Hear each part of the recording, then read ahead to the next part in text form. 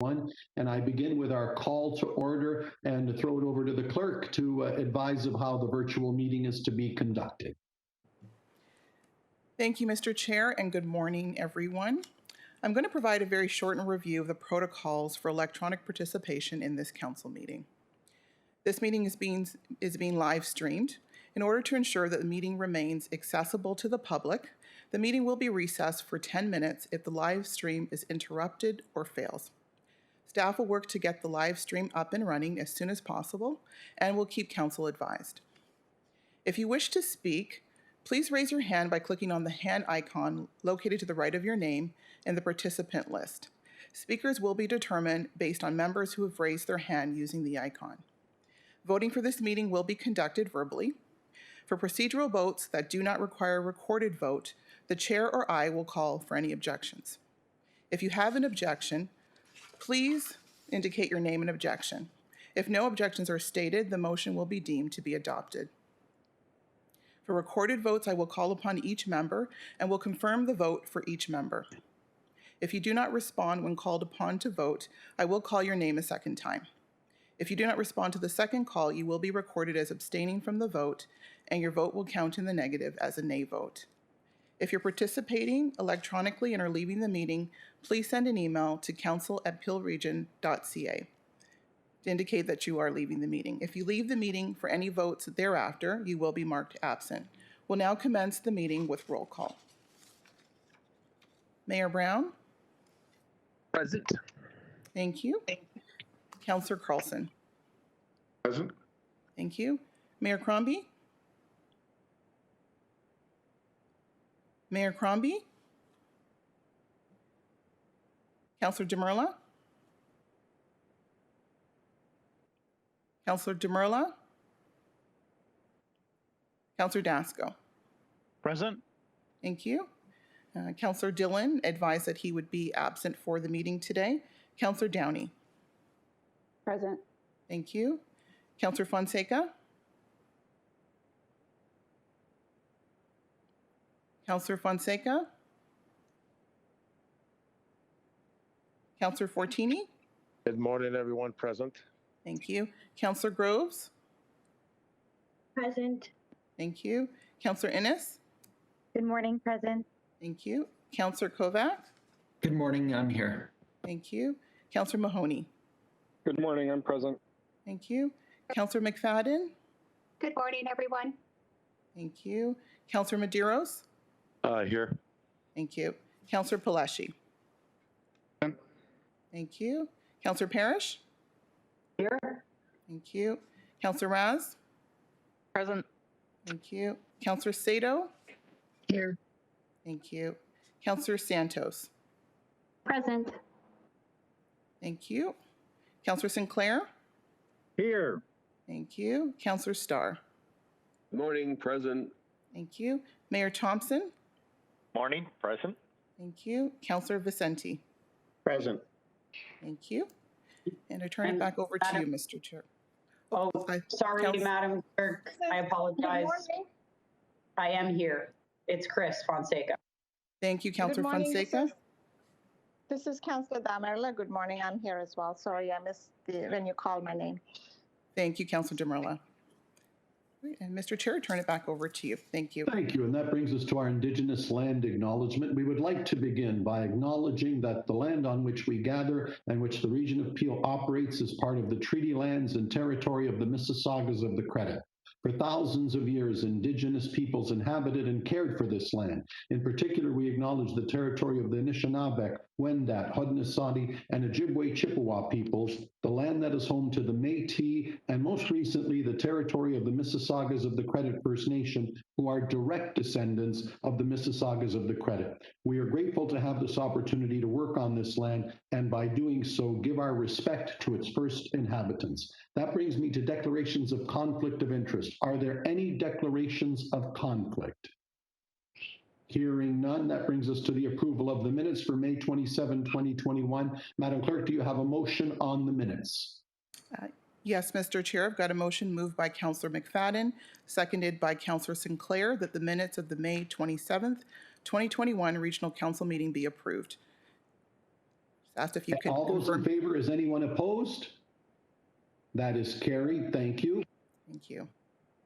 That brings us to the agenda, and I've got a couple of items. First, let me note that we do have a Section 20 hearing appeal today, and I have to advise you as chair that with regards to that, the agenda for the June 20, 2021 Regional Council meeting includes a hearing of complaint under Section 20 of the Development Charges Act 1997. During the hearing, members of council are sitting as hearing officers, and not all the rules of council pursuant to the procedural bylaw apply to the hearing proceedings. Regional council will recess to complete the hearing and then reconvene the regional council meeting. So that's one item. The second item I've got is we have a delegation item 7.2 for the downtown Brampton BIA 4.1. And item number 3, we've moved up one of the delegations with regards to inclusionary zoning. We're bringing forward 11.2, and I think we're going to have an additional deputant with that. And I'm going to go to Councillor Parrish first to confirm all of the above.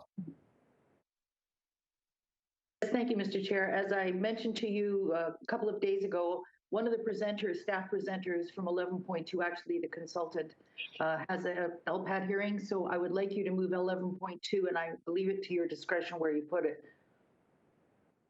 Very good, and I think we will deal with it at that time, right during the delegations, Councillor Parrish, and thank you for the heads up, and the clerks dealt with that as well. So that deals with all of my amendments to the agenda. I now call for approval of the agenda as moved by Councillor Parrish, second. Chair. Oh, sorry, is there anybody else with regards to the agenda? Councillor Raz. Yes, thank you. Sorry, I couldn't get my hand up quick enough. I just want to add under other business a matter about Credit Valley Conservation Foundation. Very good. I will acknowledge you under other councillor business. Anybody else with regards to the amendments to the agenda? Yeah, Mr. Chair, this is Councillor Medeiros. Councillor Medeiros. My apologies. I'd like to add, I think I heard you, but I just want to confirm the BIA to delegate regarding item 14.1. There was a technical issue. I had to send in the request a couple days ago, so I just missed the timeline. And I do have a delegation 7.2 from the Brampton BIA, yes. Great. Thank you very much, Chair. Thank you. Mayor Thompson, did I see your hand? Go ahead. Thank you, Mr. Chair. I just wanted to say when 11.1 comes on for Vision Zero, we have a motion come from council. The region staff have helped tweak the motion, but that'll be coming forward at that point in time. Just give everybody a notice on this. Thank you. Thank you, and I think the staffer in the clerk's office is apprised of that. Anybody else with regards to the amendments to the agenda? Hearing none, you've heard all the amendments. I've had Councillor Parrish move the agenda as amended, seconded by Councillor Raz. Is anybody opposed? Very good, that is carried. So moving on, I have to deal with the consent agenda. Madam Clerk, over to you. Thank you, Mr. Chair. So we'll skip down to Section 10, Communications. And there is a communication from Christine Massey regarding advising that over 250,000 post-COVID-19 vaccine injuries, near 5,000 deaths reported. Do I have consent for this item? Thank you. Section 11 are the staff presentations. We'll move down to Section 12, items related to health, and 12.1, critical contract increases, extension at long-term care. Is there consent for this item? Thank you. Items related 13.1, there's a communication from Sonia Pacheco, Legislative Coordinator, City of Brampton. It's communication dated May 28th, 2021, providing a copy of the City of Brampton recommendation and report titled Provision of Free Menstrual Products in All Public Washrooms at City of Brampton Facilities. Is there consent for this item? Thank you.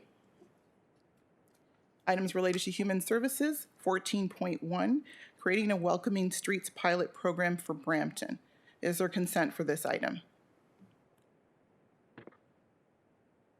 Please. Councillor Parrish, thank you. Items related to planning and growth management, 16.1, Greenland Securement Program funding, pilot results, and program update. Is there consent for this item? Thank you. Communications under Section 17, 17.1, Jeff Urich, Minister of the Environment, Conservation and Parks. It's a letter dated May 13th, 2021 regarding regulatory proposals under the Conservation Authorities Act. Is there consent for this item? Hold, please. And I'm sorry, was that Councillor Innes. Sorry? Innes, please hold. Councillor Innes. Oh, thank you, Councillor Innes. Section 18, items related to enterprise programs and services, 18.1, which is the report of the Audit and Risk Committee with their meeting that was held on May the 20th, 2021. Is there consent for this item? Thank you. 18.2, it's the report of the Region of Peel Accessibility Advisory Committee for the meeting that was held on May the 20th, 2021. Is there consent for this item? Thank you. There's also an added item, 21.1, which is a letter from the town of Caledon providing a copy of resolution in support of the designation of a scenic route area. Is there consent for this item? Thank you. And then in-camera matters, moving down to section 25, 25.1, collective agreement negotiations. Is there consent for this item? Thank you. And I turn it back over to you, Mr. Chair.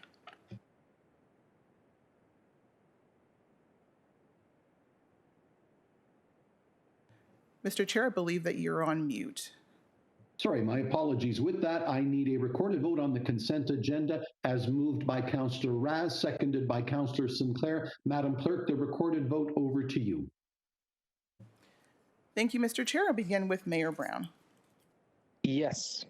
Mayor Brown in favor. Councillor Carlson? Yes. Councillor Carlson in favor. Mayor Crombie? Mayor Crombie? Mayor Crombie would like me to let you know she's still in a press conference and will be here shortly. All right. Thank you. Thank you, Councillor Parrish. Councillor Demerla? Yes. Councillor Demerla in favor. Councillor Dasco? Yes. Councillor Dasco in favor. Councillor Dillon is absent. Councillor Downey? In favor. Councillor Downey in favor. Councillor Fonseca? Yes, in favor. Councillor Fonseca in favor. Councillor Fortini? In favor. Councillor Fortini in favor. Councillor Groves? Yes, in favor. Councillor Groves in favor. Councillor Innes? In favor. Councillor Innes in favor. Councillor Kovac? In favor. Councillor Kovac in favor. Councillor Mahoney? Yes, thank you. Councillor Mahoney in favor. Councillor McFadden? Yes, thank you.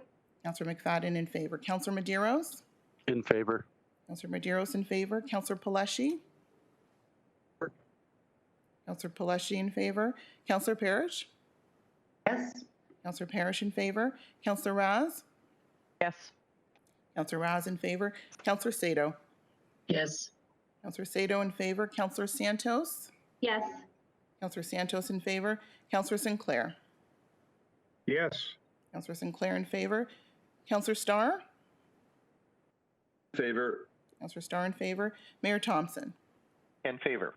Mayor Thompson in favor. Councillor Vicente? In favor. Councillor Vicente in favor. And that carries. Thank you.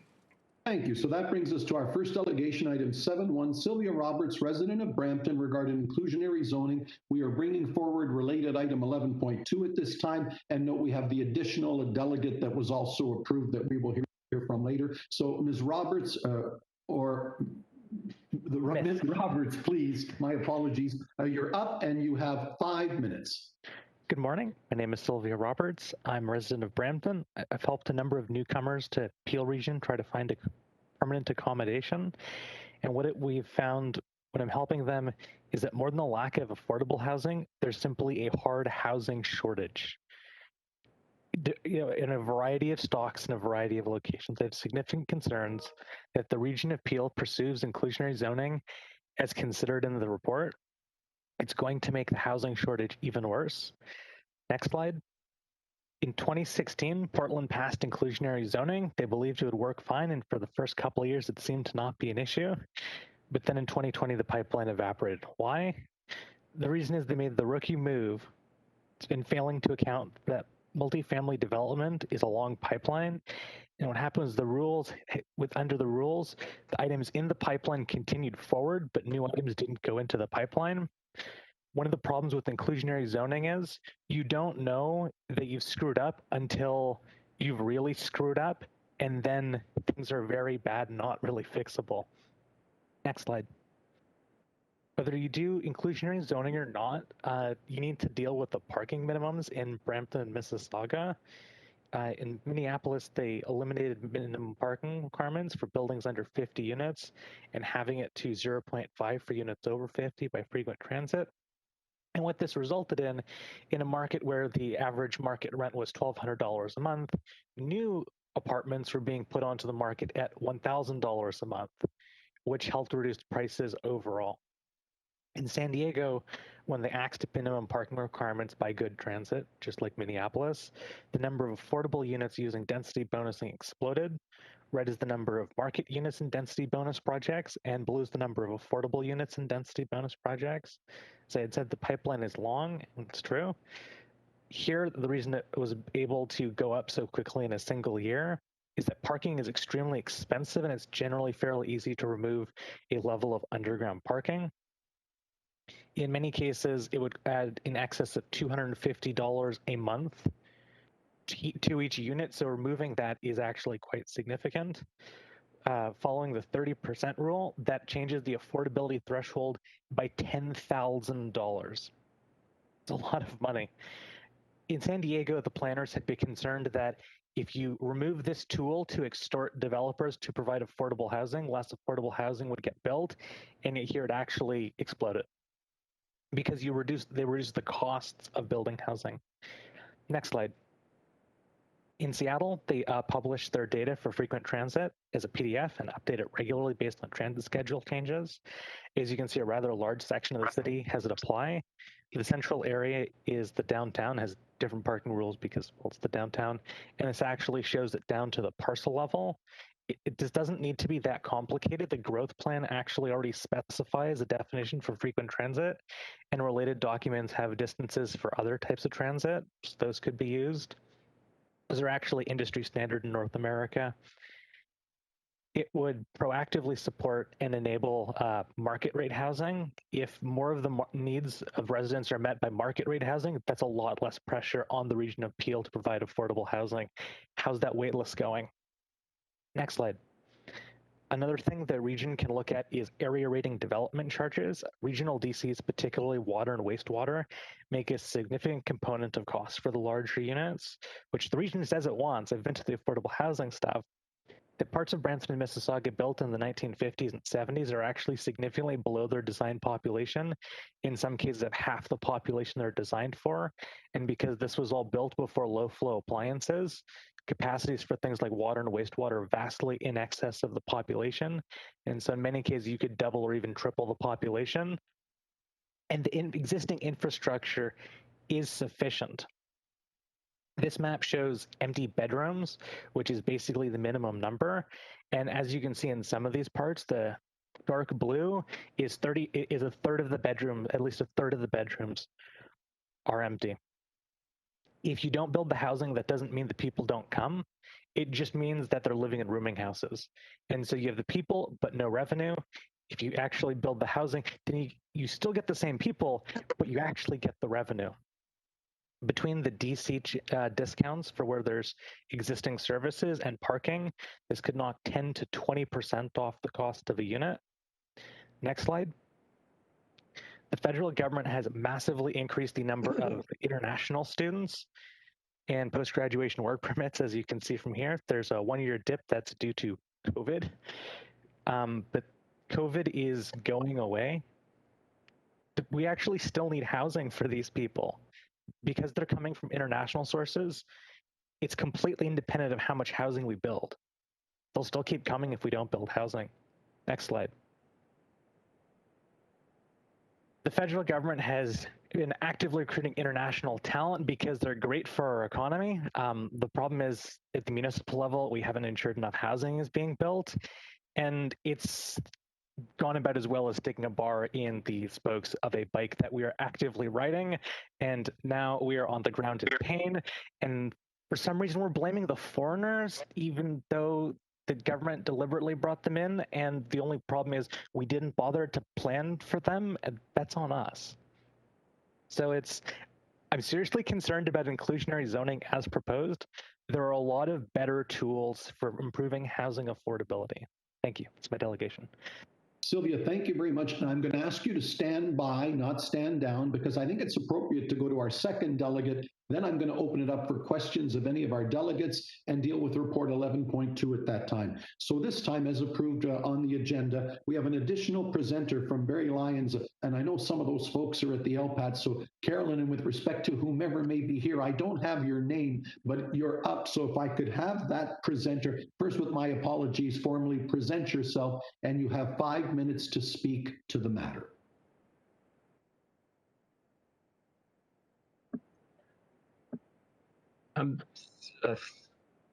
Sorry, through you, Mr. Chair. It's Adrian Smith, the Chief Planner speaking. So I think Mr. Michael was a part of the delegation, part of the staff delegation at item 11.2.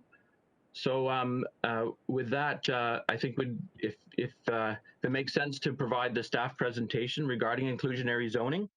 Okay, so long as that respects that other delegate as well, and I think it does, why don't you? And then I'm going to open it up to questions, recognizing Sylvia is still on the floor as well, if there were questions of the delegate. Please proceed, Adrian. Okay, so I'd like to introduce Tara Bonpensiero and Farhad Wahab and Mr. Nick Michael from Barrie Lyon and Associates. So they're going to provide a presentation on the work that's being done on inclusionary zoning. This work was presented to our Planning and Growth Management Committee a week ago, and was felt it would be appropriate to bring it forward for all of Council.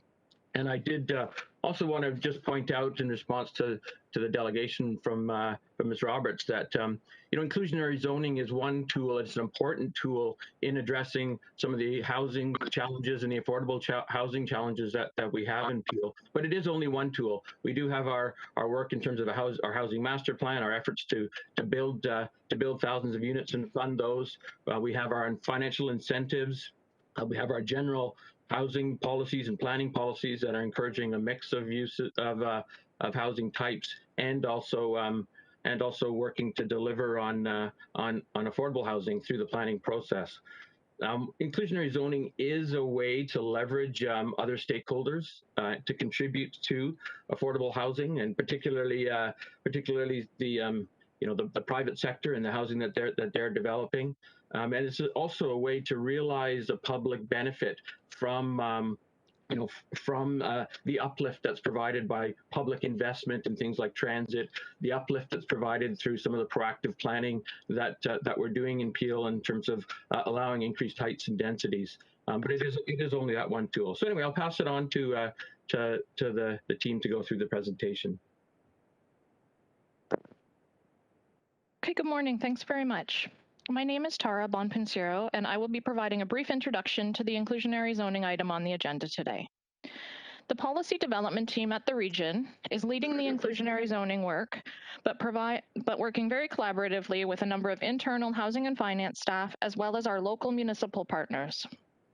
Once finalized, the assessment report that's being shared today will meet the legislative requirements for the local municipalities to implement inclusionary zoning. The presentation today, as Adrian mentioned, will be done jointly by myself, Farhad Wahab from Regional Planning and Growth Management, and Nick Michael from Barrie Lions Consulting. Excuse me. We're very pleased to be reporting today on our progress on inclusionary zoning as we work towards implementing this new tool available to municipalities.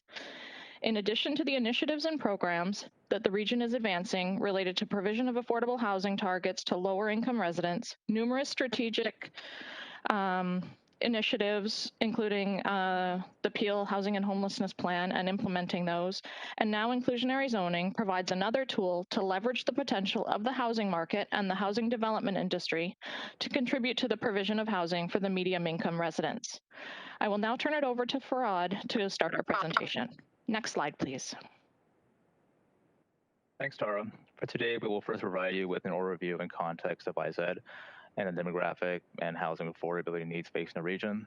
After this, Nick will be taking over, and he will discuss the draft results and the analysis of the feasibility/assessment report. This will be followed by Tara, who will provide you with our draft IAZ policy directions and next steps going forward with the project. Next slide, please. I'm sure everyone here knows and is familiar with IZ at this point in time. However, just a refresher, inclusionary zoning allows municipalities to require that a proportion of units within proposed residential developments located in protected MTSAs be provided at affordable ownership or rental rates. For appeal specifically, MTSAs are categorized into primary, secondary, and planned. Protected MTSAs are those that are delineated in the regional official plan, such as primary and secondary MTSAs. In addition, planned MTSAs in Peel will meet the criteria for protection and will be eligible for IZ once they are delineated in the regional official plan as primary or secondary MTSAs in the future. I should note that of the 91 total MTSAs across the region, 63 are PMTSAs, or practically 70%. Given how housing affordability has been an increasing challenge across the region, staff are looking forward to implementing IZ and utilizing as a potential means to increase affordable housing supply in the future.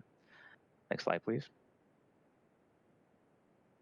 This is just a snapshot of the provincial regulations and requirements for the assessment report that municipalities must meet prior to the implementation of IZ. We, the region, have taken on the responsibility of conducting the IZ assessment report on behalf of the local municipalities, and our approach to meeting these requirements is broken down into 3 areas. First, as you can see, items 2 through 5 are being addressed by Peel's housing strategy. Based on feedback from MBLC and the local municipalities, we have reviewed the housing strategy and updated it with the most recent housing supply/demand data available to address the provincial requirements. We have also filled in the data gaps and analyzed data at the local municipal level to ensure we comply with the regulations. As for item 6, this is where MBLC's IZ market feasibility analysis comes into play. Nick will go into detail about this later. However, MBLC's report provides an analysis of potential impacts that IZ might have on the housing market and the financial viability of development and or redevelopment across the region. Finally, as a part of the requirements, we'll need to have the assessment report peer-reviewed by an independent body who's qualified to review the analysis. Thankfully, each local municipal council has passed a resolution to retain Metrics to conduct the peer review. Next slide, please. Based on our work with the Peel Housing Strategy Data Update, the following table provides an overview of the affordable rental housing needs facing low and moderate income households. More specifically, this table compares Toronto Real Estate Board Q4 average rents for apartment units with affordable rents by renter household income deciles for Peel region back in 2019. As you can see, only high-income renter households who earn about $76,000 or more can afford to rent an apartment in Peel, which hovers around $2,000 per month or more per unit. Low and moderate income households who earn at or below $63,500 cannot afford to rent a unit. Surprisingly, these renters could only afford units at or below $1,600 per month. And so it's also important to note that based on the work completed for the Peel housing strategy, we found that although the proportion of households in Peel who are facing housing affordability issues such as bills and core housing need is lower than the proportion in Toronto, it's still higher than the proportions found in York region, Halton region, Durham region, and the rest of the province. In general, this data suggests that there's a strong need for affordable rental housing for low and moderate income households. Next slide, please. Similar to the previous slide, the following table provides an overview of the affordable ownership housing needs facing low and moderate income households. More specifically, this table compares average home prices from the Toronto Real Estate Board across multiple dwelling types with affordable home prices by household income deciles for Peel back in 2019. As you can see, only high-income households who earn about $131,000 or more can afford to own a home in Peel. In most cases, it's going to be only a condo unit. This shows that low and moderate income households who earn at or below $110,000 per year cannot afford to own a home. Surprisingly, those at the top of the moderate income strata, such as those at the 6th income decile, can only afford a home at about $423,000. In essence, this slide, as well as the previous slide, have demonstrated the challenge the region is facing related to the provision of affordable housing. IZ can be an effective tool to help address housing affordability in the region by increasing the supply of affordable units for moderate income households. And now we'll pass it on to Nick, who will discuss the IZ feasibility analysis work completed to date.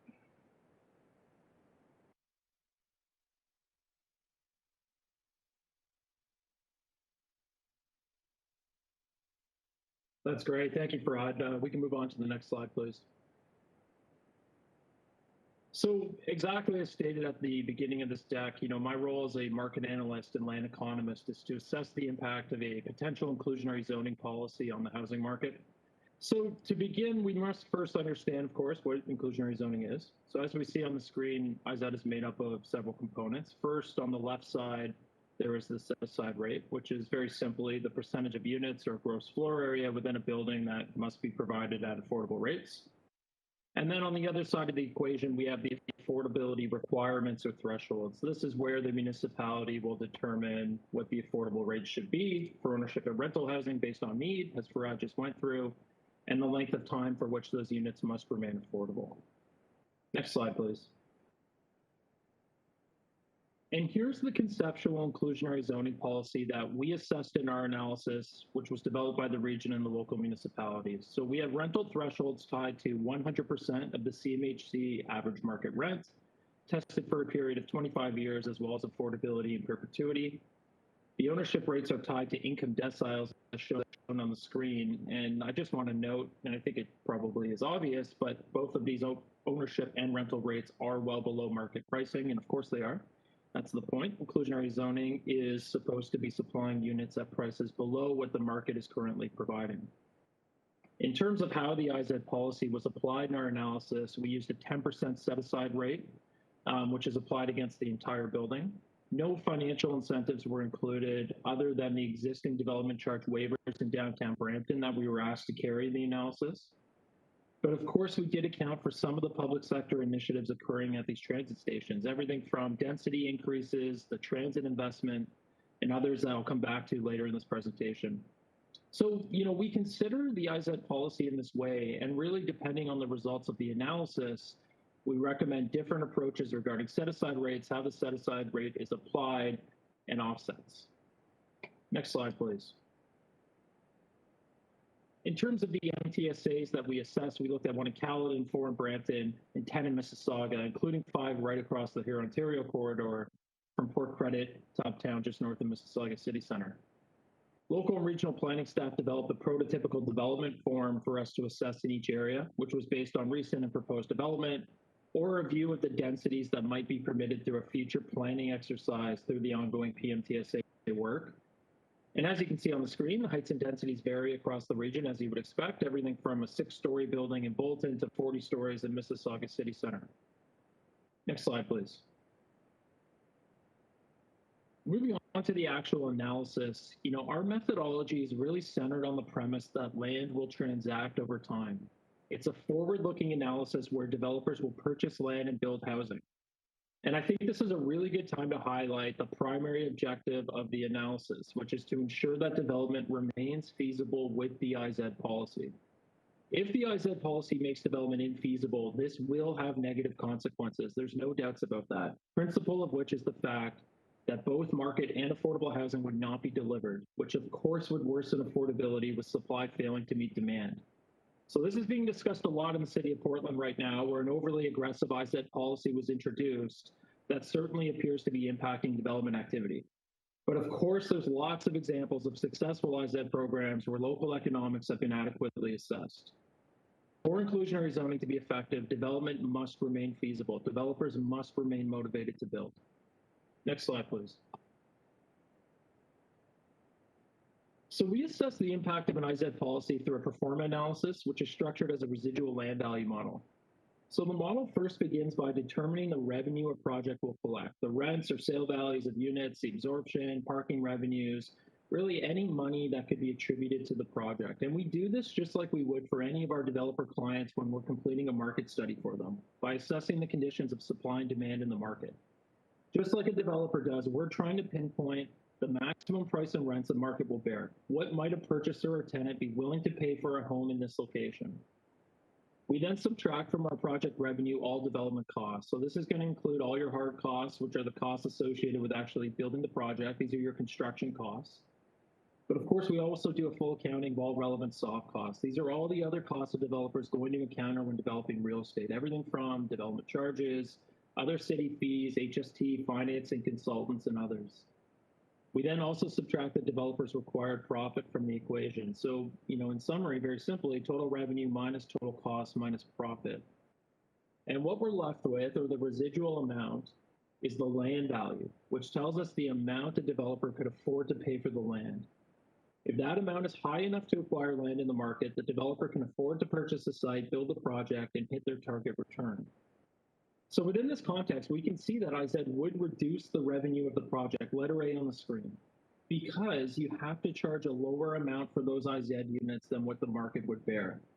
Whereas your development costs, including the developer's profit expectation, would largely remain unchanged between a project incorporating inclusionary zoning and one absent IZ. It still costs the developer the same amount to build and deliver those units. It's still the same amount of market risk and market exposure. So in conclusion, if we have reduced revenue due to some of these units being subject to inclusionary zoning, the remaining market units priced at the maximum the market will bear, and at the same time we have relatively fixed costs and profit expectations, well, we would expect the impact of IZ to materialize in a reduced land value, meaning developers will pay less for land to accommodate the impact of inclusionary zoning. Next slide, please. And here we see this principle illustrated. On the left, we have a scenario where IZ is not required, and on the right, we have a scenario where IZ is applied. And this is exactly how our pro forma model is more or less structured in the analysis. We have revenue being broken into 4 distinct components: hard and soft cost, profit, and land value. We see that cost and profit are largely held constant in both. We have the same market revenue in both scenarios. This is the price we believe the market will pay. But with a portion of the units being subjected to IZ on the right side, the overall revenue is reduced, with land value coming down to ensure that an adequate profit is maintained. And really, this is something we see a lot of at NBLC through our private sector work. We see land values adjust downward to account for a variety of public benefits or other requirements that drive costs or reduce revenue. So for example, we've worked with a number of developers who have sought to redevelop a property subject to a rental replacement bylaw, where no number of units would need to be replaced at their current below market rates. Of course, this impact drives down how much we would recommend they pay to acquire that site relative to a site that is unencumbered. It's the same thing with site contamination issues. If there were 2 sites located next to each other and one was contaminated, you wouldn't pay the same for both. You would pay less for the contaminated property to offset the additional cost of developing it. IZ is a similar consideration. Next slide, please. So with all that out of the way, how we actually go about assessing impacts is we first begin by identifying soft development sites in the PMTSA. And soft sites simply refer to underutilized land, whether they're vacant, retail, industrial, anything that might be a target for a new high-density project. We identify these sites and estimate the land value associated with them. We then take a prototypical built form provided to us, so that 6-story building in Caledon or the 40-story tower in Mississauga City Center, and we run 2 performas, one with inclusionary zoning and one without. This allows us to conclude, can a developer still afford to purchase land and build the project with IZ applied? In other words, is there still a healthy gap that's going to allow a developer to make an attractive offer for these underutilized soft sites? Or does inclusionary zoning reduce the land value to a point where a developer would not be able to purchase land and deliver their project? Going back to the core objective of our work, this is what I'm primarily concerned with. Does IZ make development infeasible? If it does, as I mentioned, affordable housing would not be delivered, and neither would market housing. This is where housing prices will increase and affordability will worsen. This would result in development locating outside of PMTSAs in the region as well, which is of course not an outcome we would like to see. Next slide, please. So the previous analysis, it's really focused on the process where developers acquire land and develop housing. It's a forward-looking analysis where land values adjust. But what about developers who already own the land? Obviously, you can't pay less for a site to account for IZ if you've already purchased it. And if you paid recently, this could put you in a very difficult situation where you might not be able to advance your project. This is why transition will be very important. And I'll come back to this at the final slide, but it's kind of similar to how we treat any sudden policy that could impact costs or revenues. For example, like when development charges are increasing, often we see these rates phased in incrementally over a period of years, rather than coming in all at once. This helps developers in this position who purchase land without accounting for a DC increase, or in this case, without accounting for the IZ policy. IZ can certainly be implemented in this way, where you gradually and slowly build the policy up over time. Next slide, please. Moving on to offsets now, I think it's really important to note that existing land values do not have to absorb the entire burden of inclusionary zoning. There are a variety of strategies that the public sector has at their disposal to significantly increase land value, which can then be partially offset by inclusionary zoning. And personally, I think it's this topic specifically where Peel has a really strong message and foundation for inclusionary zoning, especially relative to some of the other markets that we've been working in. Beginning with, many of these PMTSAs that we've assessed are future, where there will be a significant investment in transit over the next several years, whether that's BRT, LRT, or service level enhancements at GO stations. Many of these areas are also to undergo a significant planning exercise, which will increase density permissions. Using density to provide clarity over entitlements, but also to increase land value is a very, very valuable tool that you have. We could also see land use conversions at some of these stations that can also significantly increase land value. And I know the municipalities are also considering a reduction in parking requirements. So while these are not direct financial incentives that flow through to developers, these investments and strategies can create a lot of value, of course they can, which would be partially recaptured through the requirement to provide affordable housing through inclusionary zoning. Land values go up a little bit by public sector initiatives and then might come down a bit once IZ is layered on.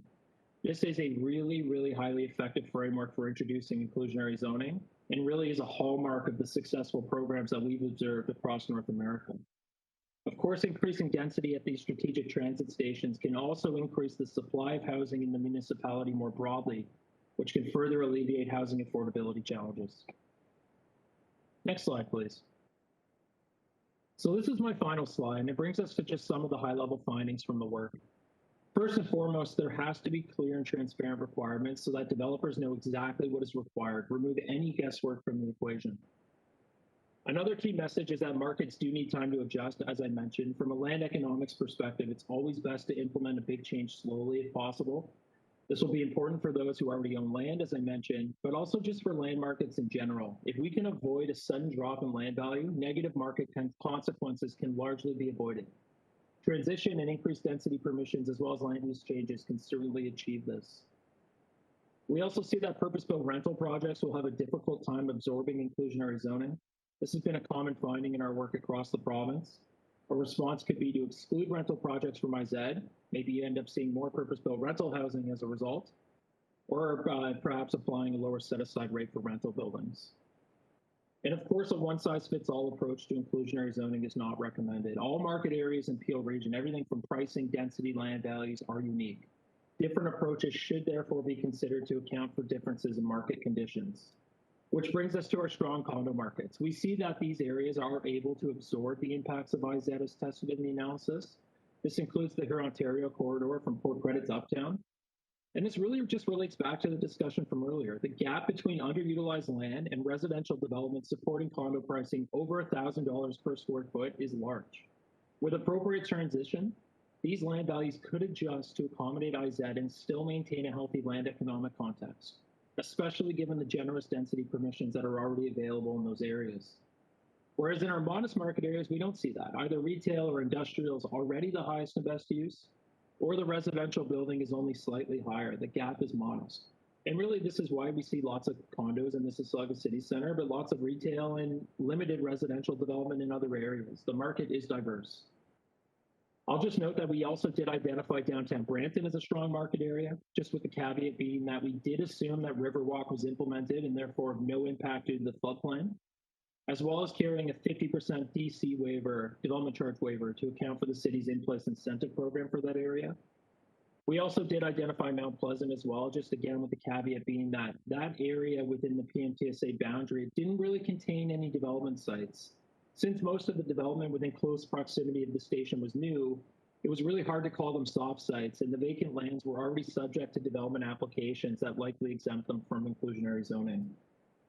So in the other MTSAs, our analysis did yield more modest results, as I mentioned. Of course they did. The high density market in many of those MTSAs is either still emerging or modest. However, there is still strong justification for implementing IZ in these locations, as most of these are set to experience significant investment, as I discussed previously, new transit, planning entitlements, and others. Incorporating inclusionary zoning in concert with those changes is really, really important. You don't want to implement the transit and rezone an area, allow land to start transacting, and then apply IZ later.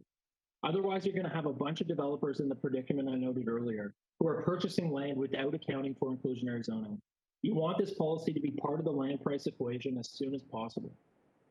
Notwithstanding that, these might be the areas where you consider lowering the IZ requirement, maybe a set-aside rate of 2% or 5% instead of 10%, and incorporate triggers over time to increase that. And if you don't want to lower the set-aside rate, you can certainly offer incentives or bake inclusionary zoning into the planning study with a bonus density approach, which is what we've recommended in our report. But certainly there are lots of options for the municipalities to start thinking about as they advance those PMTSA plans. So with that, I'm going to hand things back over to Tara and Farad. Thanks, Nick.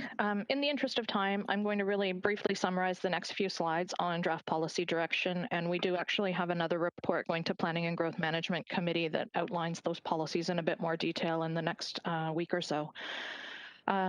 Next slide, please.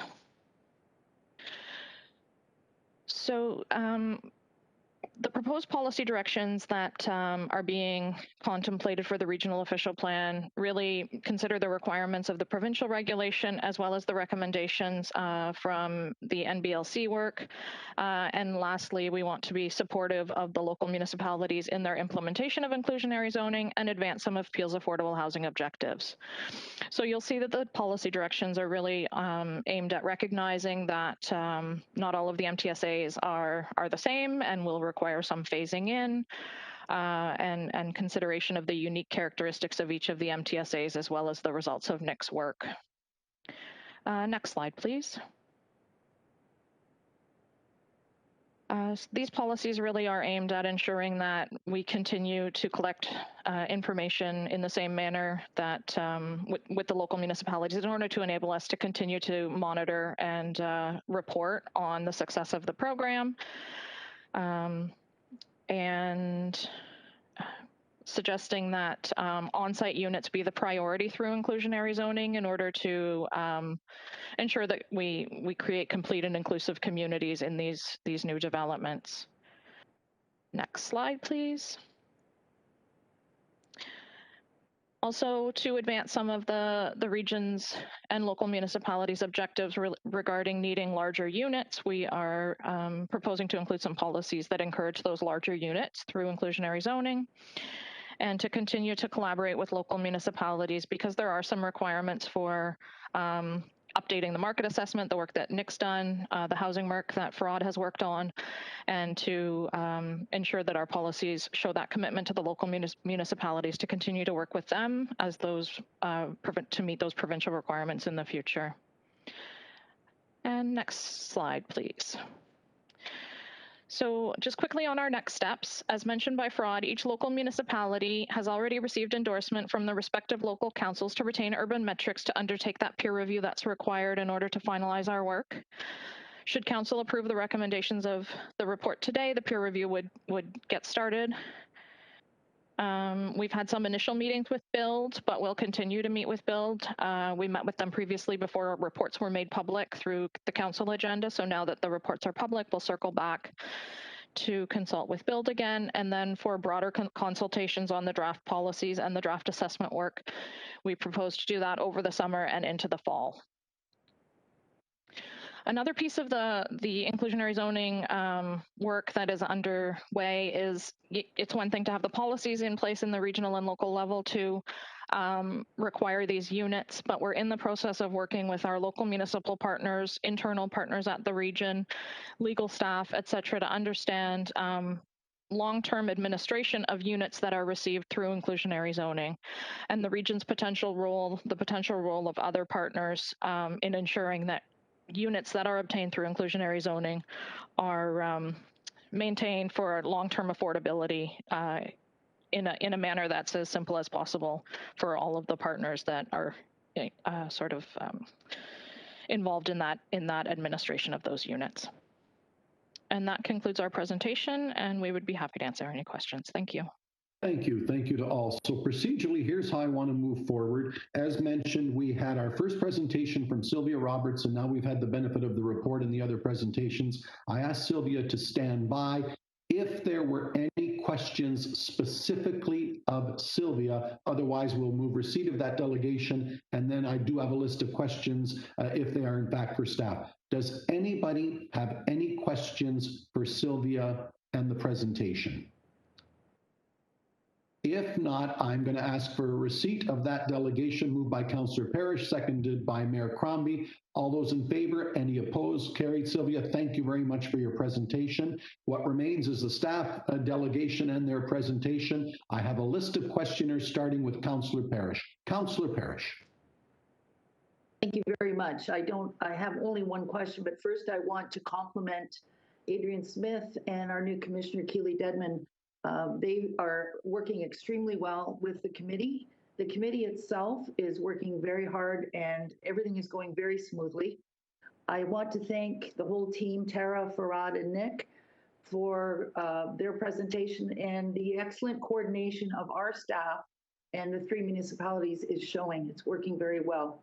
The only question I had, and I asked it at the committee, was the management of the rental and condo units that will be under the IZ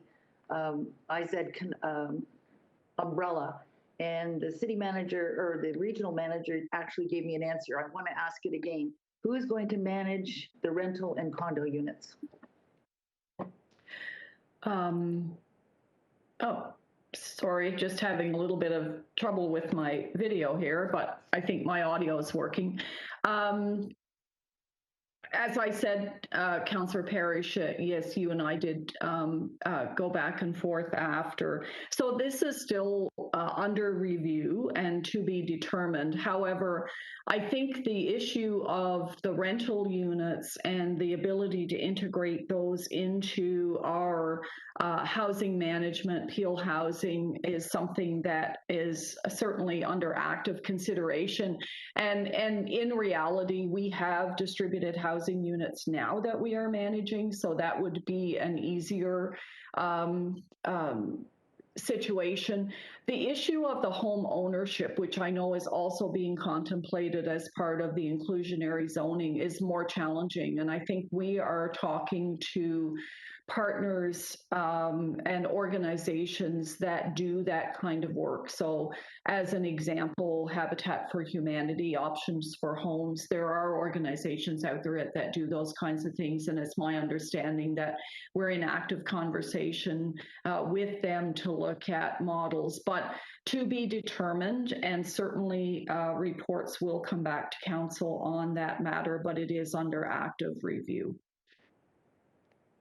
Thank you very much, Madam City or Regional Manager. I appreciate that answer because that's a big question we have from our staff in Mississauga is once this is all in place, who manages what? So I appreciate the answer, and I again thank the presenters very much. They did an excellent job. What we like to do at the committee is we probably have 8 or 9 presentations each meeting, but when one is of significance, such as this one, to the whole council, we bring it forward. Hopefully we won't do it too often, but this one I thought was significant. Thank you very much. Thank you. Mayor Thompson. Thank you, Mr. Chair, and this was a recommendation by the Growth Management Committee to bring this to council because council, we all need to look really hard at how we make this fit. There's some really good information, good data coming forward, but we need to find the solutions. The same way as how we were helping homeowners the first time buy in over a 20-year period, helping them with the down payment on a home versus different other initiatives, life leases or whatever that we can do to allow people to have affordable housing. It isn't just rental, but it's many things that we all have to look at to figure going forward. I did want to ask one question at staff as well, is when we basically when we for the common good, when we expropriate land for the common good, that's one thing. So can we look at it through an expropriation lens, but not an expropriation lens? But when it's for the public good, for affordable housing, is there something that we can look at? Because the development industry kind of needs to break, but that's where you need the federal and provincial partners bringing forward. So this is no one easy exercise. This is going to come overnight. But I think to echo with what Councillor Parrish did say, staff has done a wonderful job. The consultants have done a wonderful job. But this is the responsibility, and I'm encouraging all of council to come forward, is you don't need the solutions today, but we all need to put our thinking hats on to find ways that we can make this work together. Because the data is there, but how do we make it work? And how do we have a made in Peel solution on how to go forward? No one's going to think this thing through for us. We're going to have to do it. So this is a challenge, and I want to put it to all the council that this is something we need to really take this report very serious, and we need to figure out on how we go forward. And it's not something that we're going to fix overnight, but I think staff has been extremely good giving us the information, and this is something that I'll put a challenge out to everybody. If you got ideas, we need to hear from them. And I encourage all accounts, so you don't have to be on the committee to participate in growth management. Look at the agenda. If there's something that you think that is interesting or you can contribute, please participate and bring your ideas forward. And I know we do have a number of members of council doing that, and I think it's extremely important. But this is something that the growth committee really felt that all council should have a look at and see and understand on our challenges coming forward. So thank you very much, Mr. Chair. It isn't really a question. It's more or less just challenging all of council that we've got some hard lifting here going forward. Thank you. Are there any other questions of staff or the delegates at this time? If not, I'm going to just make one quick comment or two. Great work. And Mayor Thompson, I appreciate your comments because I think this is very much a work in progress. Councillor Parrish, I think you're right. The developers bring up the management issue. So we've just built this luxury condo. We've sold all the units, but now you're telling us 2 floors have renters. We're gone. We don't rent. So here they are. You'd better sort it out somehow, and we have to find a way to sort it out. Mayor Thompson, I've argued before, and it'll be for others to decide, is there a component of this amounting to expropriation without compensation? Because some of the developers argue that. I thought it was intriguing that our consultant mentioned it's like you have a piece of contaminated land and land that isn't contaminated because of the differential in zoning. Well, you know, they're going to argue who contaminated their land. So that's been brought up before as well. But finally, I think the biggest concern is, and I've argued this before when I was a local councillor, the power of substitution. If it isn't lucrative to build along the LRT and Highway 10, developers just won't build there. They'll go build in other parts of the city unless it makes sense. So this is why I think this is a marvelous analysis. It raises all those points. So good on that. Boy, we have a lot more work to do. And at the end of the day, what I think it's going to come down to, what it always comes down to, is money. Because as you've heard me say many times before, people talk about affordable housing and confuse it with subsidized housing. Then they talk about subsidized housing versus affordable housing. And the last question, as subsidized by whom? The other point that was raised, and again, an excellent report, if we allow some of this to be done by the private sector and developers, what happens when you hit, and they happen, a lull in the development cycle? Very hard as a mayor and as a councillor to say, hey, we're not building any affordable housing or subsidized housing now. The developers are having a rough time now. It's a recession. I think the answer back is we didn't elect developers. We elected you, and we pay you our taxes. So a lot of issues, a lot of moving parts. What an excellent report that speaks to all of them. And so, Alan, I love your point. A lot of work still to be done, but nice to see that we're doing what needs to be done. So shout out to the planning committee. Glad the report came here. I now need receipt of report and the delegation from staff as moved by Councillor Parrish, seconded by Mayor Thompson. That's report 11.2. All in favor? Seeing none opposed, that is carried. Thank you to all. Okay, that brings us to our next delegation, 7-2. Rick Evans, Director, and Suzanne Godfrey, Director also from the Brampton BIA with regards to Welcoming Streets, our pilot project, and related item 14.1, which I'm going to bring forward at this time, noting it was Councillor Parrish that asked that it be held, so I may go to her first for questions of the report or the delegates. So Mr. Evans and Ms. Godfrey, you're up and you have 5 minutes. Okay, good morning. Susie Godfrey here, and I did want to say Rick is unable to delegate this morning. So I'm here on behalf of the downtown Brampton businesses, and I wanted to formally thank the Region of Peel staff for all of the work that they have done behind the scenes to prepare this report today. I also wanted to thank Regional Council for supporting this report. And thirdly, I wanted to acknowledge that the Downtown Brampton BIA is looking forward to collaborate with the region, the City of Brampton, and all of the stakeholders to effectively implement this pilot. As we know, long term, this pilot could be implemented at other BIAs in the Region of Peel. So thank you so much. I do appreciate all of the work behind the scenes and collaboration, and we're looking forward to moving forward with this. Thank you. Are there any questions specifically of the delegation at this time?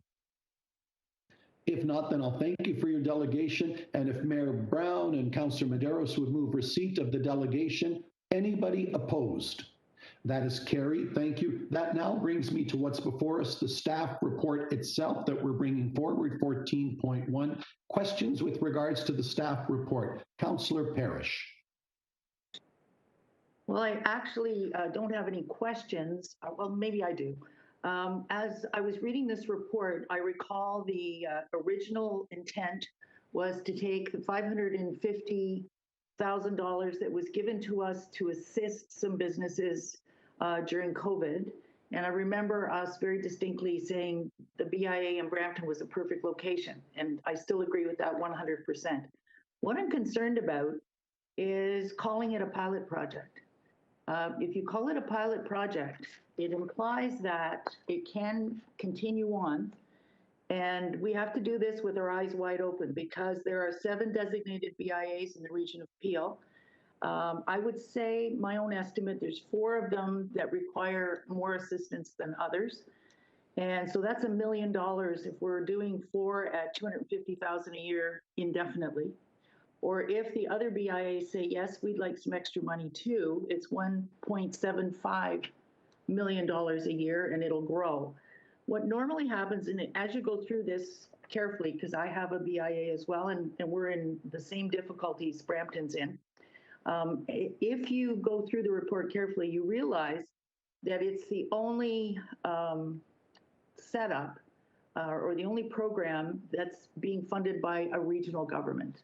The rest of these programs are either funded by the fees paid by the businesses to the BIA, which they control, or it's covered by the 3 examples you gave were cities. So I'm just questioning calling it a pilot. I'm questioning whether the intention is for this to continue forever and whether it is intended that it's going to be expanded to the other BIAs, even those who haven't asked for it. I support the $250,000 going into this program this year. My question of staff is the intention that this is indeed a pilot program and will eventually end up costing $1.75 million a year, or is there an intention that it's a 1-year help out for the downtown Brampton business, which is what I thought we asked for? Commissioner Sheehy. Thank you, and thank you for the question through the chair. So you will recall, of course, that this project, this program, has been set up in response to a motion that was made by council to create a granting program and assisting the business improvement area in downtown Brampton. We are calling it a pilot because we very much want to work together to co-design the program and take a very close look at the outcomes. So there will be very stringent performance measurement outcomes to see what this program actually achieves. I agree with you, Councillor Parrish. If this program was spread to all 7 BIAs, we are estimating it would be over $1.5 million, which would hit the net levy. So we're taking a very measured and slow response to see how this actually works in the downtown BIA and the downtown Brampton area. And then we will be back to council to say, here are the outcomes we're achieving. Where would you like us to take this program now? Well, thank you for that answer, because if it's as successful as I expect it will be, I would like you to take it to Malton next.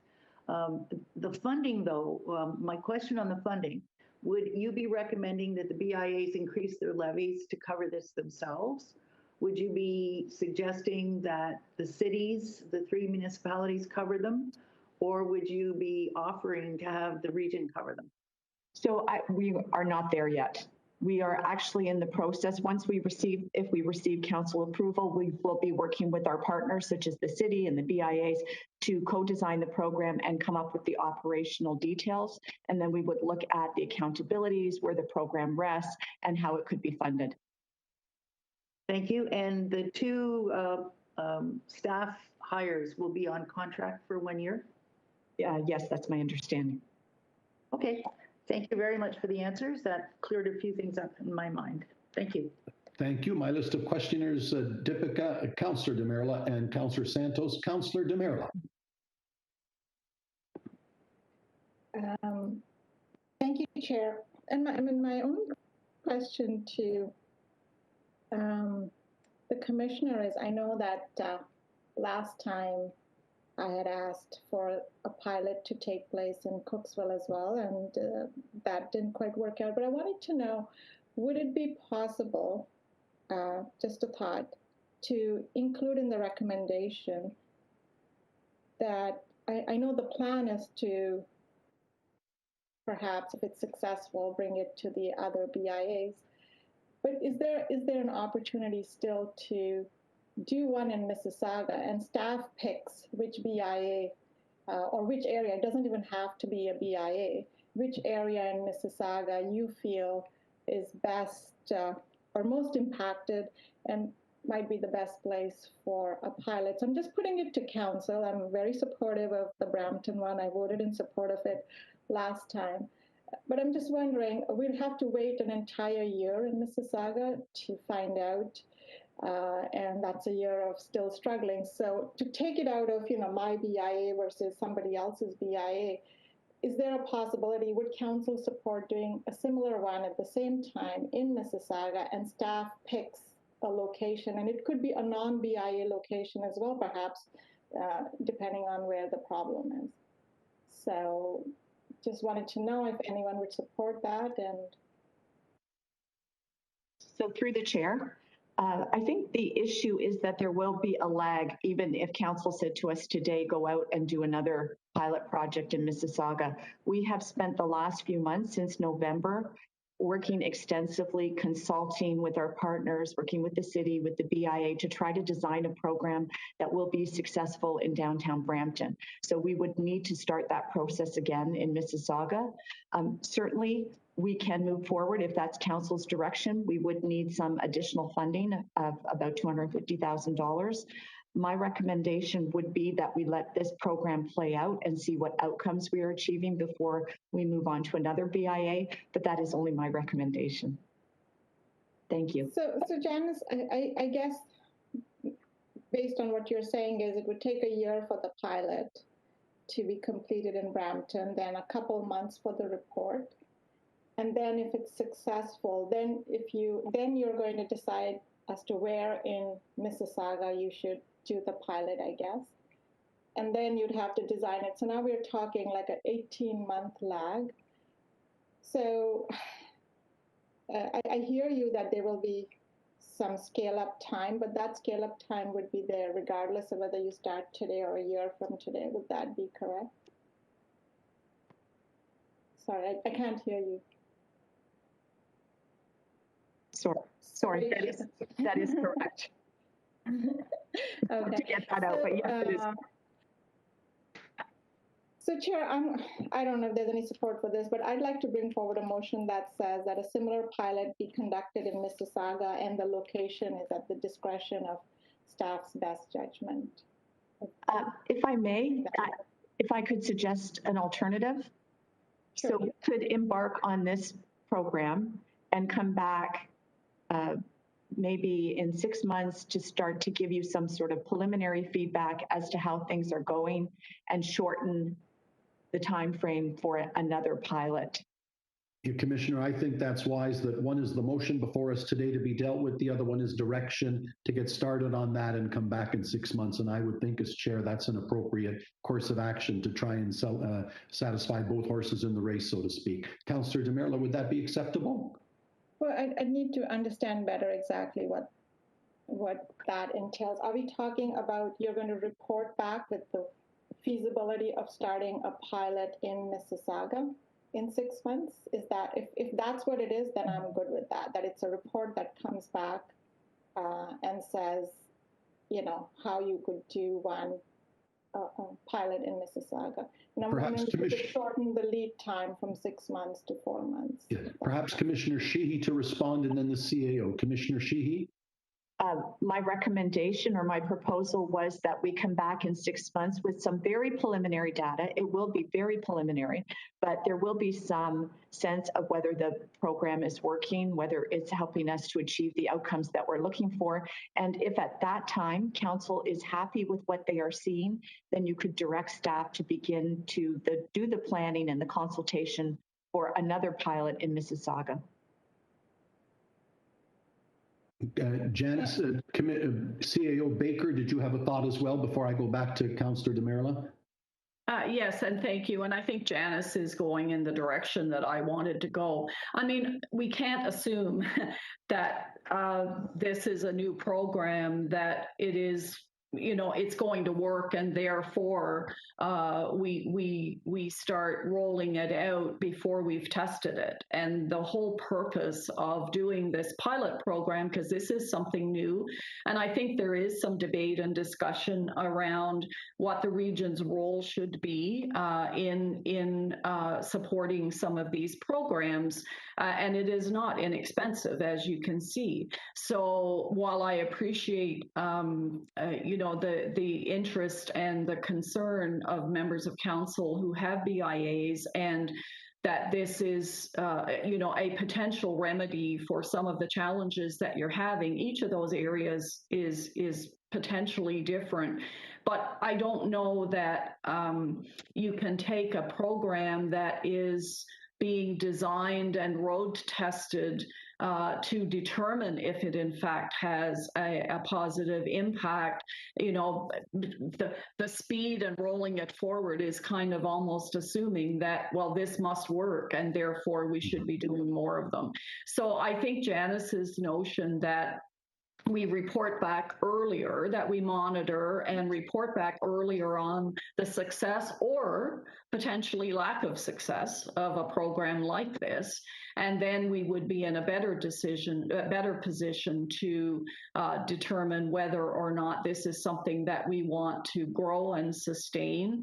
And I think Councillor Parrish has raised very good questions about where this should be funded. You know, our funding has typically been used to help homeless individuals and vulnerable populations. And this is directing the funding in a slightly different manner. So I think the 6-month offer is one that we can certainly support and be happy to bring back some preliminary results. But I'm struggling to push for a broader expansion of this when the whole purpose of this is to road test it and determine if it in fact does work. Councillor DeMerla, anything further? Yes, yes. So those are fair points, Janice and Janice. But I guess what I'm struggling with is, in 6 months, you will come back to say whether welcoming streets is showing signs of progress. But it's not going to do anything to actually move anything forward in Mississauga, because at the 6-month mark, if you say it's not working, then would you stop doing it in Brampton? I mean, I need to understand what that 6-month report is. So are we saying that in 6 months, we're going to look, instead of a year, in 6 months, we're going to look at how this is working and whether it's going to continue or not continue? So it would be my intent that once we have 6 months of data as to the outcomes we are achieving with the program, we would come back to council. We would talk about lessons learned, anything we need to tweak, and whether or not we have been successful to date in achieving our objectives. So it would be a progress report. So that's great, but then tell me how that helps move anything forward in Mississauga. So you come back with that report in 6 months and you say it's working or not working. So that's an interim report. But what I'm trying to understand is, how can I bring help to Mississauga? So what this does is I have shortened the reporting cycle. And instead of waiting for a year of data to make a decision as to whether we want to continue in Mississauga, we will now only be waiting for 6 months. And if all indicators are that this program is achieving the outcomes that we're hoping it will achieve, we could come back and we could make a recommendation at that time what potential BIA we might want to expand to in Mississauga. So I'm fine with that. My only concern, Chair, is that staff comes back at the end of 6 months and says we don't have enough data to say whether it's working or not.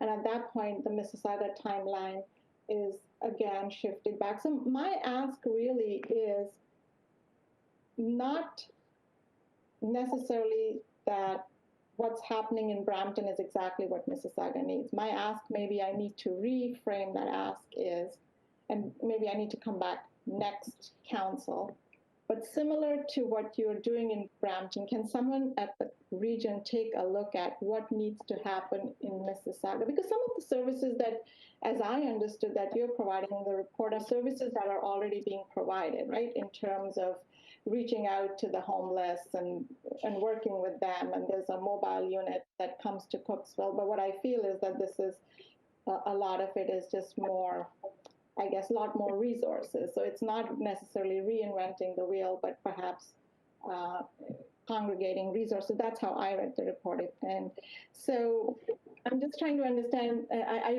just worry that in 6 months, staff will come back and say, we don't have enough data. And so then what happens to Mississauga?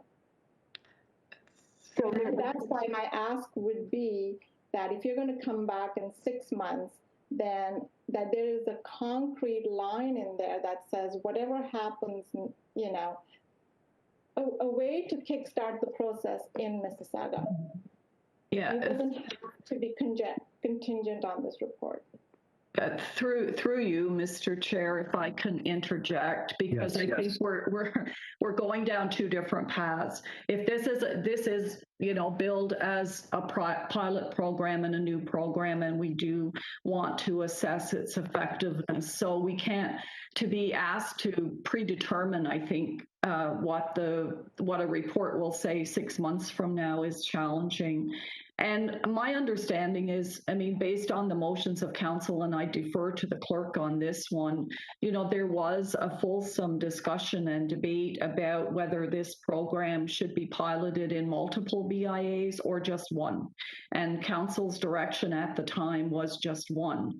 So, you know, we're kind of relitigating, I think, the motion that was made, or that's how I feel anyway, and I defer to the clerk on that. I mean, I think the best that we can propose right now is the solution that Janice has come up with. You know, as a pilot program, we can come back with an interim report, and I would think, through you, Mr. Chair, we would have some data. Otherwise, I can't imagine why staff would propose reporting back. But we're kind of going down the path of being told what to put in our report 6 months from now, and I'm a bit challenged by that one. And I really am just wanting to be clear that, you know, if staff is being directed to, while we are running the program in Brampton, to also then consider a program in Mississauga, my recollection is that was voted on by council, and the vote was we are doing one pilot, and that pilot is in Brampton. So I don't know whether there's a need for, I would prefer a motion of council, I guess is what I'm saying, if we're to change direction on this particular initiative. And CEO Baker, I don't know if this helps, but I think we've had the questions asked. I think staff have answered them as best they can. My interpretation as chair is this. I think what we're really saying is, because it is a pilot project, by definition, it's hard to run concurrent pilot projects. They're not pilot projects anymore. It's your new policy, and let's roll these out in all the BIAs. But we don't know if it's going to be a success or a dismal failure. So that's why we have a pilot project. Let's see how it goes. And then sequentially, if it makes more sense in 6 months or beyond, we'll roll them out. But we can't pre-decide where we're going to end up with that. So Councillor DeMerla, all I can do is say, I think we've answered as best we can. What I need from you is a motion if you would like us to go in another direction, and I leave it to you to craft such a motion. And you've said you may give it some thought and maybe come back at the next council meeting. And I think we welcome hearing what your motion might be then. For now, I'm going to move on with my list. My questioners are Councillor Santos and Parrish. Councillor Santos. Chair, I wanted the chance to just respond to something that... No, Councillor DeMerla, I've given you every opportunity. I think they've answered as best they can. If you have a motion before the chair, I will entertain a motion. Do you have a motion? What I do have is I need a motion. That the chair alleged. On a point of order, I need a motion from you. You've had several opportunities. On a point of order, Chair, I just want to be able to clarify something. I have not at all at any point suggested or what the report outcomes should be. And I wanted to say that on the record, that I've never suggested that we pre-decide what the outcomes should be. And thank you. So do you have a motion for the chair? Let me finish. I felt like both you and the CAO were suggesting that I was saying that the report, that we should predetermine what the report should say, and that was never my intent. So I wanted the opportunity to clarify that. I do appreciate the time you've given me. Thank you. Thank you. Moving on, my questioners, Councillor Santos. Thank you. And through you, Mr. Chair, I would support the recommendations from staff on this one. The motion that was debated at length regarding this particular report. And I thank our colleagues around the table for supporting the pilot program in downtown Brampton. It was done so to remain focused so that we can assess the success or lack of success of a project like this. And I just wanted to say that part of the reason why we went to the region on this one as a regional pilot is because of the concentration of regional support services within the downtown core that relate to supporting those most vulnerable as well as the homeless, and the negative impacts that has in a downtown core like Brampton on the various businesses, etc., because of the social support services that are concentrated there. And I imagine in some areas in Mississauga, I know Councillor Parrish has similar situation there, that would also apply. So just as a reminder, that is the reason why it came to the region. And I'm looking forward to see what that progress report is in 6 months and the final report later on, because I would be very supportive if it is a success, or if there are pieces of it that are a success, to support it and have it roll out in other similar areas in Mississauga as well. So again, thank you to the colleagues around the table for supporting my original motion at that time, and I would be happy to move receipt of the report and the recommendation. Thank you. And before I carry on with my list, Councillor Parrish, and I know Councillor Medeiros is called in to speak, and I will go to him next. Just through to the clerk, I want to make sure my understanding and that of the CAO is correct in terms of what we brought forward in the last recommendation from Council. You said that might be helpful. So very briefly to the clerk and the Commissioner's office, what is the status as we speak from our previous decisions? Thank you, Mr. Chair. The Council did consider adding, I believe it was Streetsville, to the pilot, and Council did vote, and that motion was lost, so that was not approved. And then the resolution just went forward to consider downtown Brampton. Point of clarification, I believe it was Cooksville. Sorry, Cooksville, my apologies. Yes, thank you, and I'm glad we have that clarification. On with my list, Councillor Parrish. Yes, thank you, Chair, and thank you for terminating this long discussion with asking for a motion. The concept of a pilot is you set it up once, it's a learning experience. You can't decide Mississauga and Brampton are entirely different countries. What works in Brampton will work in other communities always with some minor adjustments. And I don't believe in tit for tat. I don't believe just because Brampton got a pilot that Mississauga should be jumping up and asking for our share. It's one-time only money. People seem to have forgotten that originally this was money given by the feds or the province for a project, a similar project like this, something that would be helpful to people who are homeless. And the timing was right because the Brampton BIA had come forward and explained their problems, and they've done it several times. So I'm not supporting a second pilot. I'm happy if we see an interim report in 6 months. And then I think Councillor Demirla should be aware that the worst and most difficult with several murders location is Malton. So you're not fighting for a project in Cooksville, you're fighting for a project in Malton. And I'm perfectly happy to wait and see how this pilot works. And I'm also happy to wait and see how staff recommends it be funded when we don't have free money to do it with. Thank you. Councillor Medeiros. Thank you. Through you, Chair. I think Councillor Parrish touched upon it, that we're talking about one-time funding right now, and I think the learnings are going to be extremely important. You know, unfortunately, you know, the issues that we're grappling with in the downtown, and really want to recognize the great sort of advocacy of the BIA, the downtown businesses, certainly my colleagues, Councillor Santos, Mayor Brown, and Councillor Vicente and Bowman, and you know, certainly we have dealt with the complexity. So, you know, one thing I'm looking forward to in that 6-month interim, you know, report and so on, because this is one of these issues that it doesn't fit within a neat box. It's nor, you know, federal responsibility, nor is it just plainly municipal.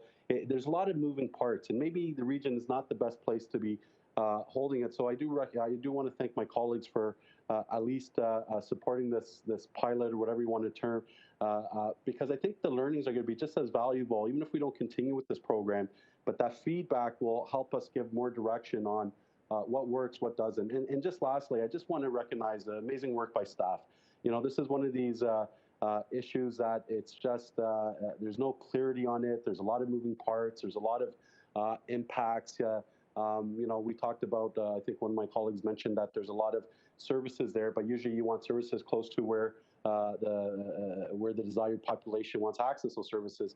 Do we rethink how we do our service delivery? So it's going to be really fascinating that the work comes back, and I think if anything, it's going to help us, you know, set the seed for how do we provide further responses, and the learnings are really going to be shared with all organizations. So once again, thank you very much for everyone for supporting it, and thank you to staff for really doing almost the impossible and really attempting to move forward with this initiative. So thank you very much. Thank you. Councillor Kovac. Through you, Mr. Chair, just to take a moment, I wanted to make sure that I did thank those who are fighting on behalf of their communities. Councillor Parrish, you referenced Malton and the issues that you've had there, but Councillor Demirla as well. I know the passion that you have, how much you're wanting to fight on behalf of your community, and I know that you mean very well. Similarly, we've had Councillor Dasco in the past from Mississauga ask about the possibility of having an area in his community added. My gut tells me that a lot of good will be had through this pilot, and knowing that it will come back in 6 months, some interim information, I look forward to that. And just thank you to staff, and thank you to all the speakers, including Councillors Santos and Medeiros. Thank you. Councillor Demirla. I just wanted to say to Councillor Parrish that that's why I kept today talking about Mississauga. I was not talking about Cooksville versus Malton, and that's where I think we lost the plot last time. It would have been nice to have 2 concurrent pilots. So my ask of staff really is, let's not turn this into, you know, which is the worst BIA. And I mean, it's going to come to that, but let that be staff's decision. I'm really uncomfortable with this idea that, you know, we are getting tangled up as to my BIA versus your BIA. That's not the intent. It should be evidence-based, and, you know, if 2 BIAs in Mississauga need it, so be it. If 3 need it, so be it. But if one gets it, you know, it should be just evidence-based. And so I do want to clarify that to Councillor Parrish, and I'm happy to fight for Malton if Malton is the one that needs it most. And if it's Port Credit, then I'll fight for Port Credit. So I just wanted to clarify that. I really don't want this to become my BIA versus your BIA. That doesn't help anyone. You know, I might be the councillor for Ward 7, but I live in Mississauga and I want to fight for the entire city when I'm at the region. Thank you. Thank you. With that, that exhausts my list of speakers. We'll bring the motion forward at this time as moved by Councillor Santos and seconded by Councillor Medeiros. It is a recorded vote. Over to the clerk's office to conduct the recorded vote. Thank you, Mr. Chair. And I just wanted to confirm that the recommendation will be amended to include and further that staff report back in 6 months with an update on the success and status of the pilot program. Otherwise, the recommendation will remain the same as outlined in report 14.1. And I'll begin the vote with Mayor Brown. Yes. Mayor Brown in favor. Councillor Carlson? Yes. Councillor Carlson in favor. Mayor Crombie? Yes. Mayor Crombie in favor. Councillor Demerla? Yeah. Councillor Demerla in favor. Councillor Dasco? Yes. Councillor Dasco in favor. Councillor Downey? In favor. Councillor Downey in favor. Councillor Fonseca?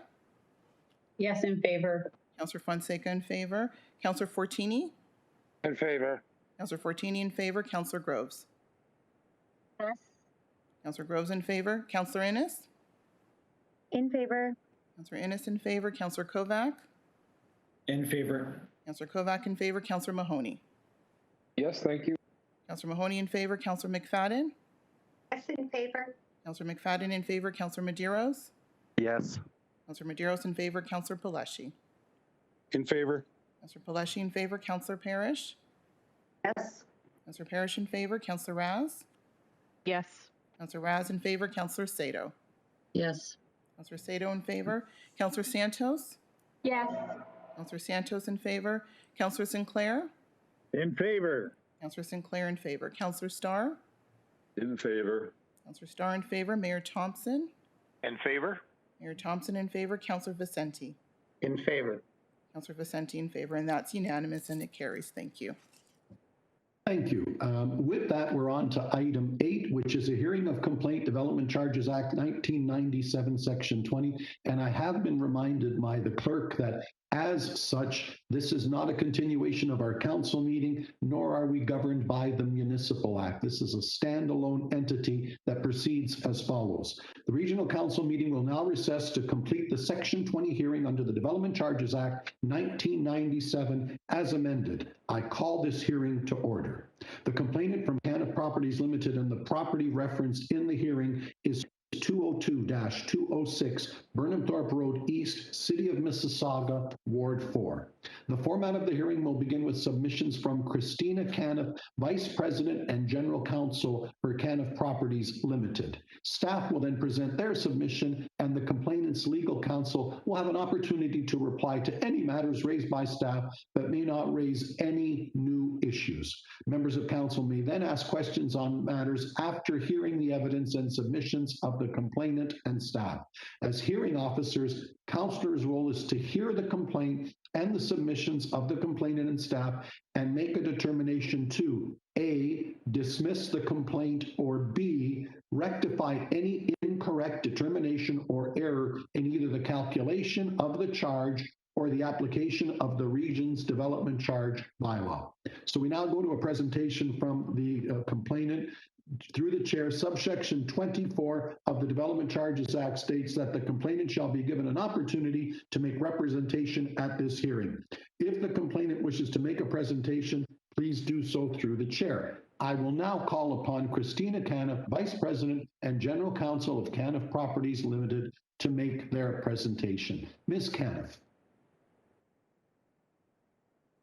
You're muted, Ms. Caniff. I can't hear you. How about now? There we go. Please proceed.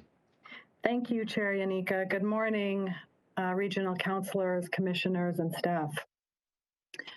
My name is Christina Caniff. I'm speaking today on behalf of Caniff Properties Limited and Caniff Homes Compass Creek, Inc. Thank you for taking the time to allow me to address you today. As all of you are aware, or most of you are aware, Caniff is an established developer and builder in the region of Peel and has been in the community for over 65 years. The company was established in 1956 by my father, Ignat Caniff. Over the last nearly 7 decades, CANF has garnered an impeccable reputation for doing the right thing. We have built countless communities, including nearly 40,000 rental and condo housing units and 10,000 single-family and detached homes, almost exclusively in the region of Peel. We have raised over $20 million for charitable causes through our philanthropic foundation, the Ignat CANF Charitable Foundation, established by my mother in 1986 in honor of my father on his 60th birthday. Since my father's passing last summer, my sister Anna Maria and I, together with our mother, have confirmed our dedication and commitment to honoring my father's legacy in the region of Peel, the city of Mississauga, the city of Brampton, and the town of Caledon.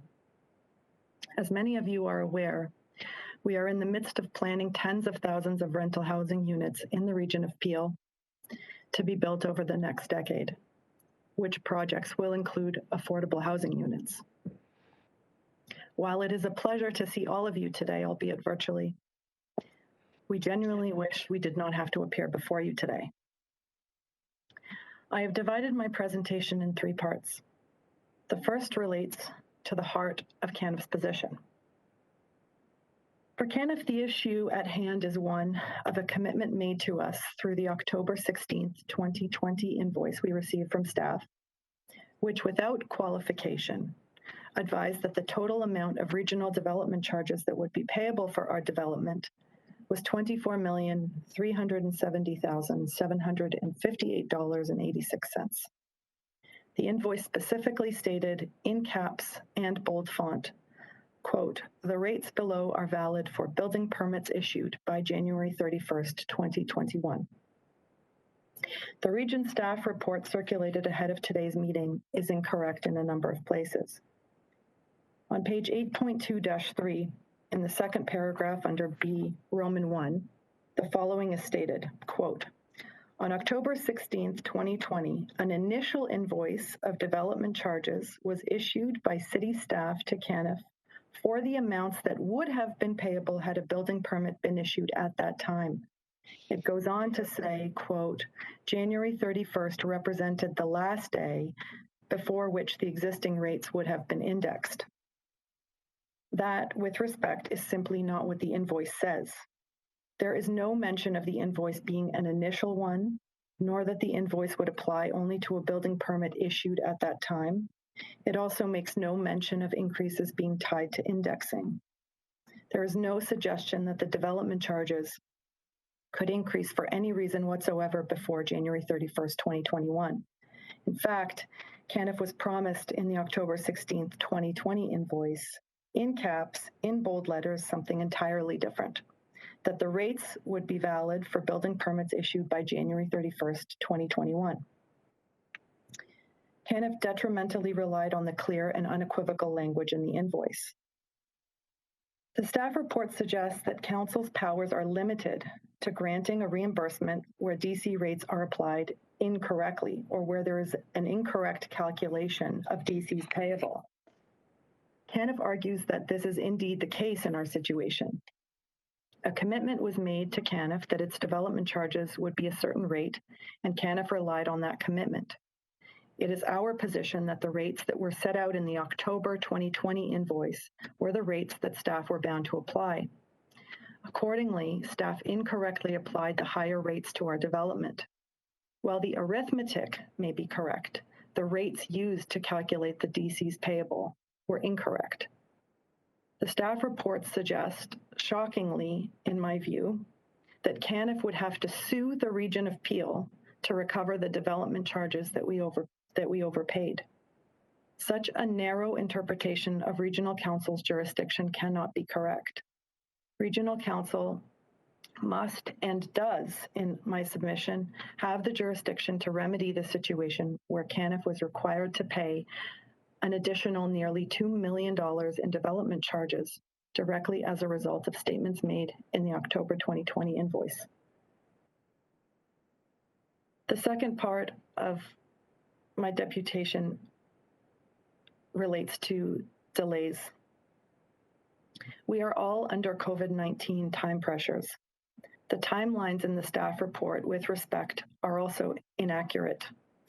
For instance, in the last sentence of the final paragraph on page 8.2-3, the staff report fails to mention that over the entire fall and winter of 2020, CANF insisted that the private sanitary easement issue having to do with the neighboring adjacent condominium corporation not form part of the R plan for building permit purposes.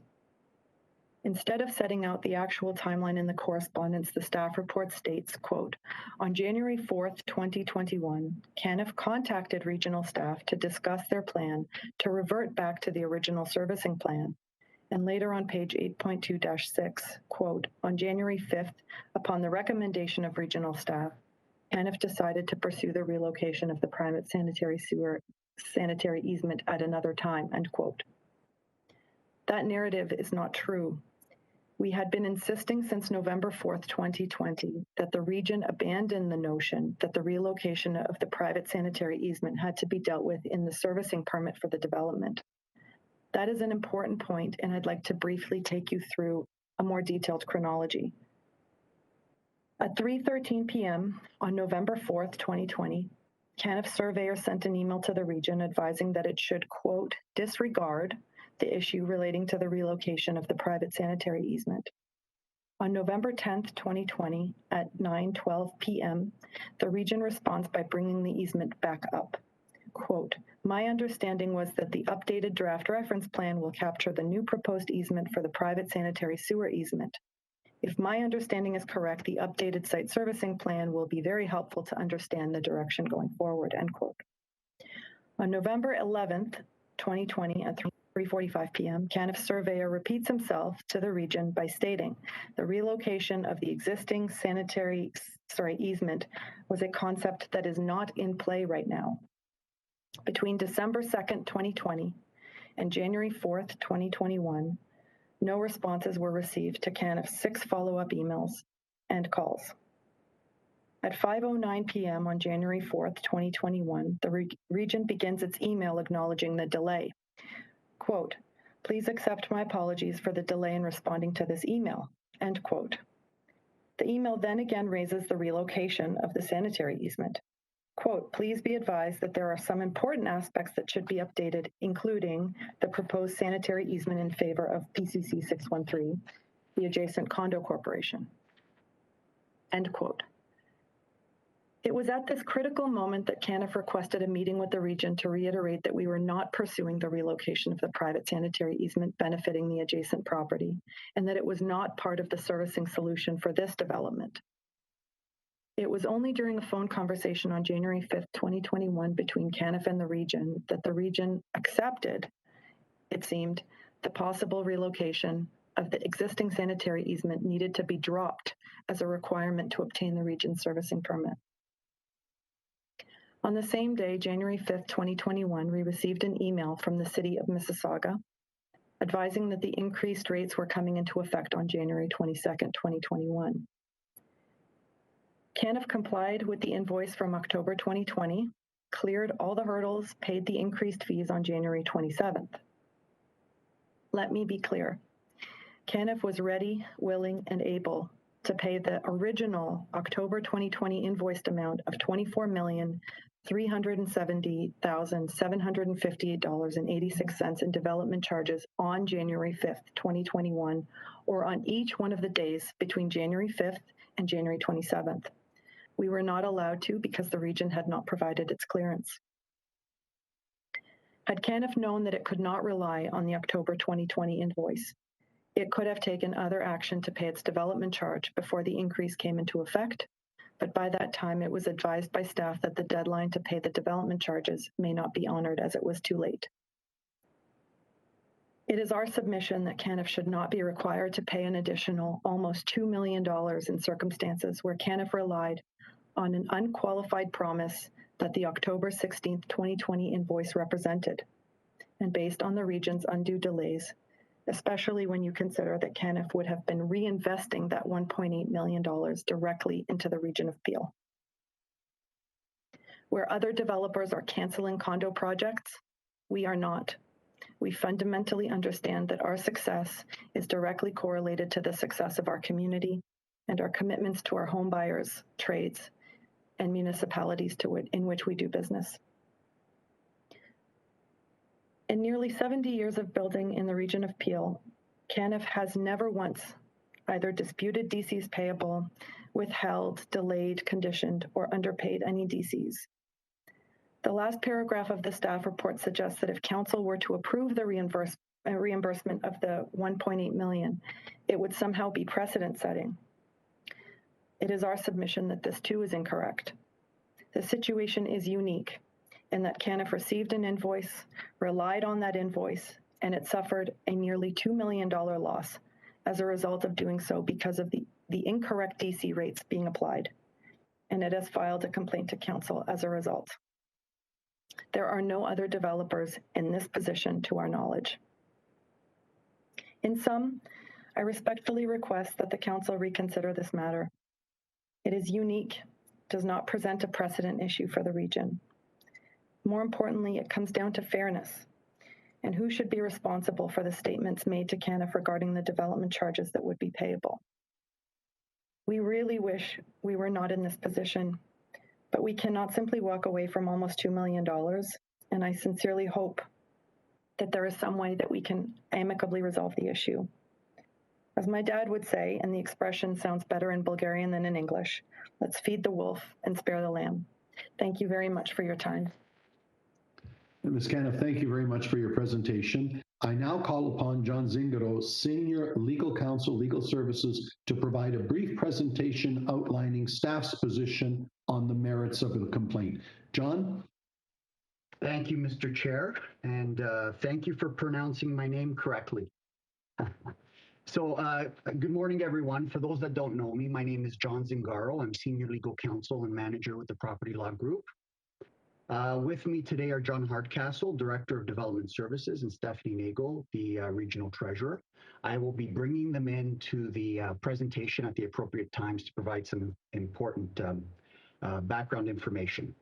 So some housekeeping to begin with. You heard some of the comments from the chair initially in terms of this being a hearing. And I just want to touch base on, or touch on the role of council as well as the role of staff so that we don't have any misunderstandings as we move forward. So council obviously sitting as a decider in this case. This is a hearing. You'll hear the presentations and the evidence that's put forward and you'll make a decision. It is the decision of regional council as to whether to grant the relief that's sought or to dismiss the complaint. Where this gets a little bit different, however, is really in terms of the role of staff. Ordinarily, when staff present at council, we're doing so as advisors. In this case, this is a hearing. And so my role today is really as advocate. And so that is, so if you hear a different tone in terms of the approach and so on, that is the reason why. Okay, so let's begin. So what is the issue to be resolved by council on the complaint? And you've seen that in the report, and I think the complainant has addressed it to some degree. Let me start with what this is not. This is not an appeal of the region's development charge bylaw. It is not an application for a grant or waiver. It's a complaint under Section 20 of the Development Charges Act. And I bring that up because the authority of council to make a decision on this matter is limited by what the legislation provides, is the authority of council today. So there are effectively three things that are grounds for granting the relief that's being sought. And it basically comes down to math. Was there an error in the calculation of the charge? Was there an error in respect of any credits to have been issued? And was there an error in the application of the bylaw? So from my perspective, in my submission to council, the complainant fails on all three of these items. You heard from Ms. Knapp this morning. The math was correct. There was no error in the calculation of the charge. We're not talking about an issue of credits, and there really wasn't an error in the application of the bylaw. Now, you may hear that, well, we should have applied the previous bylaw and not the new bylaw. We'll get into this a little bit further in terms of our presentation, but the region's previous bylaw had been repealed by the time that the building permit had actually been issued. There was only one bylaw and one set of rates that could be applied, and that was the new set of rates pursuant to the 2020 bylaw. Where the issue becomes a little bit more complicated is, and it gets back to what the complainant has spoken to initially, what we have is a situation where we've got a very well-respected partner with the region who's done a lot of work within the region, and there's no doubt about that, and good work. The quantum of the amount that's in question is also $1.8 million. And so from a practical perspective, it may be a challenging decision for council to make one way or the other. But based on the legalities and what the actual authority is for council, the issue is really quite simple. So with that, what I'm going to do is I'm going to get into a little bit more detail later on within the balance of the presentation as to the application of the Development Charges Act and how, in our view, this matter ought to be resolved. But before I do so, I think there were a couple of items that were raised by the complainant.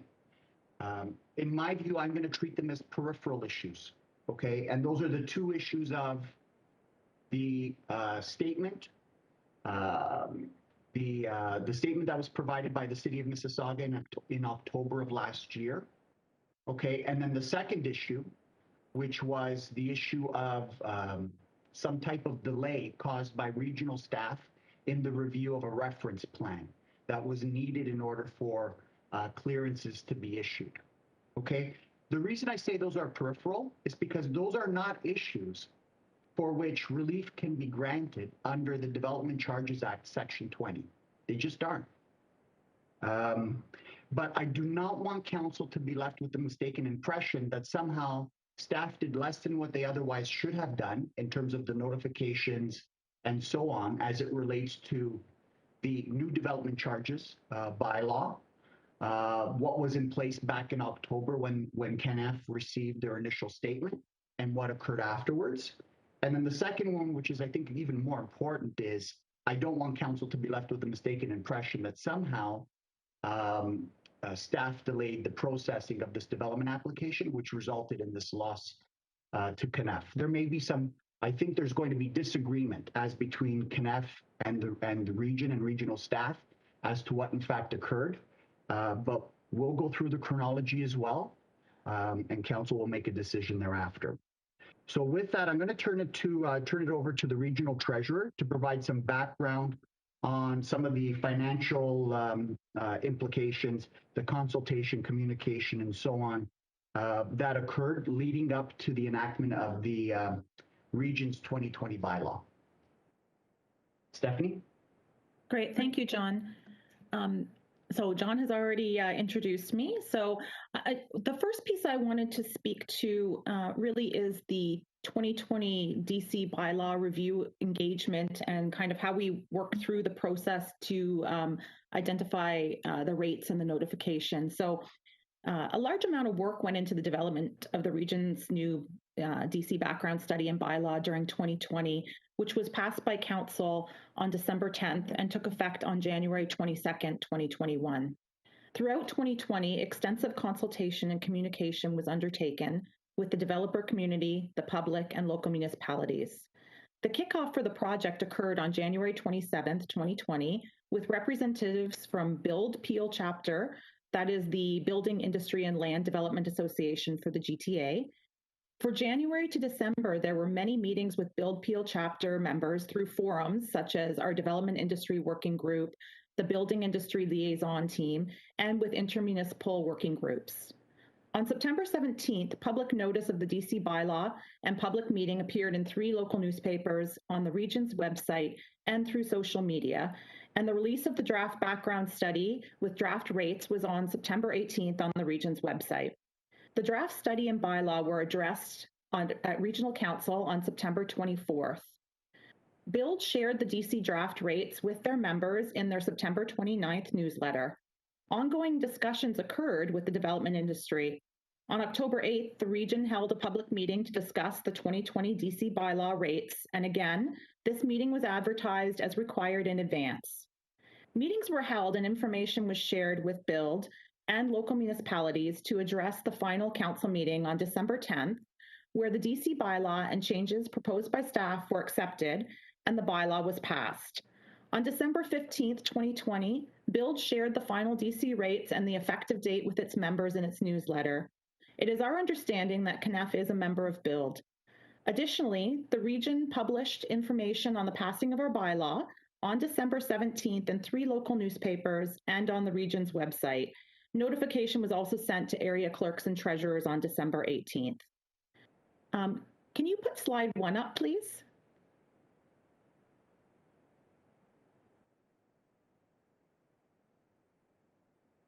Thank you. So essentially, this is the piece that I just spoke about, and you can see quite extensive, and that's only parts of what occurred over that period between January 27th and December 18th of 2020. So a lot of work went into those pieces, the public consultation and the advertisements, and working very closely with the development industry along the way and their sharing of the information with their members. Can you put slide 2 up as well, please? So this timeline was shown during our DC process to provide a summary of some of the key stakeholder engagements during the 2020 DC bylaw update. So council has seen this before, but I just wanted to bring it forth again. Obviously, throughout the process, there was a lot of consultation, a lot of meetings, different developer groups involved, and with Build and the Built teams reporting back to members and partners. As you can tell, the process is lengthy and much discussed in the public forum, and very much of interest to the development community. The region went well beyond any legislative standards in their DC consultation process, and that was just kind of the piece I wanted to cite there. We work very closely with the growth management team as well, and throughout those engagements. So in terms of the next piece I wanted to talk about was the transition from our old rates to our new rates. A couple of items to note are the region's DC bylaw should have expired on October 5th of 2020, if not for COVID-19. The province provided legislation to allow municipalities to extend our current deadlines to 6 months after the end of the emergency. As such, staff took a report to council in May, on May 14th, to seek this extension, to allow for better and more consultation and a longer period under our old bylaw and rates. The provincial emergency declaration ended on July 24th, which allowed that the region's bylaw would expire on January 24th, 2021, and a new one needed to replace it prior to that date. As was noted, the draft bylaw was tabled on September 24th and a public meeting held on October 8th in relation to those drafts. In October and November, staff discussions with Build and our local municipal partners led to a recommendation within the December 10th meeting to move the DC bylaw enactment date from the originally proposed January 1st date to Friday, January 22nd, 2021, which was the last working day before the region's previous bylaw would expire, thus providing an additional 3 weeks for developers under the prior rates. To be clear, the region held their DC rates from October 5th, 2020 to January 22nd, 2021, which was as long as allowable to assist in this transition to new bylaw and rates. Additionally, regional staff proposed to forego February 1st indexing, given the timing for the new bylaw enactment, and to allow developers an adjustment to the new rates until the next indexing would occur on August 1st. So the last piece is about the process. So now that I've reviewed with council the timelines and decisions made, as well as the consultation and communication of the process and rates, the next step is the discussion on the invoicing and collection of regional DCs. As you know, the local municipalities administer and collect DCs on the region's behalf, with one invoice that also includes GO Transit, much like the process for tax billing. In this case, the City of Mississauga acted as our agent in the billing and collection process. On October 16th, an invoice was issued to CNEF in the ordinary course of business. The invoice reflected the rates in effect at the time and noted that those rates were in effect until January 31st. as February 1st is the next indexing rate for both the city and potentially the region. At the time of the invoice, the region's new bylaw was not yet passed, so the invoice and rates were correct. The city cannot provide an updated invoice with new rates until council enacts a new bylaw. Often, many invoices can be requested during a project. However, the relevant invoice to the final amount due is the one prepared when the building permit is ready to be issued. The city confirmed the region's new rates with CANF on January 5th through emails, and on January 26, 2021, the final invoice was issued by the city to CANF, which indicated the correct DC rate at the time, which were in alignment with the region's new DC bylaw rates. And I will pass it back to John Zingaro now for the next piece. Thank you. Thank you, Stephanie. So that was the information as I promised, as it relates to some of the financial consultation on as it relates to the DC bylaw and so on. I'm going to turn it over now to John Hardcastle, Director of Development Services, to effectively do the same exercise, but as it relates to the development approvals. And specifically, John's going to speak to some of the servicing issues that arose that were referenced in the complainants presentation. But importantly, just go through the timeline as well so that you can see the progression of what occurred in 2020. So John, can I turn it over to you?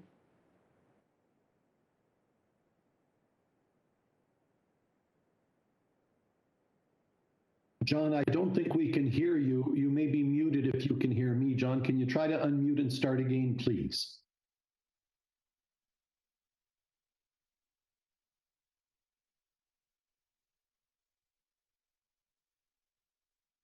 Yes, John, we still cannot hear you.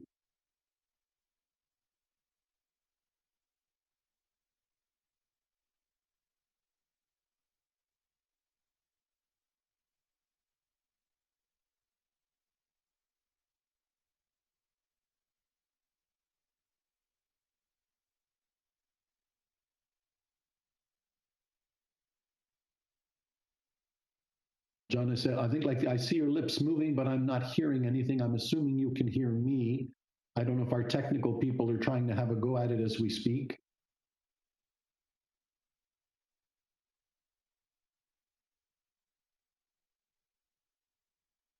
Mr. Chairman, are you able to hear me now? Good to go. Please proceed. Excellent. Thank you. And thank you, John. As part of the development services team, our site servicing connections section are responsible for the review of site servicing connection applications as part of the development review and approvals process. The germane period of time with respect to this complaint and the review of materials required to register the necessary easements and to permit site servicing clearance and thereby building permit issuance fall between the period of January 10th, 2020 and January 29th, 2021.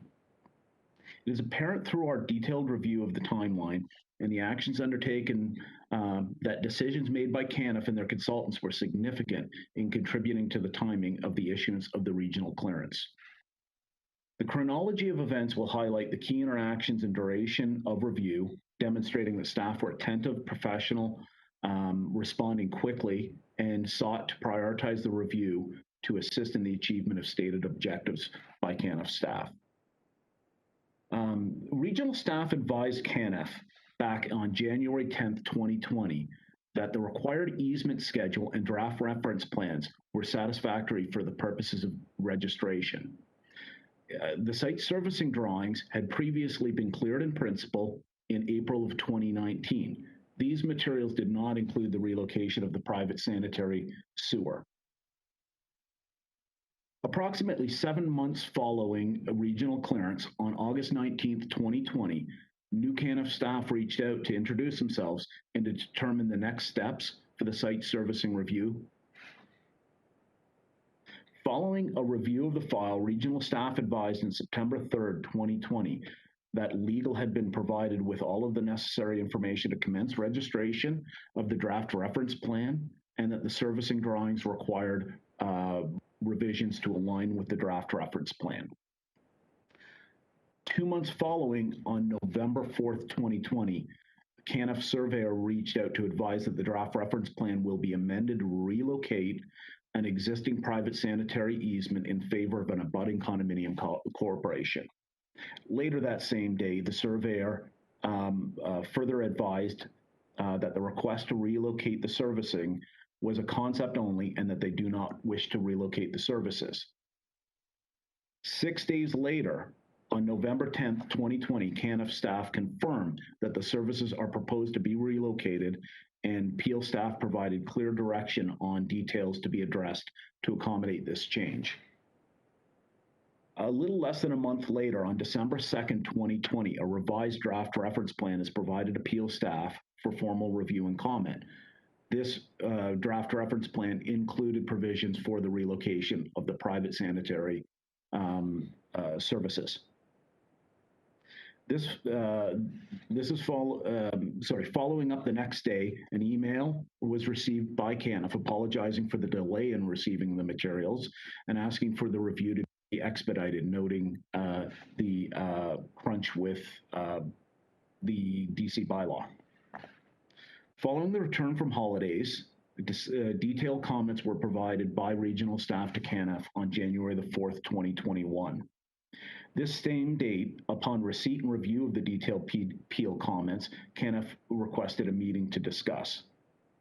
That meeting was convened the following day, where Peel and CANF staff met to discuss the comments and timing expectations. During this discussion, supported by advice by Peel staff, CANF reverted to the original servicing plan, choosing instead to pursue the relocation of the existing private sanitary services at a later point in time. It is this decision to revert back to the original servicing plan that allowed for the reference plan to be finalized and cleared quickly in the days to come. On January the 7th, a revised reference plan is provided to Peel for review, and this plan is largely the same as that registered in January 2020. Cleared by Peel staff for registration in January 2020. This plan is reviewed and cleared the same day by Peel staff. In addition, on that same day, the draft reference plan was provided to legal with easement language to facilitate the registration. 6 days later, January 13th, 2021, the reference plan is deposited with the Land Registry Office. This is a crucial step to permit the registration of the necessary easements. 9 days later, following various discussions with the CANF staff over the language of the easements, they are finally registered. Approximately a week later, January 29th, 2021, the building permit is issued by the City of Mississauga. These are the steps that took us through from the initial clearance of the draft reference plan through into the issuance of the building permit, and provide clarity with respect to the steps that were undertaken by Peel staff as well as CANF staff towards this. At this, I'll pass it back to John Zingaro. Thank you, John. So I'm going to change up to some degree the order of my presentation. Stephanie spoke with regards to the financial piece first, but since John has just spoken, I think I'll speak to some of the issues around the planning. Can John speak up, John? please? Yeah, you're coming in rather faint, John. If we can get you to speak up or kick up the volume a bit, please. Okay. So I'm going to change up the order a little bit, and I'm going to speak a little bit further to the issues that John brought up. And then I'll get back to the issues that the regional treasurer spoke to. So in terms of the chronology, can we put up slide 3? It's important to understand, and I've color coded the slide as well. We've started the chronology going back to January of 2020, more than a year ago, because this is not about a 2 or 3 or 4 week period within which decisions were being made and the compression of a timeline. It really goes back to almost a year ago. You'll understand from the complaint and the presentation that was made by CANF that a lot of the issues here have been framed as errors around what might have been or should have been included in a reference plan. Okay, but what was not mentioned was that there was an initial reference plan. Okay, and a reference plan, for those that are not aware, it's a survey that gets registered at the land registry office that shows the boundaries of the property and will show the boundaries of various easements and so on that are put in place to protect whether it be access, infrastructure, and so on. So they're vitally important to our review process to ensure that our infrastructure is properly identified, located, and then protected with easements. There was an initial approval and a request from the region to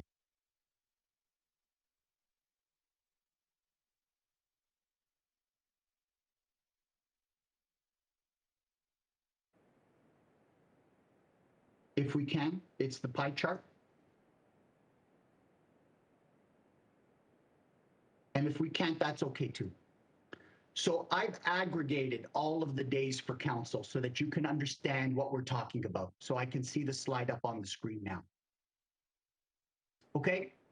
As I mentioned earlier, I've divided into inactivity, processing, and then changes attributed to CNEF in terms of the servicing plan. Of the total 382 days from the initial clearance of the plan in 2020 to the date that everything got registered, it's 382 days, of which only 32 days can be attributed to staff in terms of processing. 58 days are effectively hurry up and wait, inactivity, where the region is basically just waiting for things to either be given or for action to be taken by CNEF. And then 128 days are attributed to these changes that were necessitated by the change in terms of proposal for the servicing. So this is not about a 2 or 3 or 4 week period. We had more than a year where all of these issues could have been easily resolved. And so my submission is you can't blame staff for this. I understand with COVID, things have been difficult for everyone. Staff at the region, the development industry, and so on. And some accommodations have to be made. But you heard from the treasurer in terms of, for example, with the development charges update and the bylaw, all of the steps that the region took with the assistance of some changes to the legislation that the province enacted to really blunt the effect of some of the usual 5-year development charge reviews to allow for everyone to accommodate additional time that would have been needed for these developments to take place without penalty. The development community was given every possible benefit. And in fact, the region's original bylaw would have expired at the end of January. We had no choice but to enact a new bylaw. And the region, as you heard from the treasurer, waited till the very, very last moment to implement the new rates. Okay. So I'm going to go back to some of the issues and the legalities around the, the Section 20 complaint. So you heard me say at the very beginning that a Section 20 complaint is really about math. And you also heard from the complainant that, in fact, there was no error in the math. But with respect, that's the only basis upon which council has authority to make a decision here. And that's not coming from me. That's coming straight from Section 20 of the Development Charges Act. That is what your authority is. Was there an error in the calculation of the charge? There was no error. It's strictly calculate the number of units, multiply it by the rate, and that's your charge. The bylaw in effect on the date of payment was in fact the 2020 regional DC bylaw. We don't have issues relating to credits, and we don't have any issue in terms of the application of the bylaw. Now, you may hear CNEF come back when they have their opportunity in reply, suggest that, well, you shouldn't have applied the 2020 bylaw because of the invoice from Mississauga that was issued in October. However, I want to point out, at the time that the permit was issued, The only bylaw that was in place, because the previous bylaw had been repealed, the only bylaw that was in place for which we could levy a charge was the 2020 bylaw. So there was no error in the application. The bylaw was correctly applied and the rates were correctly applied. So some of the other issues that have been raised. The invoice. Let's talk about the invoice. So the reason it's important to have heard what the treasurer said in terms of the work that was done to ensure that everyone had proper notice, that the industry knew what was coming down the road and so on, is because you heard from CNEF saying that they got an invoice in October of 2020 and that they relied on that. And so it's my submission that they could not have relied on this statement. An analogy I kind of joked with someone else about earlier is as follows, to help you kind of understand, at least from my perspective, what the real issue is. I've had more than one occasion where I go out shopping, and we can all remember those days when you go to the mall and you find that clearance rack in the middle of the aisle that's got everything at 50% off, and you see something that you love, and you know that it was not on clearance, and perhaps some other customer had put it on the rack. But you take that item because you love it so much, you bring it to the counter, hoping that they'll give you the 50% off. And of course, the inevitable happens. They ring it through the till, and sir, unfortunately, this was not on clearance. It must have been a mistake. Somebody must have put it there when they shouldn't have.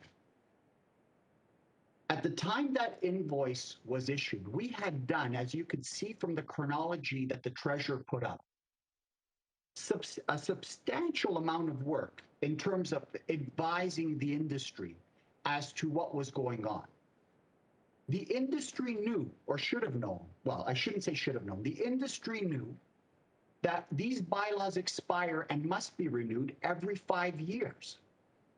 Okay, every experienced developer is aware of this. And we had, as I said, extensive consultations with BUILD, and it's my understanding that CNEF, the complainant, is actually a member of BUILD, and BUILD, we received here at the Region of Peel the BUILD newsletters outlining the various rate increases and so on. So I bring up that analogy because CNEF, the complainant, should have known that the rates were going up or that the rates might be changing. At the time that the invoice was issued or the statement was issued, and you heard from the treasurer, it's not unusual to have multiple statements issued with these large developments because the approvals process goes on for years in many cases.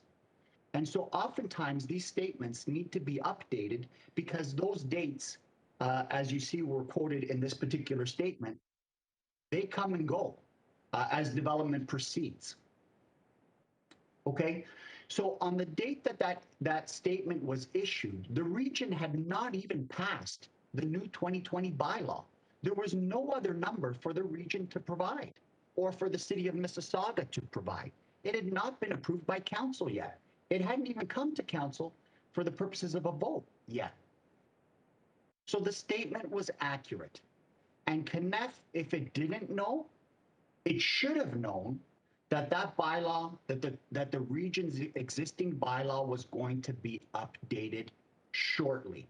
They should have known, and they should not have relied on that statement, understanding that the bylaw was going to be updated. One other thing I want to mention as it relates to the bylaw, because not only do we update our bylaws every 5 years, we also have indexing every 6 months. Okay, what CNEF is saying is we want that we should be bound by this point in time document. If that was the case, then effectively what we would be saying is, in October, once that statement was issued, council did not have the authority or was not at liberty to update its rates. Because effectively, notwithstanding the repeal of the previous bylaw and the new rates that were adopted by council, they were bound by that statement made by a third party without the region's knowledge. That can't be the case.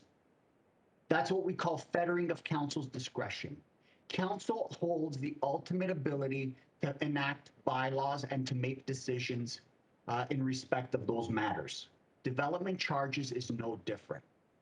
If you were to accept the argument made by the complainant Kenneth here, we could potentially run into this issue every time we have a bylaw update or anytime we have an indexing period that might come up.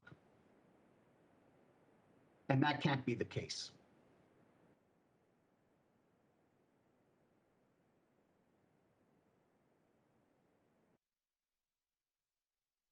So why should council dismiss the complaint? So I've spoken to a couple of items.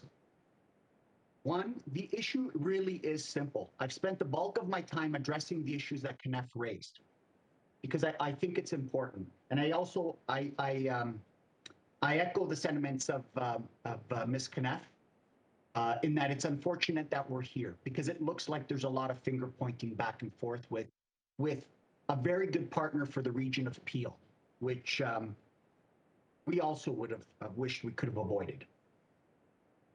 But the reality is the issue is very simple on a Section 20 complaint. It's, was there a mistake in the math? If there wasn't a mistake in the math, then what the legislation provides is that council must dismiss the complaint. Because in order to rectify the issue, council must first find that there was an error in the calculation of the charge. And it's my submission that there's been nothing provided to you today. And in fact, there's been an admission that there was no error in the calculation of the charge. And on that basis, it should be dismissed. The other items are not really relevant for the purposes of making a decision today. It makes your, granted, it makes your decision difficult because we don't want to be seen as penalizing a good partner in our development community. And there's no doubt Kenneth is.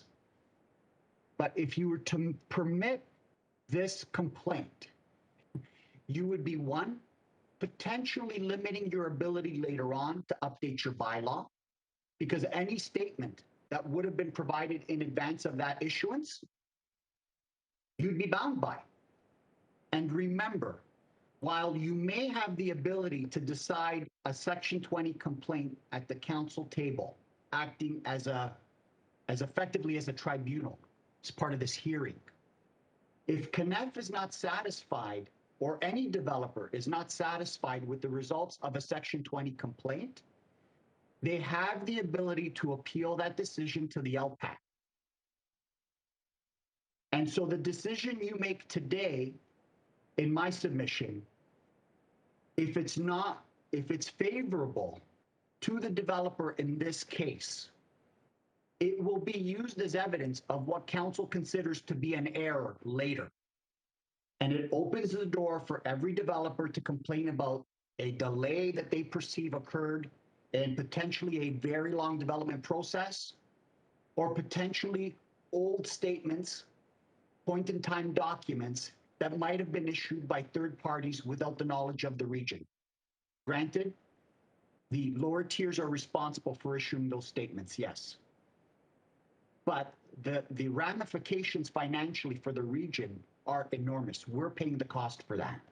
And in my submission, that would not be appropriate. So those are my submissions.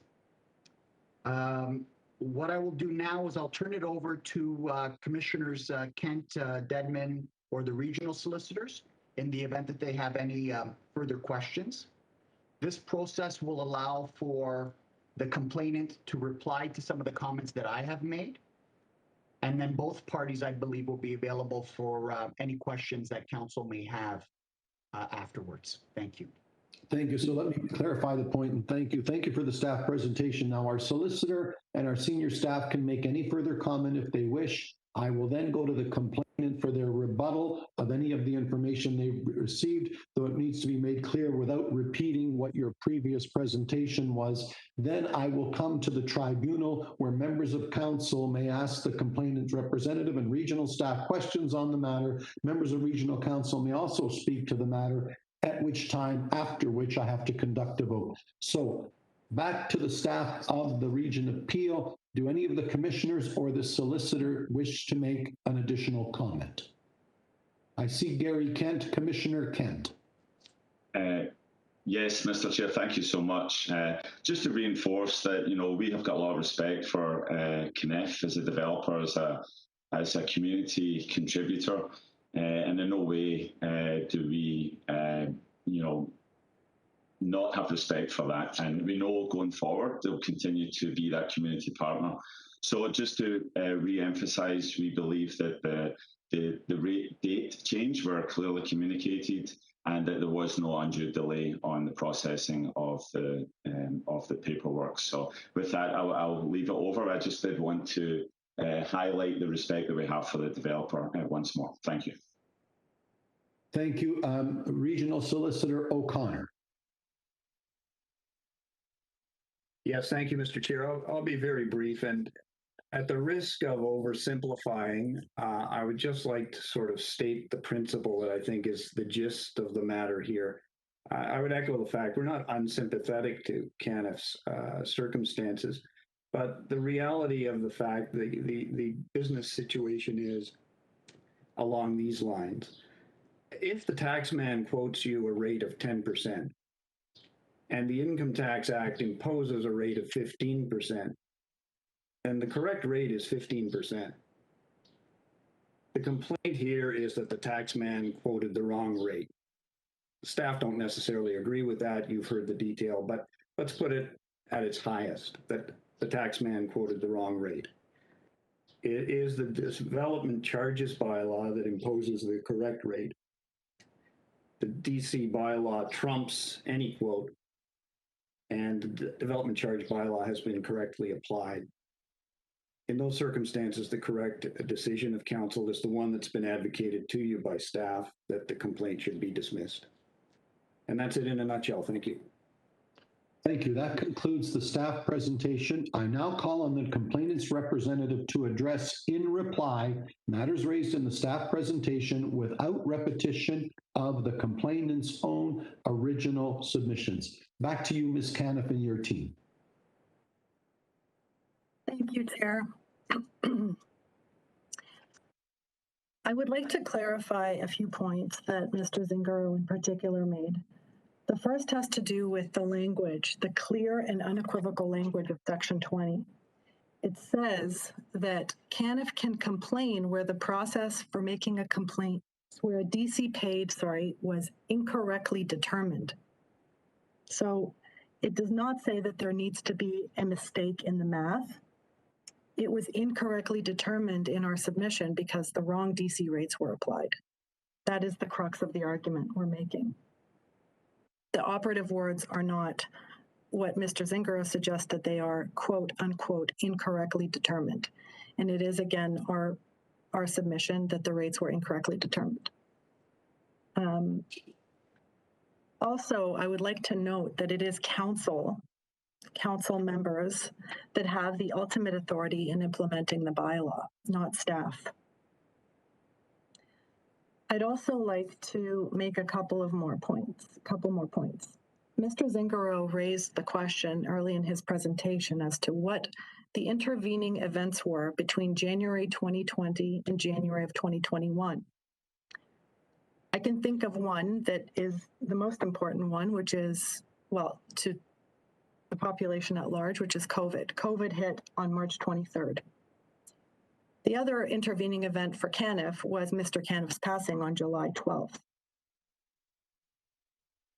There were changes that were requested to the reference plan for servicing purposes, but as I mentioned in my presentation, CANF in November, starting on November 4th through November 11th, and again on January 4th, reiterated that we did not want to engage in changes to the reference plan that were originally suggested in January of 2020 and that were ultimately registered.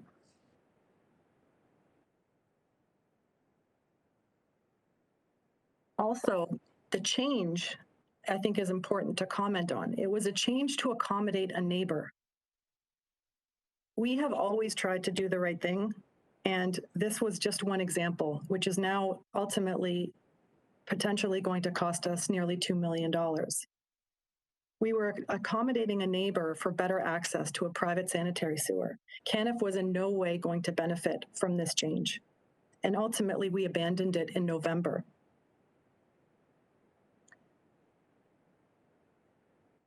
Finally,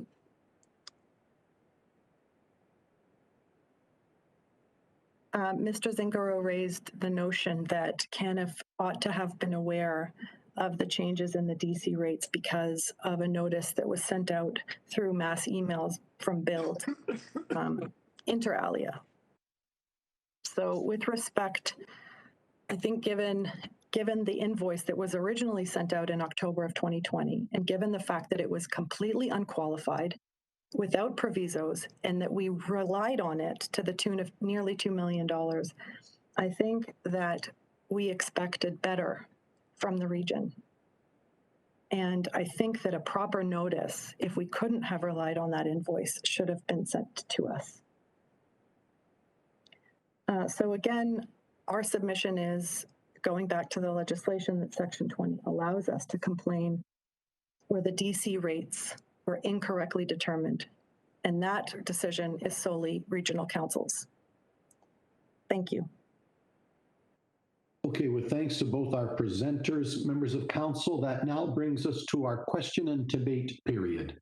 Members of regional council may ask the complainant, their representatives, and/or regional staff questions on the matter and the evidence provided to us. Members of regional council may also speak to the matter as well. Once that is concluded, I need a motion before the chair to deal with the matter. So at this time, I am calling for any questions or comments from those council members sitting in this tribunal. The first I have on my list is Councillor John Kovac. And thank you very much, Mr. Nando Yanika, Chair of the region, and to those who have spoken this morning, Mr. Zingaro and Mr. Hardcastle, Ms. Nagel, the Commissioner, Gary Kent, and Ms. Caniff, with regard to this item that is not so specifically a Ward 4 matter in my point of view, despite the fact that it is in relation to it. But I did have some questions and wanted to go forward a little bit, go over the report, the corporate report, and see if maybe there's some further clarification or clarity that could be provided either by staff or legal counsel or perhaps the complainant. And one, I guess right off the bat, in reference to the report,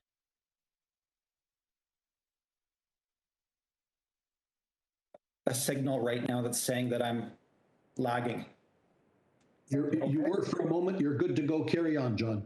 My apologies for that.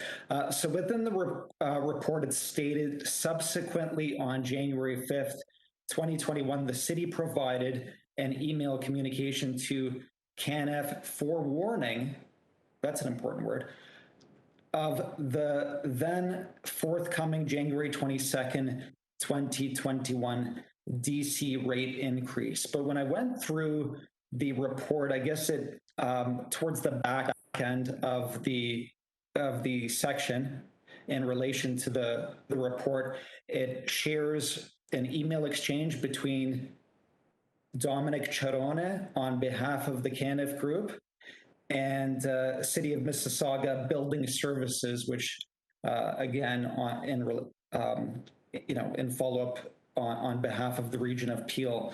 But the email was initially, it looks as though sent and begun the chain was by CANF, January 5th at 9:53 a.m. And it looks as though the city merely replied to that on the same date at 10:08 a.m.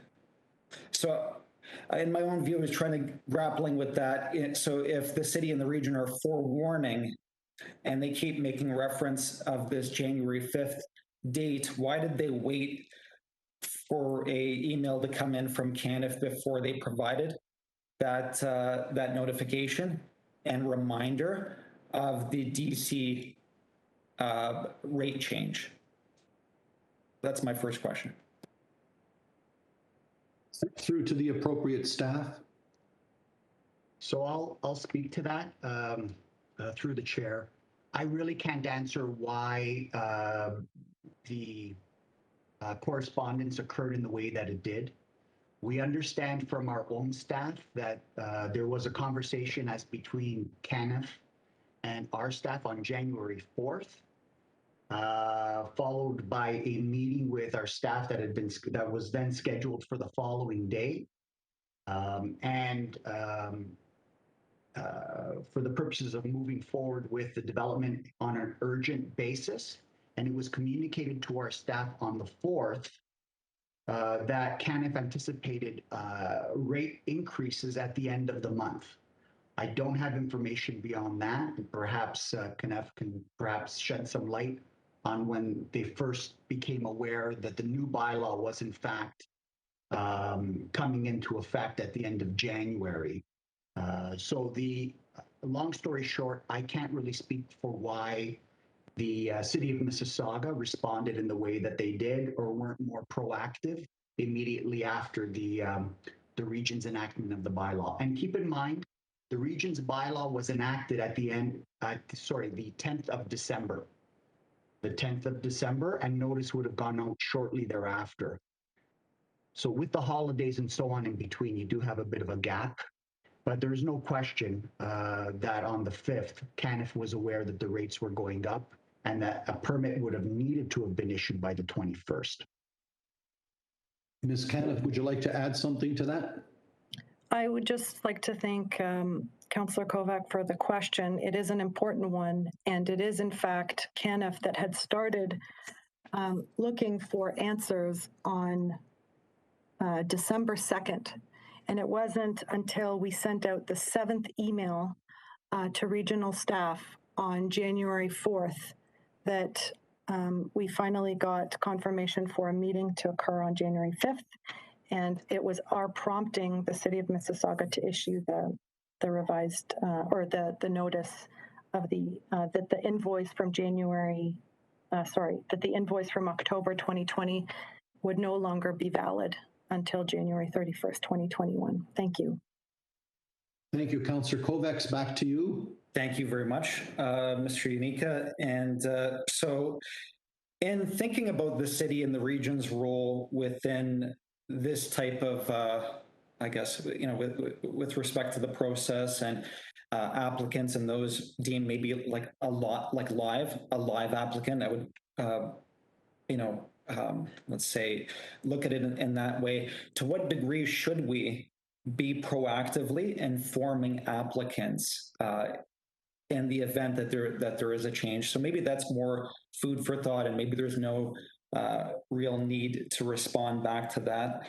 But if there was a way, maybe from a improving of our invoice processing standpoint, could the city and region maybe look at ways to just ensure that those who are applicants are aware of what's going on? But I will not pretend that I had not heard earlier within the presentation. And I think it might have been Mr. Zangato who pointed out that member build would have been informed, and then as a result, you could imagine any member that's attached to build would have been made aware. Question that I would have is, and it's along the lines of, if we go forward with potentially one direction, we could be setting a dangerous precedent, one that the local planning and appeal tribunal might even be looking at. Are there any that the region could speak to, possibly any other groups, developers currently, who have a situation similar to this one? If so, or if not, has there been any like this in the past that we could make reference to? Thank you. I'm going to acknowledge first Commissioner Kent to see if he had an earlier point to something you said or this, and then he can pass it back to his team. Mr. Kent. Thank you, Chair. I can actually respond to both, I think. So in the week subsequent to the DC bylaw rates changing, we collected $700,000 worth of development charges from all three municipalities. So I think the question goes, And that's the reason for the deadline. Okay, so it's cut and dried. Who pays what rate at when? Because you open yourself up to that spreading. So is it 1 week later, or is it 2 weeks later? I say that in due respect, but that's how the system is really designed. With regards to the earlier question from Councillor Kovac, should we be proactively reaching out to developers to telling them that the rates are going to update? As you know, the agents for the region are the municipalities. I think I'm not sure what their normal practice is. I'm not aware that that's been past practice. And with the size and scale of the development community, and there are numerous, quite often there are numerous invoices issued. I'm not sure that that's a step that's ever been taken, but that's something we can take back and speak to our municipalities about that. I think that's a bit onerous, and I think we've demonstrated that the whole building community, and I've been through many DC bylaw reviews, as have most of council. That the development community typically is very astute and aware as to when reading. So, we do rely on that, as well as the formal communication from, as well as the pushing out of the messaging. We're very aware that the development community watches us, and we work closely with them. So I think those are the answers to those two questions, Mr. Chair. Thank you. Councillor Kovac, anything further? Thank you. And just finally, thank you to you for responding, Commissioner, and to the complainant, the deputant, and also members from the region. At this time, I have no further questions. On with my list for questioners or speakers, Councillor Daskal. Thank you through the chair, and I appreciate having an opportunity just to ask a couple of questions for some clarity. And I think it was touched on very well by Councillor Kovac with regards to any others that may have been asking for the same sort of treatment as the CNFs in this particular case, and that's the answer that I think I heard was no, that nobody else had. And I just want to be clear on previously, because I think, as Commissioner Kent mentioned, that there have been several, as you would imagine, several changes to DC charges, and that the development community's been pretty astute.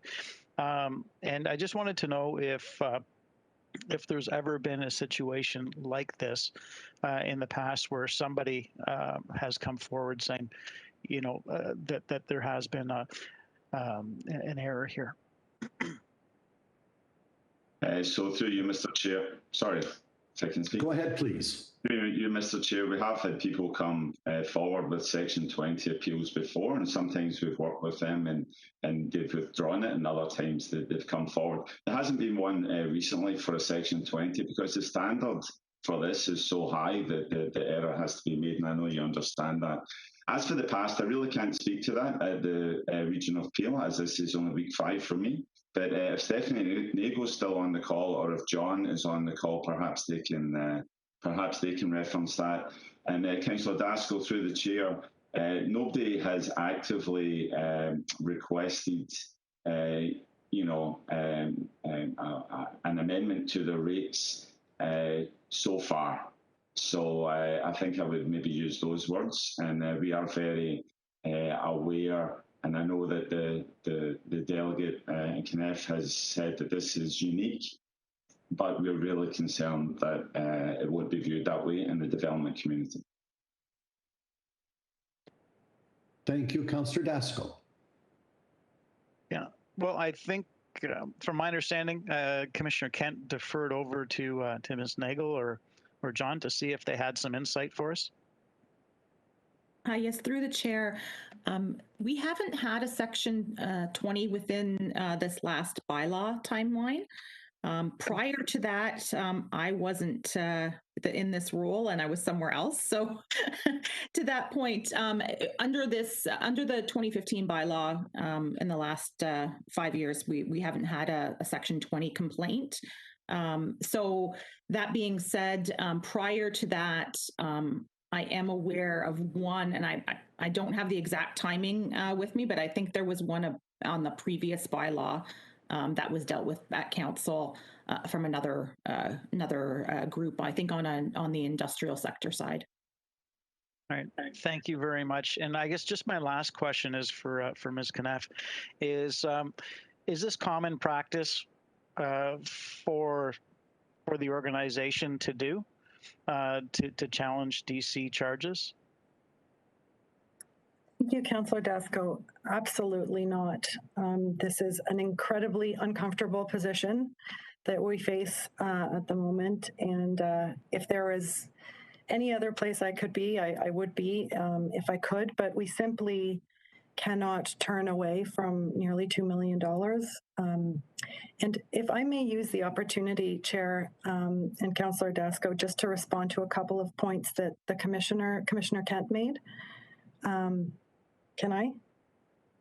Please proceed. If it was just spoken to, yes, briefly. Yes. Okay, thank you.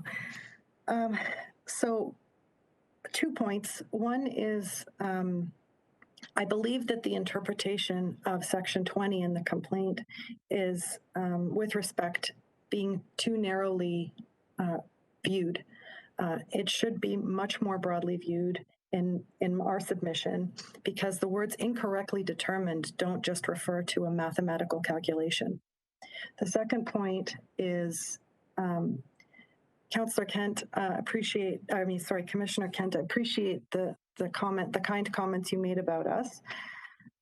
But you did mention that it would be too onerous potentially for the region to have to, or the city, any city for that matter, to have to send out revised or corrected invoices.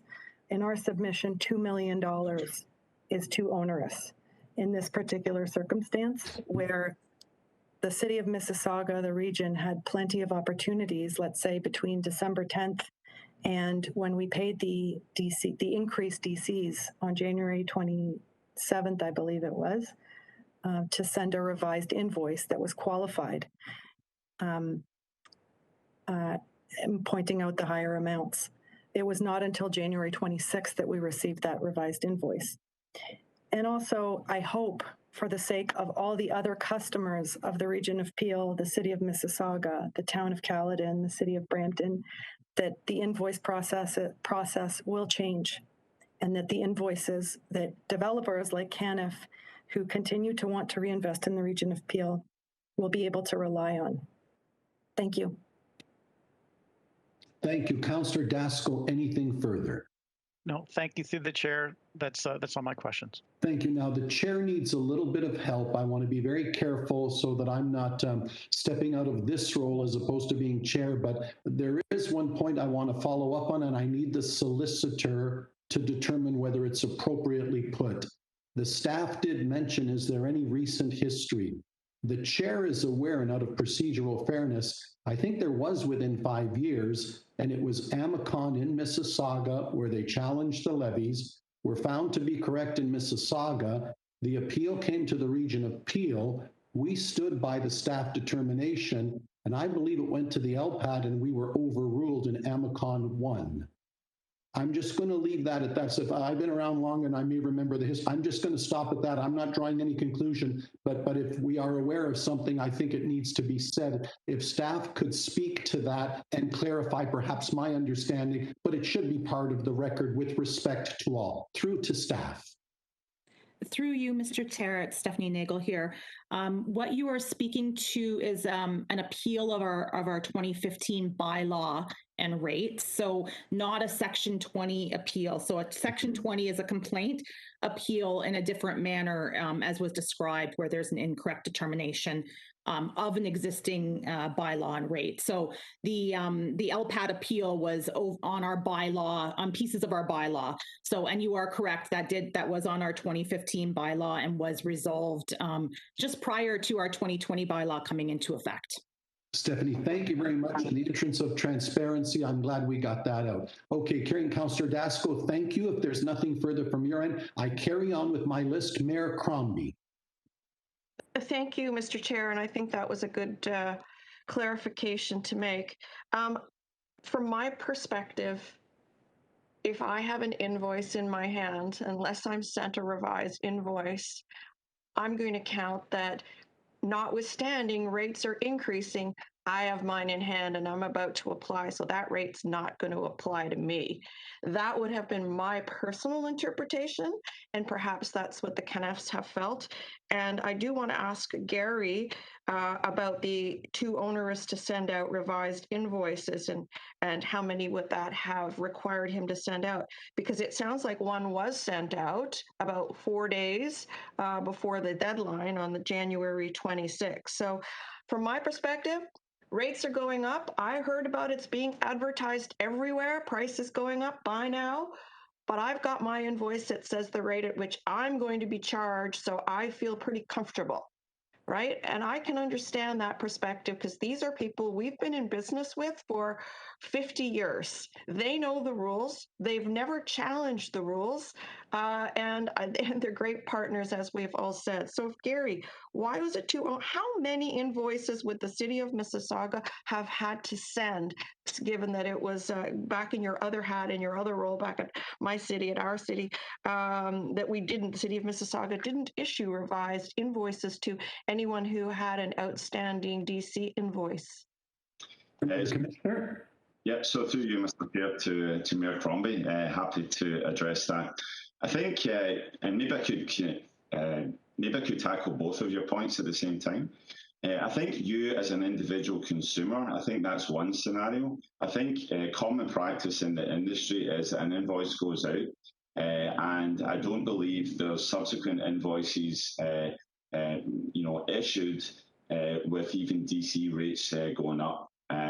I can check that with Mississauga and the other cities, but I don't believe that's the case. I think I posed the owner's statement as a question. I'm not sure if that would be too onerous or not, because I don't know how many that would be. So as you're aware, Mayor Crombie, there's different developments take different timelines. And, at various points during the projects, the developers themselves can reach out. So, I'm not trying to be too clever here, but, there could have been an alternative situation where any builder knew that the rates were going up and could have reached out. I think Ms. Canef maybe suggested there was 6 emails in between the December period. I'm not aware of that, but maybe someone else can speak to that. So I don't know how many invoices, Mayor Crombie. I think it's something we'll probably be following up with all our local municipalities, but it is industry standard that the community monitors, and it's hard to imagine that most of the community wouldn't have been aware that rates were going up, and that potentially they would ask for a revised invoice so that they could understand the impact on them even as we go through the consultations. Yeah, Gary, thank you for that. And I agree with you to a large degree. However, these are people who have been in business with us for 50 years and they know the rules. They have an invoice in hand and they would have gotten a revised invoice with a new rate if that were the case. I would like to know how many invoices City of Mississauga would have had to have generated in that case, because it sounds like the logical thing to do. Your rate's about to expire. Just note that this rate will be applied on January 31st. To Ms. Canef, were there conversations? I know you sent 6 emails. Was there any communication from the City of Mississauga that you'll be charged a different rate as of January 31st? Thank you, Mayor Crombie. No, we prompted with the 7th email correspondence on January 4th a response, and on January 5th we received an email response from the City of Mississauga that if we didn't have clearance and we didn't cross all the hurdles by January 22nd, then we would have to pay a $2 million penalty, essentially. So it was not until January 5th that we were told. And there was reason to believe that the region is partially to blame for some of the delays, in your mind? Yes, that is our submission. Gary, I don't know. I'm a consumer here, not a developer. These are people who know the rules and been in biz with us for a long time. She's got an invoice. No one's telling her it's going to change, not until really late in the game. I kind of feel we used the wrong rate when we applied the new invoice. It's the wrong calculation in my mind. I just want to speak to Patrick O'Connor, or one of the lawyers, on the LPAT appeal process. Mayor Crombie, you still have the floor. I think Gary wanted to respond to that. Sorry, and okay. Continue on, just to give him the opportunity, then respond, then you can carry on with respect. Gary, your response to the last comment from the mayor? Oh, sorry, I thought it was a question. So I was just making the point that the whole building community knew that the rates are going up, Madam Mayor, regardless of that invoice, which was accurate at the time it was issued by Mississauga. Thank you. Carry on, Bonnie. So it was accurate, and they know the rates are going up, but because I have an invoice in hand, that doesn't apply to me. Because I have an invoice. Otherwise, I would have been sent a revised invoice on what that would have looked like. So I think the error is in the calculation. I'm sorry. From one of the lawyers, what is the appeal process should they not be successful? Should council not vote in their favor to dismiss today? Through to Mr. O'Connor. Thank you, Mr. Chair. There is an appeal available to CANF if it received an unfavorable decision today that could be taken to the Ontario Land Tribunal, which is the new name. Right. So they do have an appeal mechanism if they're unsatisfied with council's decision. If I may add just a couple of brief observations, I would respectfully submit to council that no developer holding in hand in October of 2020 an invoice could reasonably rely on that invoice for the proposition that regional council cannot now enact a new development charge bylaw and raise the rates because I hold this invoice in my hand. Mm-hmm. The second point would be that council is called upon today to make a decision on the application of the bylaw, not on the question of the invoice and whether it misled anybody and whether any reliance was placed on the invoice or whether any reasonable reliance could have been placed on the invoice. Those are all questions that really don't fall for the council to determine. And the very last point is on the question of precedent. As a practical matter, you have before you, at least in part, a submission that delay in the development process, if it causes a building permit issuance to be pushed past a new DC rate effective date, can be relied on in a complaint before you as grounds for reimbursement of the difference. Unfortunately, we know that complaints of delays in the development process are all too common. And should council accept that argument here, there is a concern on the part of staff for what practical precedent that sets when others come forward to say, I was delayed too. Unfortunately, the occurrence of delay complaints is pretty frequent. Yeah, Thank you. I hear you. Thank you. So I would agree that we may have caused some delay in this process as well. I got two more questions. The first one is normally we give a grace period. Was there a grace period extended to the CANFs on application of the new bylaw charge?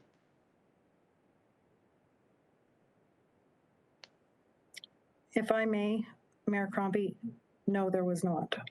Thank you, Ms. Canada. Because I know we have in the past voted to extend a little buffer for, these applications that are kind of close to the line and could go either way. Through you, Mr. Chair, it's the CAO. There was a grace period within the application of the bylaw itself. So initially, the bylaw was scheduled to be enacted on January 1st. Council, with a recommendation from staff, delayed the enacting of the bylaw to January 21st in order, quite frankly, to allow for time and because of COVID. So we have never given grace periods to individual developers, but we certainly did give a grace period to the industry itself. I just want to clarify that. Yeah. Okay, no, I recognize that because I know in the past we have given a grace period for those applications that were very close to the time that's the time where the rate would change. That's what I'm trying to say. Thank you. If this decision today did not go, it was not dismissed and didn't go in the Kenneth favor. Is there an opportunity for council to rebate a credit that could be applied in the future to a future development?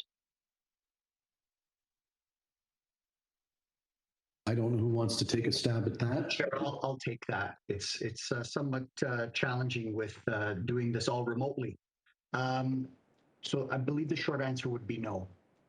No. There is not an opportunity to provide credits, discounts, waivers, and so on. Not in a case like this, and that's why, you heard me speaking to it earlier. Really, the authority for council is limited to what the Development Charges Act provides in terms of the appeal rights under Section 20, because council's prohibited from providing discounts to active businesses and so on, or waivers and that sort of thing, in the absence of some sort of program that applies generally.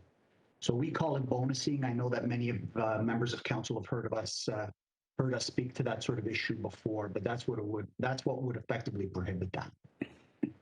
Okay, so I have some concern that Mississauga was not proactive enough, and we didn't reissue invoices that were, on the line and said, boy, in under a month, your rate's going up, get it in now or just be forewarned. Because in my mind, we should have. And so I feel strongly that there was an error in the calculation of the rate because the rate they were given is the rate that should be applied. Thank you. Thank you, Mayor Crombie. On with my list, Councillor Sato. Thank you, Mr. Chair. Just further on that, could I get clarification? Because if the rate was going up on the invoice, so for example, when we send out our water bill, it says if you pay it by such and such a date, this is your rate. If you pay it after that date, this is your rate. So with the bylaw changing, did our invoices that were sent out showing the old rate say that that rate was only valid until a certain date,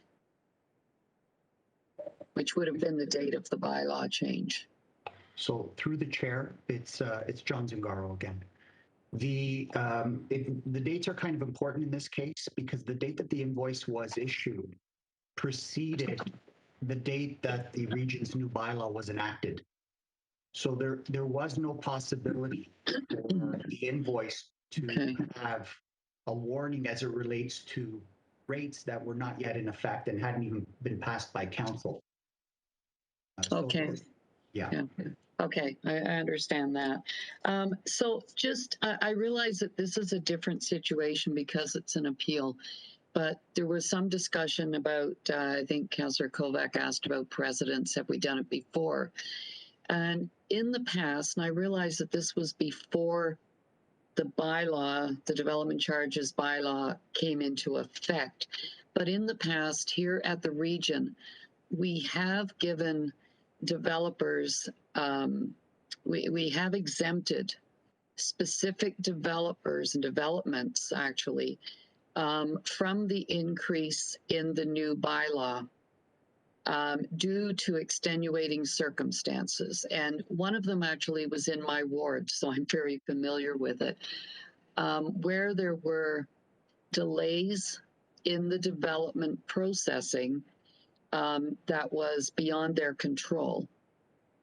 We agreed at the region that they, and I think there were maybe one or two others, this was industrial development, there may have been one or two others, but this one in particular, that they would be given, they would be allowed to pay the old development charges. They would not be subject to the new bylaw.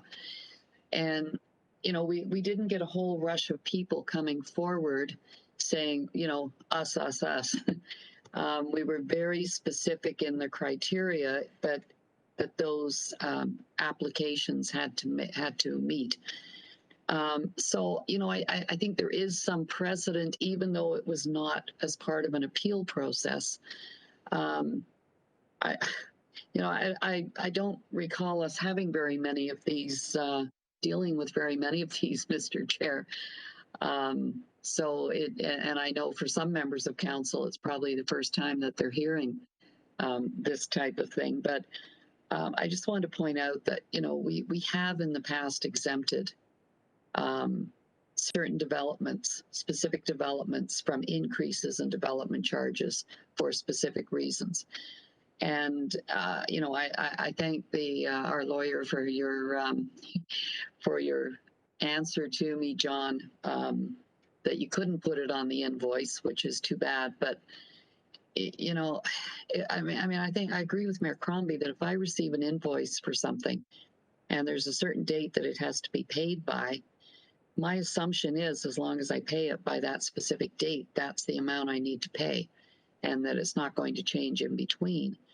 Or if it does, then I would receive another invoice that would give me more than, I think you said, 4 days notice to pay the increased amount. So I do have some concerns with that. I'm not sure how I stand on the request at this point in time. There's a lot of information here. But you know, I think there are some pros and cons on both sides of this, and I think, you know, we have to we have to look at it, and no offense, Christina, because you know, the Caniff family has been an amazing part of our community, but we need to look at this and as if it's anyone coming forward.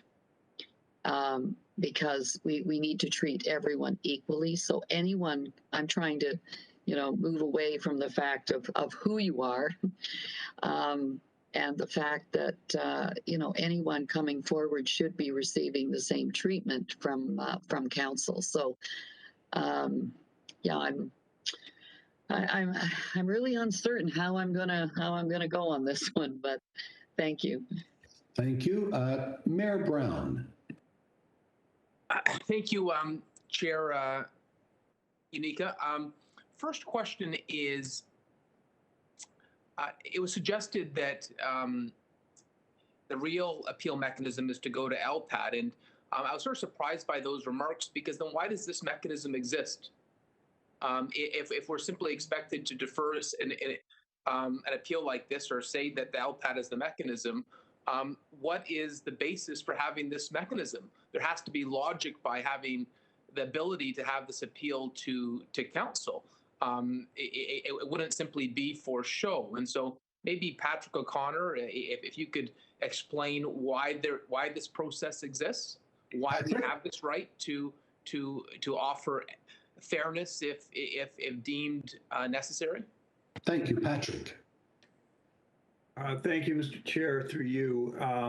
I think that staff are not at all suggesting that council's decision here is insignificant, or that the real decision lies at LPAT. We are pointing out that there is an appeal mechanism, but really it is important what council decides here today.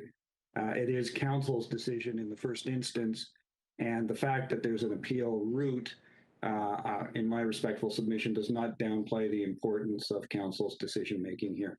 Okay, so thank you. So this is our choice. If we deem it's an issue of fairness, we have that ability. It's within our right as people that sit around this table. I share some of the concerns that Mayor Crombie has already articulated, and not to be repetitive of her questions that I thought were very legitimate. I did want to, and maybe the Caniff party can answer this question. How long has this entire process taken for you? And I realize that there are some delays on the region's hand, there are some delays on the applicant's hand, but the entirety of the process, how long has it taken? Through to the Ms. Caniff. Thank you. Thank you, Mayor Brown. So development processes take years, as you know, and we have owned this parcel of land, for example, by way of example, since for 25 years, and we the planning has been an elaborate process, and we wanted to ensure that we had the right construction team and all our ducks in a row to make sure that the application was a good one with the right team members, and ultimately the plan that we presented in January of 2020 was the one that we ultimately had registered. So it's a long process, and as I mentioned in my presentation, we weren't one of these developers that went ahead and canceled the project, despite COVID and all the other intervening factors. So I hope that answers your question. Since the first conversations with staff, how long has it taken? Not since you initially owned the property, but for how long is this process since the first conversation with staff? It's been a few years, I would say. Well, I think unfortunately we have a reputation when it comes to regional and municipal governance that the development process is incredibly slow. And I do think examples like this beg the question is, we do have to be more efficient. Would delays like this be acceptable in the private sector? Likely not. And frankly, even in other sides of the judicial system, you look at the criminal system where there's been a number of cases thrown out because the R versus Jordan decision, where provincial decisions that take longer than 18 months thrown out. Federal court cases, I think the Superior Court is a little bit longer, but there are grievances for delays, and unfortunately, I think when it comes to development in Ontario, there aren't legitimate grievances. We've sort of accepted a status quo, which is delay is normal, moving slowly is normal, not getting responses is normal, and so I'm glad that you have raised some of these issues. You certainly come from a family with a reputation for wanting to give back to the community. So I don't think you'd be raising these concerns unless you felt legitimately that there was an issue of unfairness. And so would there be any disagreement from regional staff side that this process has taken years, or would the time assessment given by Ms. Caniff be consistent with your interpretation? And I don't want to get into the fact that there's been delays responsible for each side, but the entirety of the process. And I have two that might like to speak. I have the CAO and Commissioner Dedman, whoever wants to chime in first and second. Perhaps the CAO, then Keely, CAO Baker. Thank you. So I think, first of all, the issue of the length of time that this particular project has been in the pipeline isn't really the issue that council is seized with. Having said that, I think staff did present over the last year a chart that showed that 8% of the time the issues were in the regional hands, and these development processes are complicated and they do take a lot of time, and they do take a lot of time on both sides. So this is something that the development industry has certainly advocated for. We now have legislative response times in different parts of the Development Charges and Building Approvals Act, which is a case of trying to accelerate, particularly on the housing side. However, I would have to say to you, Mayor Brown, I've heard this issue many times over my career, and in specific cases where complaints have come forward, it's often not warranted. I mean, a lot of developers get told by their consultants that they've given the city or the region things that turn out not to be always accurate. So I think a generalization around, delays in development is not necessarily fair, but I would also say that it's not the issue at hand. This issue is not because of, the timeline on the development process. We are very much just talking about whether or not the developer was notified of rate changes that were happening, and we've shown that they were, whether or not the DC charge that was levied on this particular application was accurate or properly applied or not. So I think we want to be careful we don't just get off on a bit of a tangent on that one. Commissioner Dedman, did you want to add something there? Thank you. No, the CAO has very eloquently summed up my thoughts on it. Thank you. Mayor Brown, you still have the floor. Chair Nika, Mayor Crombie spoke about the invoices. Would it not be a best practices to have a disclaimer on invoices when rates are going to change? Is that something that is done elsewhere? Was there any disclaimer on those invoices?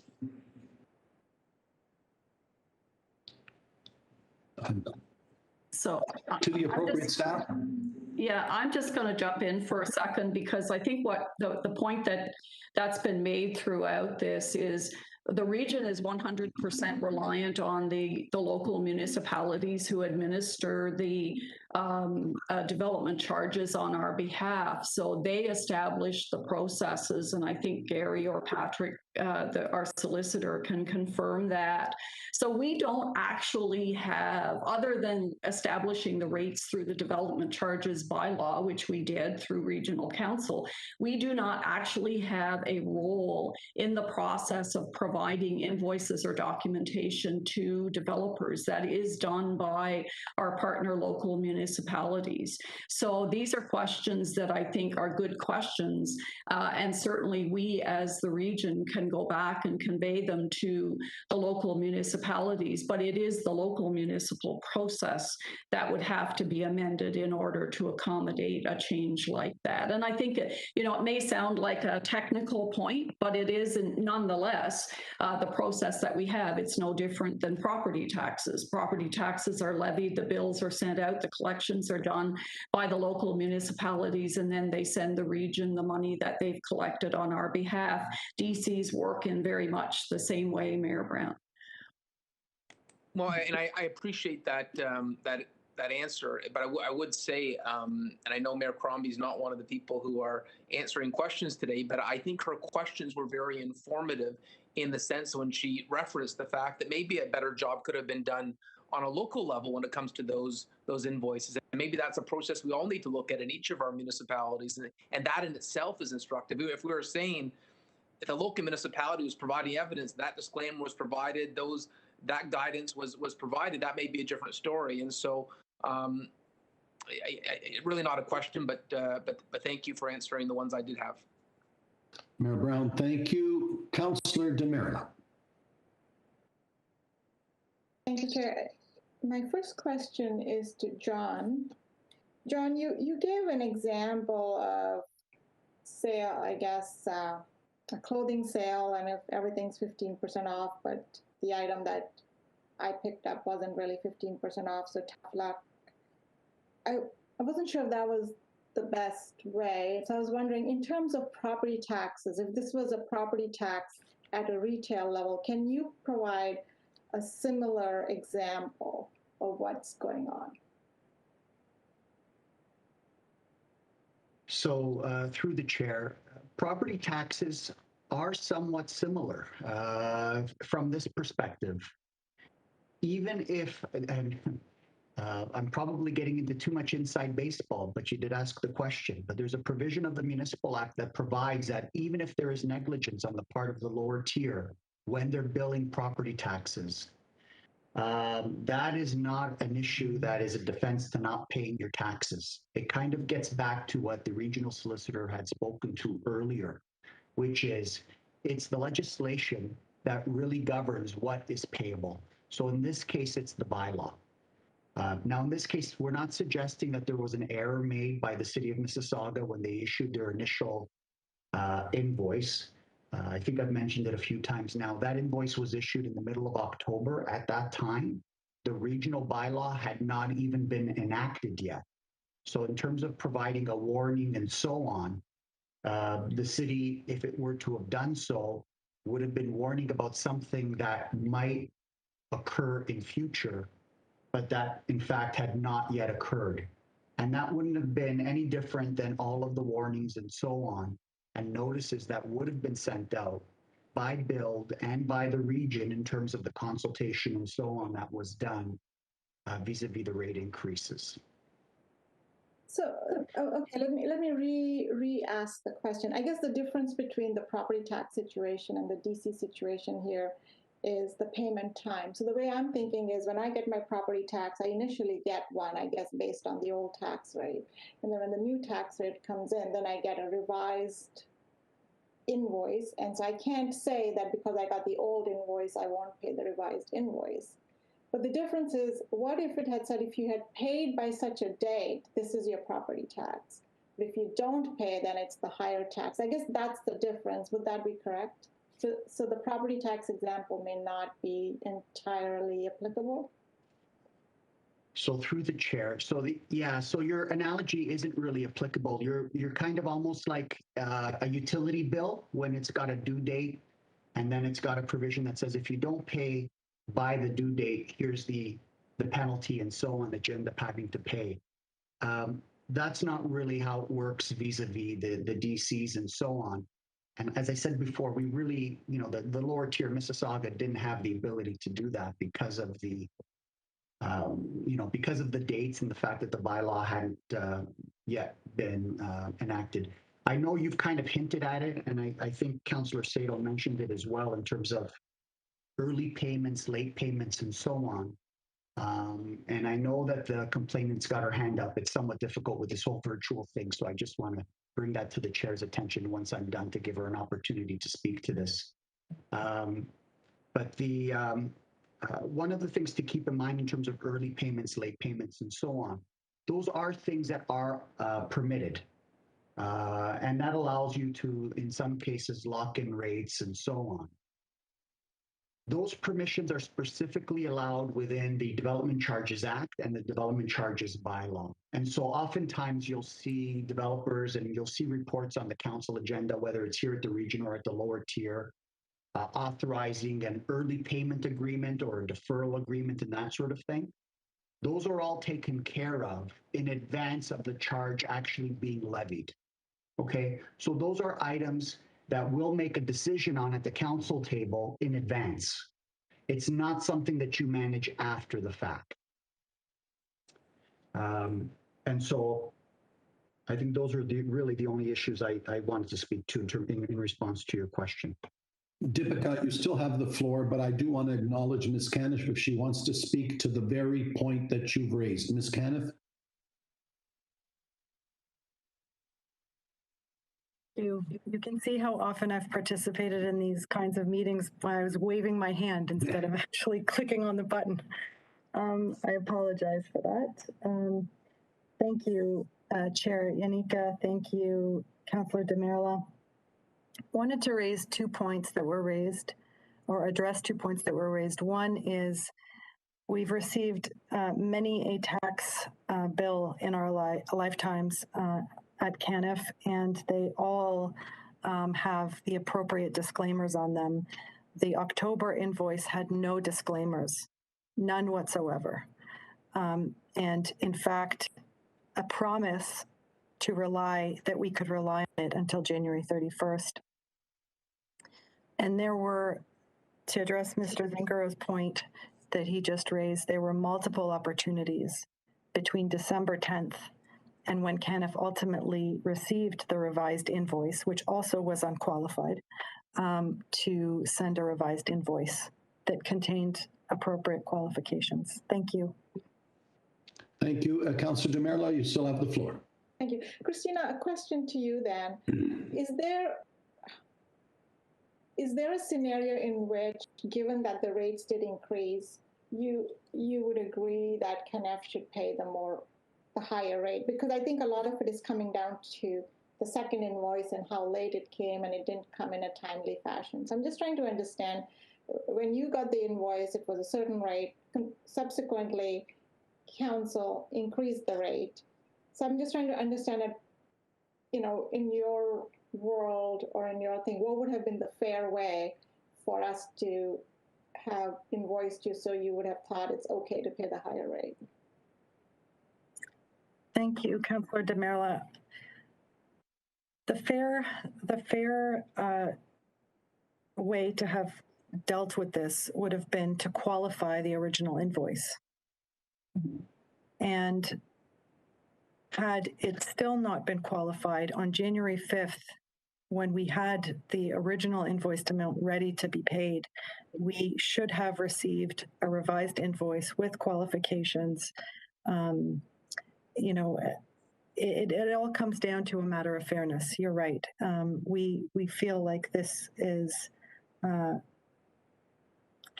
regional council's decision to make, fully within its authority to make it within Section 20 of the Act, and the interpretation of Section 20 should not be narrowly construed. Ultimately, it comes down to detrimental reliance. We relied on a piece of paper that was unqualified, and we relied on it to the tune of nearly $2 million. And that's simply not something we can turn away from. I hope that answers your question. Deepika, you still have the floor. Solicitor O'Connor may have a thought on that before I come back to you. Patrick. Sorry, Chair, I just wanted to clarify something with Christina before Patrick weighs in. Is that okay? Go ahead, and then we'll go to Patrick for whatever point he wishes to make on point is. Go ahead, Deepika. Thank you. So Christina, essentially, the crux of the issue, if I've understood you correctly, is if you'd received a qualified invoice in the first place that qualified to say the rates could change, that would have been fair warning. And so that's the real issue that we are sort of litigating today. Thank you, Councillor Tamerla. If we had known that we could not rely on the October 2020 invoice, in October, we would have, or in the intervening period, we would have acted much differently than we did. Yes. Thank you. So I'm happy to hear from Patrick on this qualification issue, because it appears that the region does not have a policy of qualifying.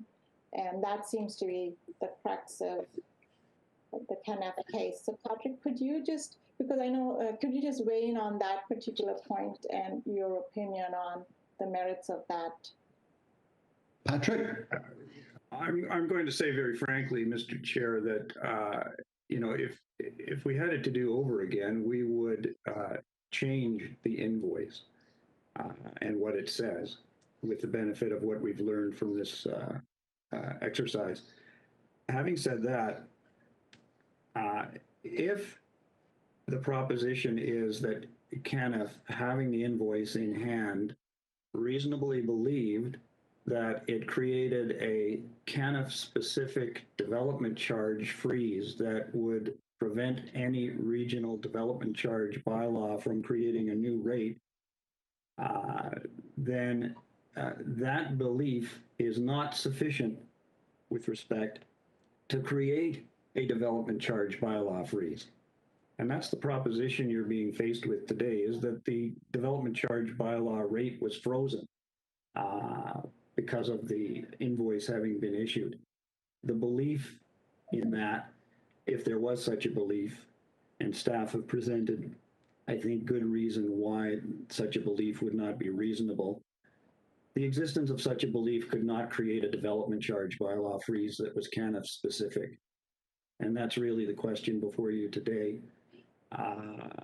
And finally, the record's pretty clear that as of January 5th, that whether an additional invoice was issued or not, it was clearly communicated to Kenneth that no such development charge bylaw freeze, Kenneth specific in nature, was in place, and that the new rates would be applied. So the issue of the second invoice is pretty much an irrelevancy, I would suggest. There was communication as of January 5th. Councillor Tamerla, anything further? Yeah, so Patrick, what I'm hearing you say is inherent in the way we do business, a developer ought to know that every invoice is qualified. That's essentially what you're saying, because bylaws come and we change. Is that what you're saying? I don't want to put words in your mouth, but that's how I heard you.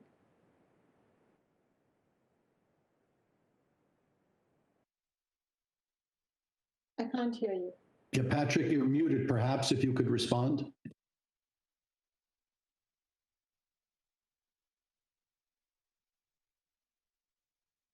Patrick, we're still not hearing you.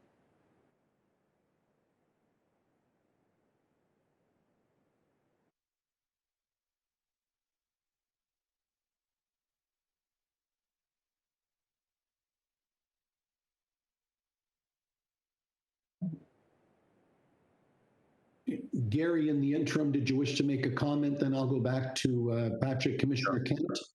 I'm certainly not a lawyer, and we've got more than one lawyer on the calls, but certainly, Councillor, through you, Mr. Chair, that's my interpretation of what Patrick was saying, that, you know, it's common practice and it's not unreasonable to take that position.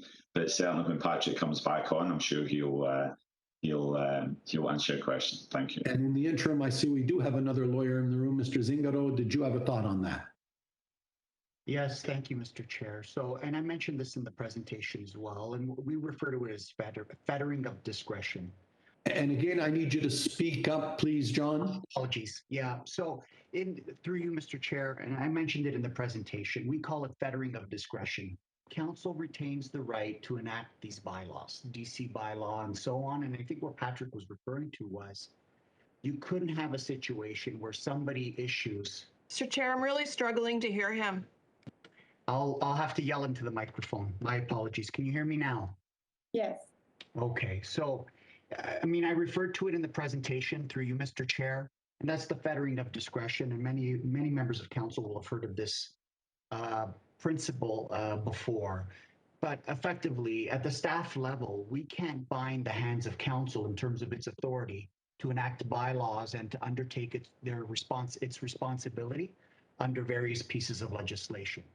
And so, as you know, every 5 years we have we proceed with a development charges bylaw and so on.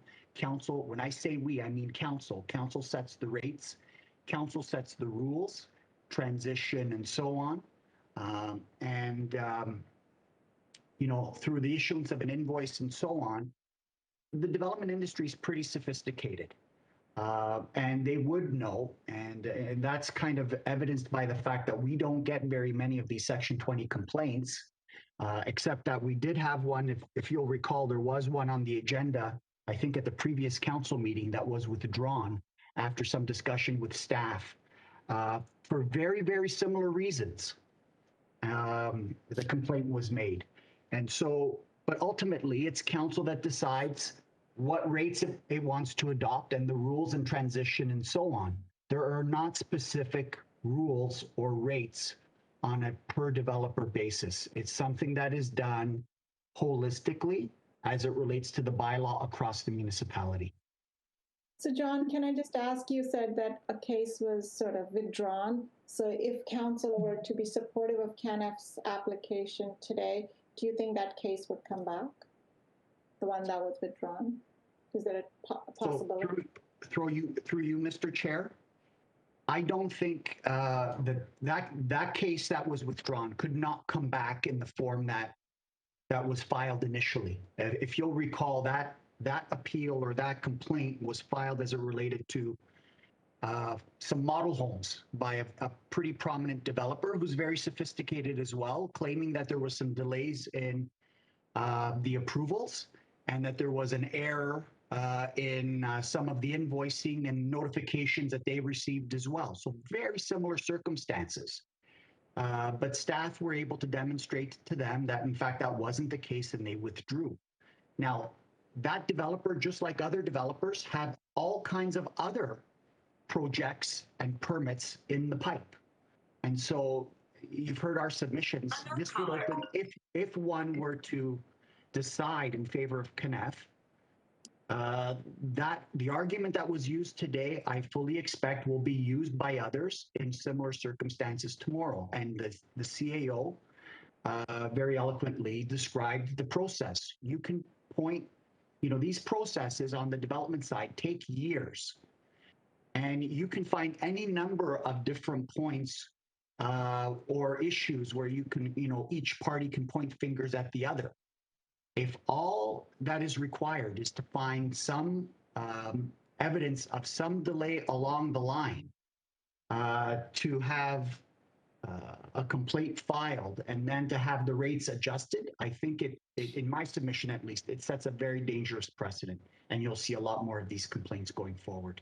So my final question, Chair, through you is, if the situation was reversed and the DC rate had been reduced, would the city then expect CANF to have paid the higher rate, or would we have gone after them for the lower rate? So through the chair, if the rate had dropped, then regardless of the invoice, they would pay at the lower rate. I see. Okay, so that's good to know. Thank you. Thank you. Next on my list is Councillor Medeiros. Thank you, through you, Chair. And a lot of the questions I want to ask have been already asked by the members before. I guess the one comment that I have is when you think of, and I understand, and I heard the comment around that we have to treat everyone the same, and rightfully so, and that's not without a debate. And I want to recognize staff did good work on this as usual. They provided us with all the due diligence and good advice. The problem I have, and if it was any other developer, I think this would be a little bit more clear for me. But again, this is a company, and not to speak to its virtues and everything that they've invested, but when we talk about partnership, if this was a private business who employed many people, and we're talking about whatever company that you have in one of our communities, we would be falling over backwards to ensure that we give them the support and we do what we can to ensure this business stays in town, ensure that they're employing people. When I think of the Knuffs, I think, notwithstanding their business they have in my ward, but the economic activity around their subcontractors, the people they put to work, my neighbors, people in our community. This is a company that's been in Peel. It's grown as Peel has grown. And predominantly their work is here in Peel. It's a Peel business. It's a Peel-centric business. It's when I go to a foundation, when I go to a fundraiser for CBC, it's at Knuff property. When I go to a golf tournament in support of the hospital, it's Knuff. It's a community partner that whenever we need and we require, they're there to support us. They're not going anywhere. Their investments are in Peel. And with that said, and there are times where positive discrimination comes into place. And in this case, they don't have a track record of coming to council. As far as I've been on council, I've never had Knuff come and delegate for wanting to repayment on anything or asking for anything. They go through their planning process. They invest in our community. So we're talking about unique community partners. So it's not just any business. It's a business that employs many people in our community. There's a lot of economic activity spin-off. They're long-time investors. They have properties all over our communities in Caledon and Brampton and Mississauga. They plan on going through the future. So, in this case, I'm persuaded to look at this in a different light. And, notwithstanding the comments, and I agree with what Mayor Crombie has suggested, but with the impact that they've had in our community, with the track record they have, and again, this is no disrespect to staff. I think staff have done a fabulous job coming forth and providing us with what they say. And sometimes this whole word of I dealt with this in Brampton yesterday when we talk about this could be a dangerous precedent. It seems that whenever we mention precedent's a buzzword for back off or we don't want to be there's going to be floodgates of cases coming through. I don't think that's the case in this situation. And I guess the only question that I have to staff, you talked about the 3 errors. Is one of the grounds to accept an appeal extenuating circumstances? Is that something that is there subject there, a field there that are there extenuating circumstances that we can accept an appeal? Because in this case, it just seems it's not, it's a process that's, I've heard both sides. It's one of these situations I think all of us agree with both parties. All of us, understand that, it's one of those that everyone's right, but no one's really wrong. However, we're asked here today by a company that has the reputation that Knuffs have, community partners, and they're asking us to relook at this situation. So to staff, besides those 3 errors, are there any other circumstances? Because this is, acceptably, we're going through COVID, where we talk about economic downturn. We have a company coming to us asking us to provide them the support, and it's not a company that has this track record. They've done business with all 3 municipalities in a very professional manner and never had this. So this is why I'm finding hard. If I didn't know them and this was just a developer that maybe head office is in Vaughan as usual or some other community. No, their business, they're here, they're in Peel. You know, they live here, they do their business here, and they're invested in here. So I guess the staff, in terms of just those circumstances, besides those three, are there any other special circumstances that you can think of? First through to Patrick, who I hope is back with us. Patrick? Yes, thank you, Mr. Chair. The brief answer is that the outstanding corporate citizenship and community contribution of a development charge payer is not a proper consideration for your decision-making on this complaint. I understand why you asked the question, but from a legal perspective, no, that's not a relevant consideration. Yeah, and I appreciate that, and I thank you, Patrick. So, you know, based on the comments by Mayor Crombie, where talked about the error, and based on that need, based on that those comments, I tend to agree with what Mayor Crombie has suggested. So I would actually like to move a motion to accept the appeal, and I'd like to, I guess I need a seconder, so if anyone can second it, but I would move a motion now. Yeah, I saw Mayor Crombie first and spoke to it as well, so that is the motion that I will have before me at the appropriate time. Thank you. Yeah, and Chair, so that's about it. And again, you know, and I understand in these processes, and I appreciate the comments that, you know, there are bylaws and there are, you know, we do have to make them clear for everyone. But again, when we talk about the corporate entity and we talk about the people behind them, all of us have had either a fundraiser or some form of community engagement with this company. And it would be no different than any type of company. We bend over backwards for Amazon and Brampton. We bend over backwards for other corporate entities who are investing in our community. And, you know, certainly something like this, which I think there was an error. So I think there's a factual rationale.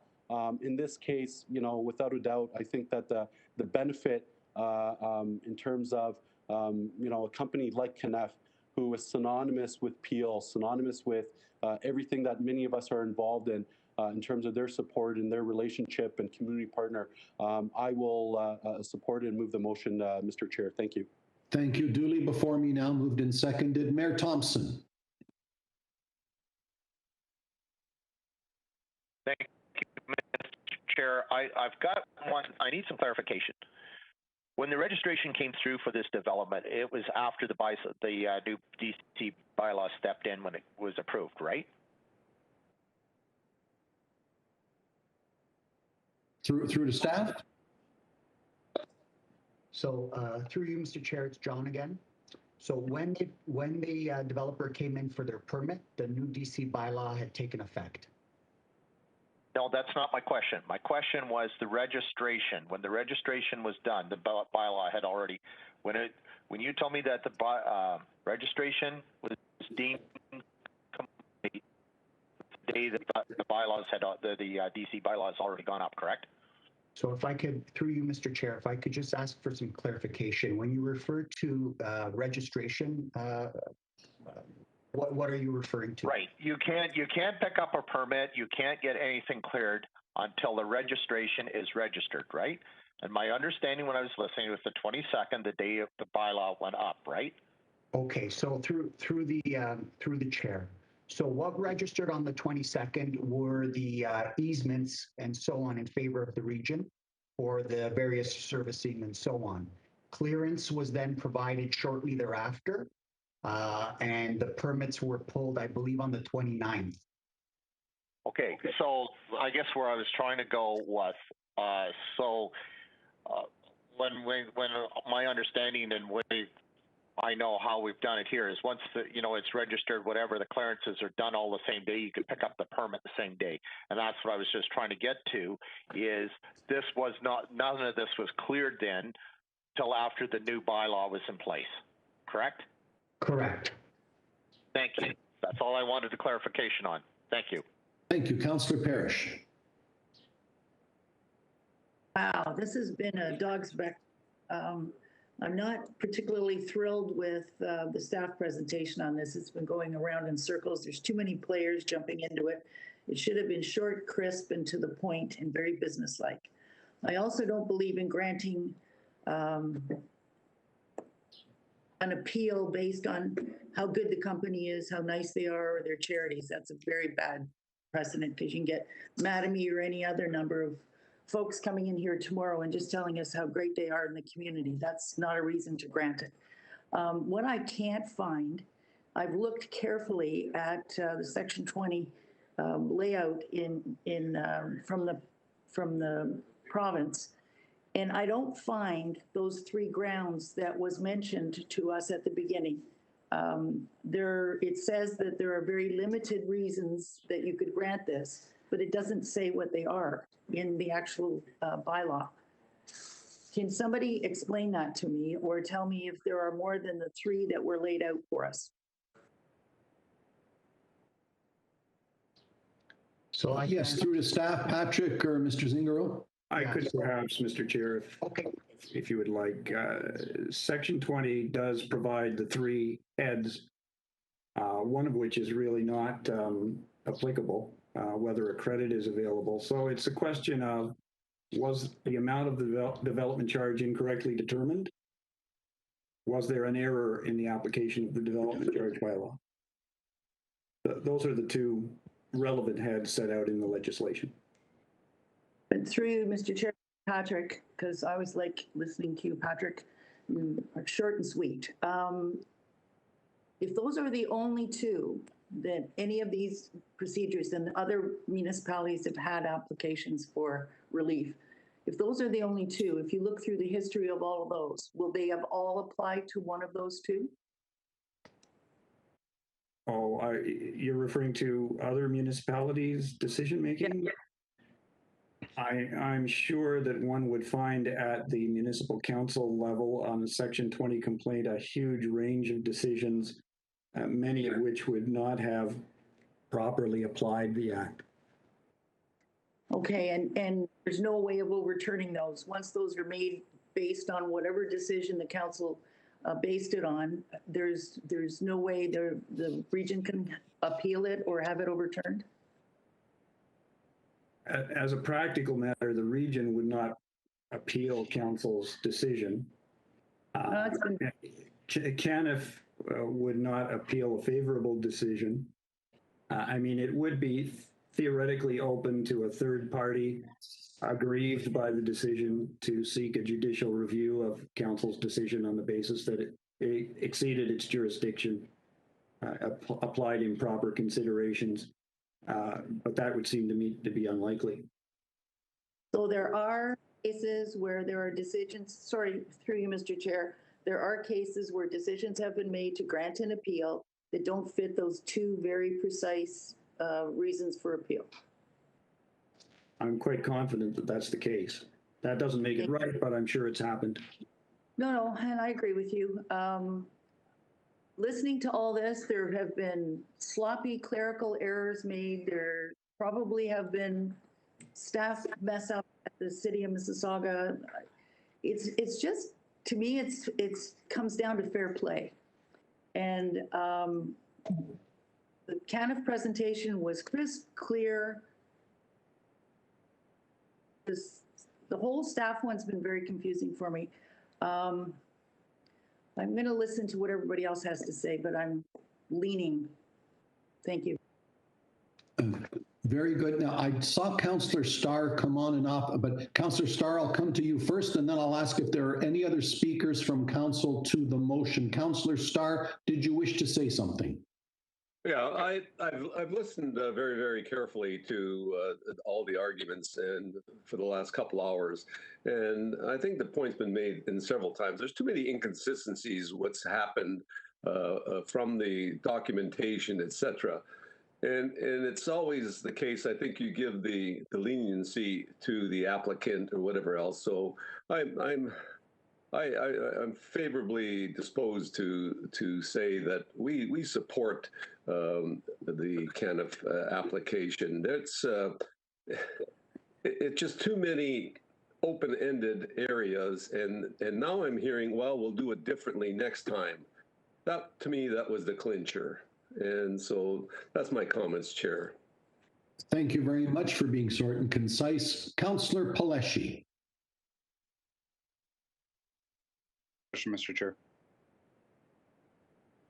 I'm sorry, Michael, are you good to go or are you satisfied? I'm good. Call the question. Very good. That's exhausted my list of speakers. If I may, though, just for the record and on behalf of my council colleague, not venturing an opinion, but just to make sure the historical record is correct. And Mr. O'Connor, again, chirp up if I'm venturing off where I shouldn't as chair.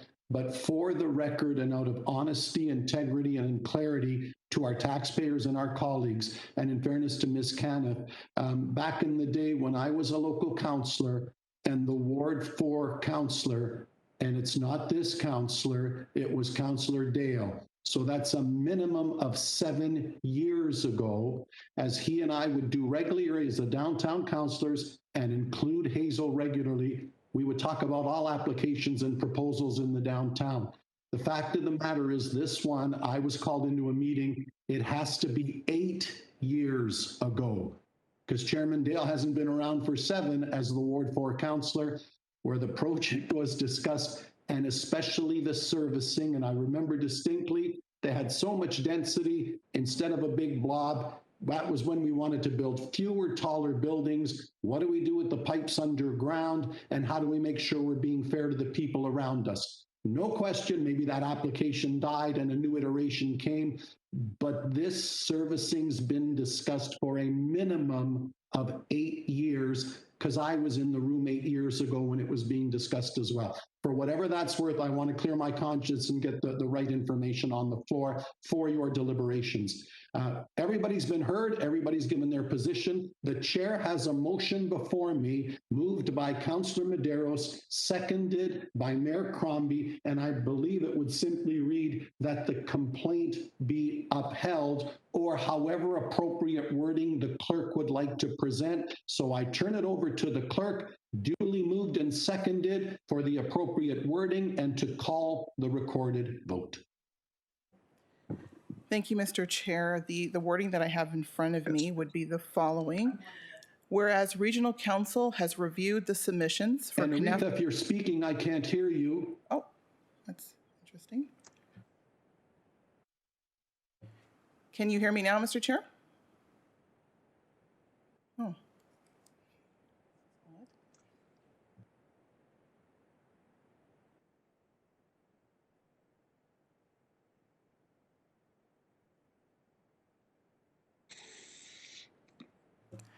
Can you hear me now, Mr. Chair?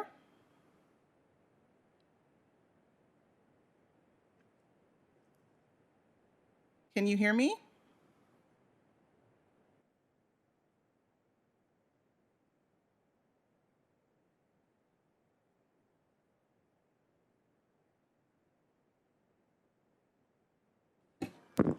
Can you hear me now, Mr. Chair? Hello?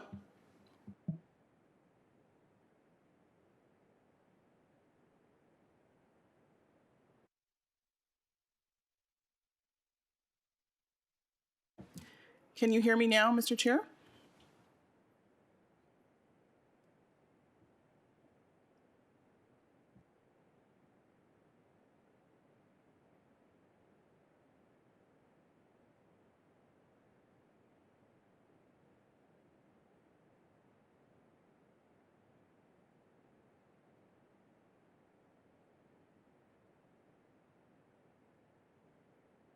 Are there technical difficulties, Mr. Chair? What's going on? That's my understanding, and I see from my messaging here on the screen that they are aware and they're trying to sort them out.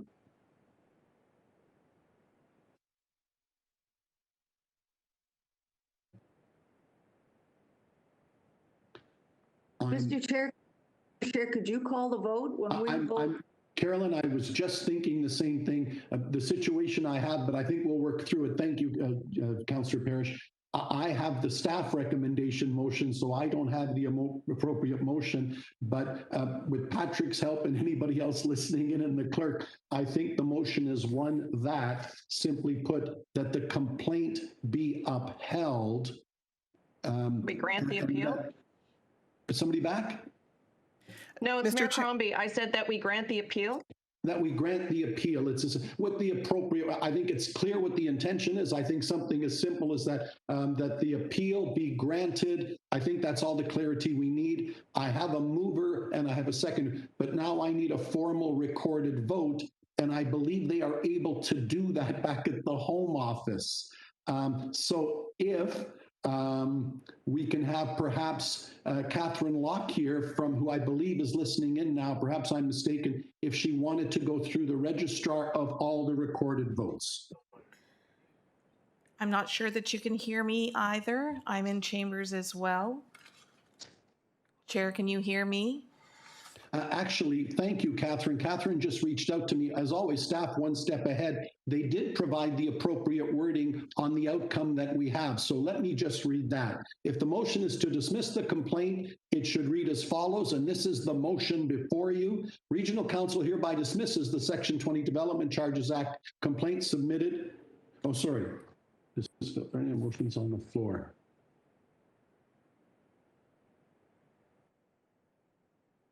Oh, okay. Let's try this one on. It's cumbersome in how it's worded, but let me work through if this is the one that the clerk is telling us is the appropriate. Whereas Regional Council has reviewed the submissions for the Caniff Properties Limited date April 27, 2021, and has determined that the regional development charges were incorrectly determined and or there was an error in the application of the region's development charges bylaw.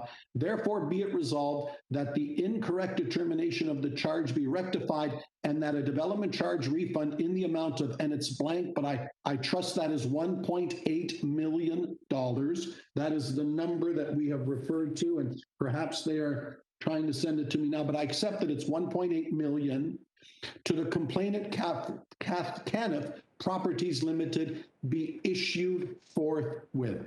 That's the wording provided by the clerk. Okay, and I'm getting a thumbs up on that. And it's going to be broadcast on the screen, and I see that there if you can see it. So I have to call you out, and I've got to be satisfied that they're taking the tally, but that I am as well. So on a recorded vote, you've heard the motion. Mayor Brown. Yes. Councillor Carlson. Yes. Mayor Crombie. Yes.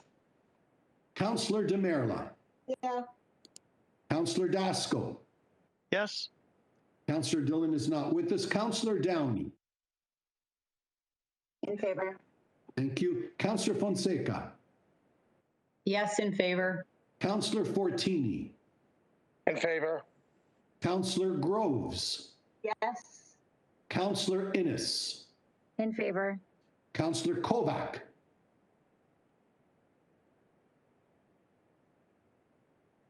Councillor Kovac. Abstain. Councillor Kovac is abstaining. Councillor Mahoney. Yes, thank you. Councillor McFadden. Yes, in favor. Councillor Medeiros. Yes. Councillor Paleshi. In favor. Councillor Parrish. Yes. Councillor Raz. Yes. Councillor Sato. Yes. Councillor Santos. Yes. Councillor Sinclair. In favor. Councillor Starr. In favor. Councillor Thompson. Apologies to the mayor, Mayor Thompson. No, that's okay. Yes. Thank you. Councillor Vicente. Yes, in favor. And that carries. Thank you to all. Thank you for a very good conversation and the fact that everybody was heard and just. Thank you. With Thank you very much. I come back to, I know we have Dr. Loh's presentation now, but I'm sure the team especially needs a bio break, and I don't know how long that's going to go. And we have also a presentation. Let's call for a quick 25-minute break till 2 o'clock, and we will continue from there. So we are stand in recess till 2. Thank you all. We will see you back at 2. Thank you.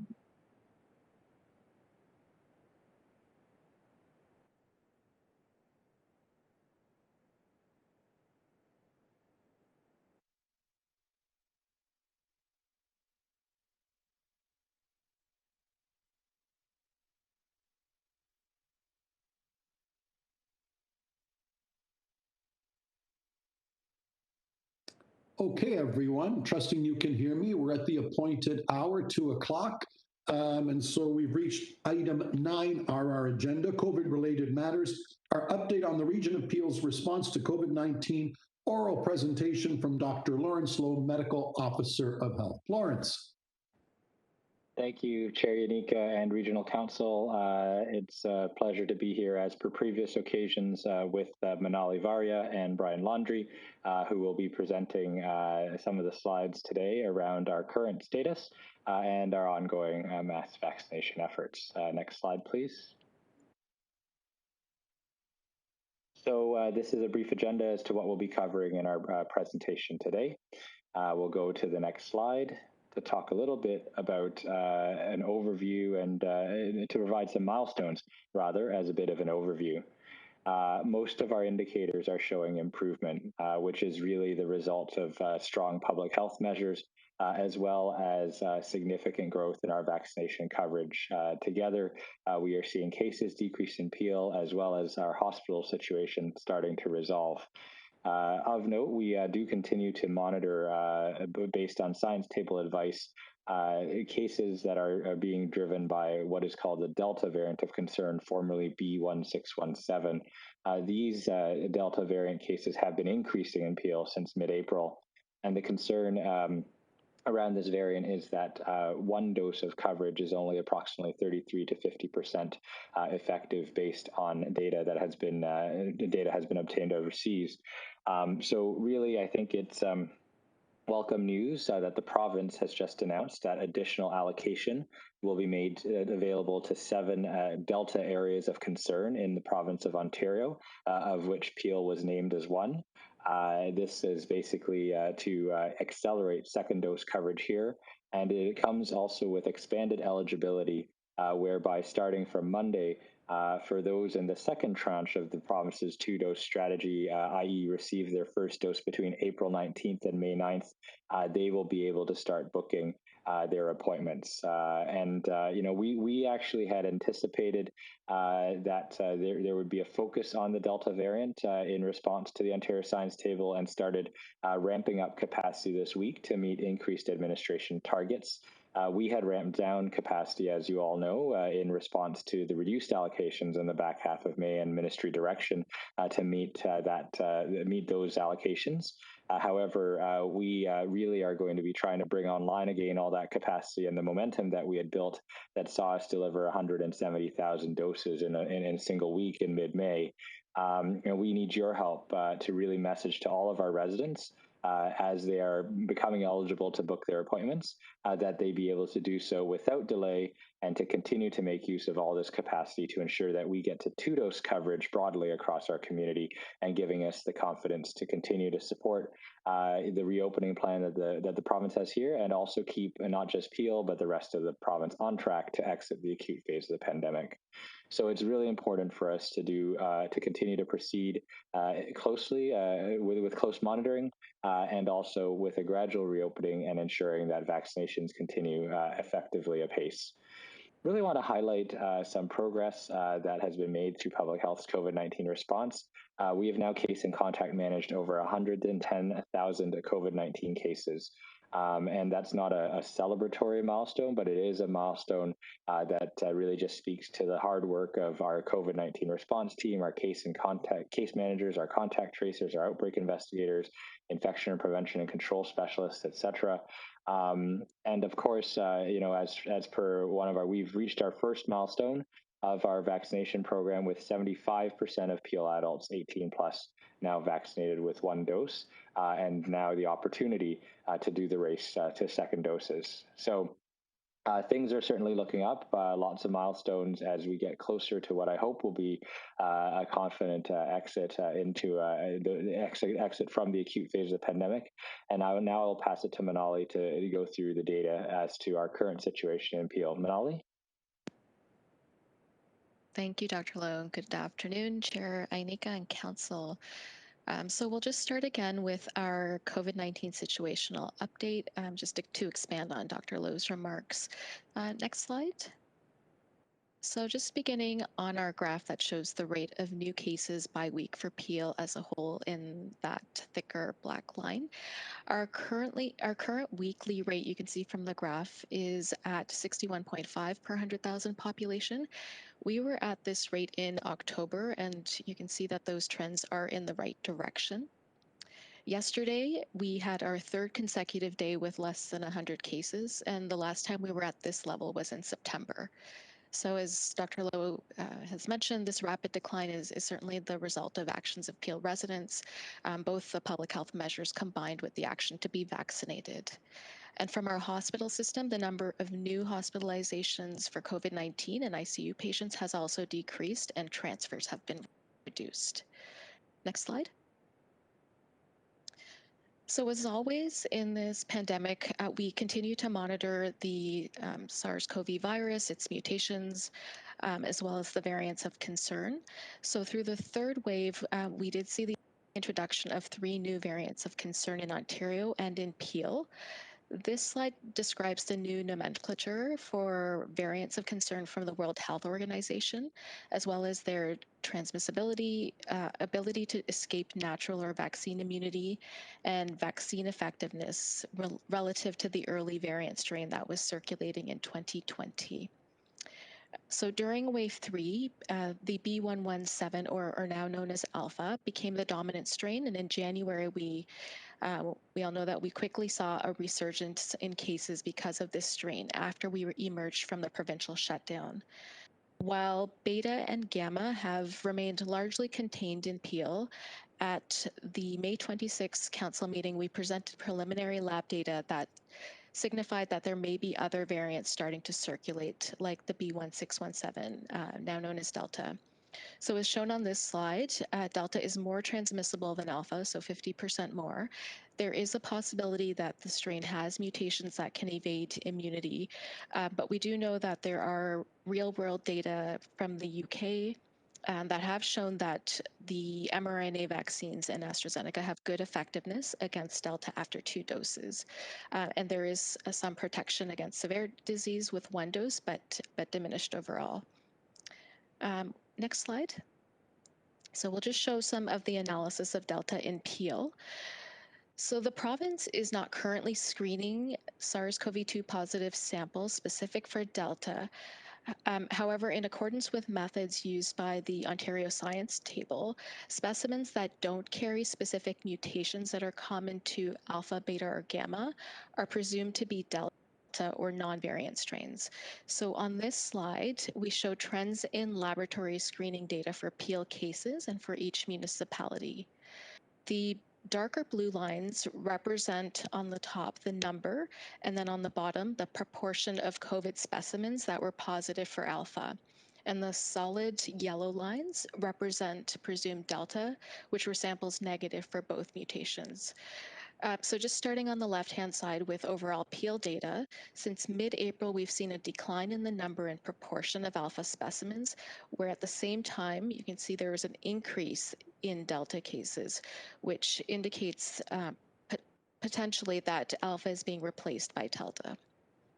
As of last week, the proportion of specimens that were presumed Delta was 29% in Peel, 35% in Brampton, and 23% in Mississauga.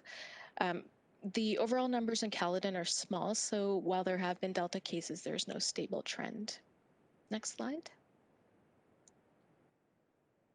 Oh, there's some animations, so just thank you.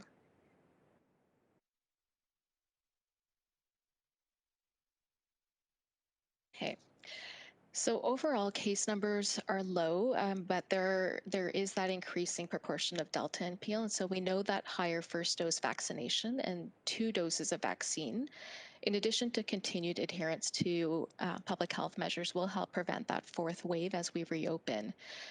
So this acceleration is important as there are still about just under 600,000 susceptible individuals across Peel, which includes those less than 12 who aren't eligible to be vaccinated, but also includes about half who are eligible for vaccination. We are making significant gains in our goal to vaccinate as many Peel residents as possible.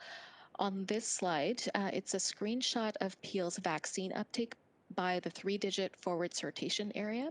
And across FSAs, there have been good uptake with an average of about 60% of total FSA population with 1 dose. We do know there are some areas that have lower first dose uptake than others, including areas where incidence rates continue to be higher than Peel's rate overall. So with the emergence of Delta, as advised by the science table, it's critical that we continue to increase that first dose uptake, along with that second dose coverage, spreading that uniformly across Peel. And Brian will speak to this momentarily. Next slide. And then just as a final note, as of tomorrow, Peel and most other Ontario regions will enter step 1 of 3 of the 3-step plan to reopen the province. So as a province, we'll stay in this step for at least 21 days before moving to step 2. This slide describes the activities that fall under step 1. So step 1 does focus on allowing outdoor activities to resume with the allowance of small businesses to open and limited indoor gatherings. And that includes indoor religious, wedding, and funeral services at 15% capacity limits. As mentioned, to ensure that we remain on track with reopening, the next few weeks will certainly be important to continue to monitor virus activity, Delta activity, as well as transmission overall. However, with our continued vaccination program, we do trust that this and the gradual reopening is going to help us continue to turn that curve in Peel. So with that, I will turn it over to Brian to provide an update on the community mass vaccination plan.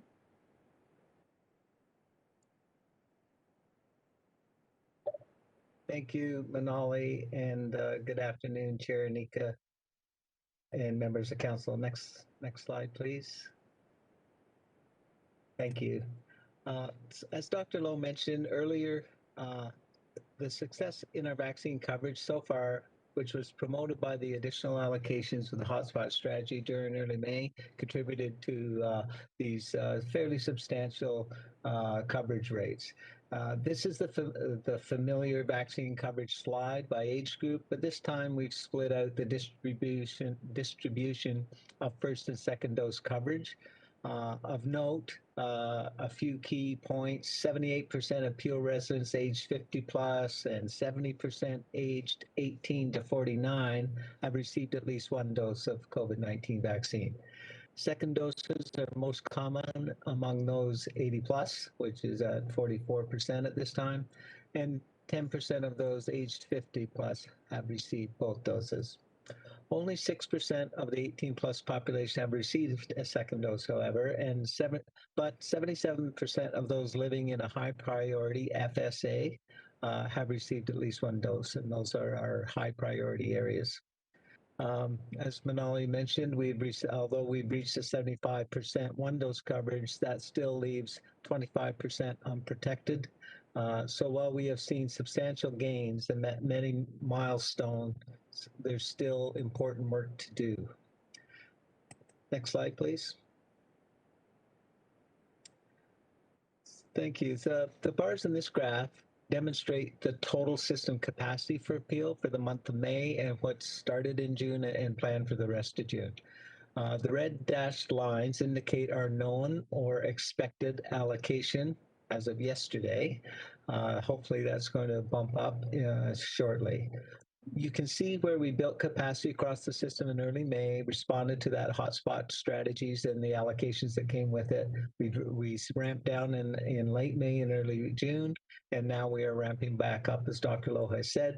So we're building in capacity beyond what we have for allocation. So we should be able to accommodate any surge in available of the vaccine. Since May 3rd, we've run many clinic sites to reach as many of our residents as possible. I just wanted to take a second to highlight a few numbers. We have 6 hospital-based clinics running throughout May. We have 29 clinics and long-term care home sites. We've run 17 clinics targeting retirement homes.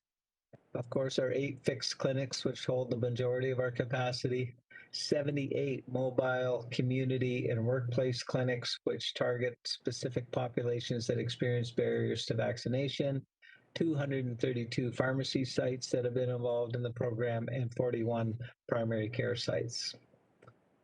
Next, I'll just talk a little bit about our dose 1 and 2 strategy. And next slide, please.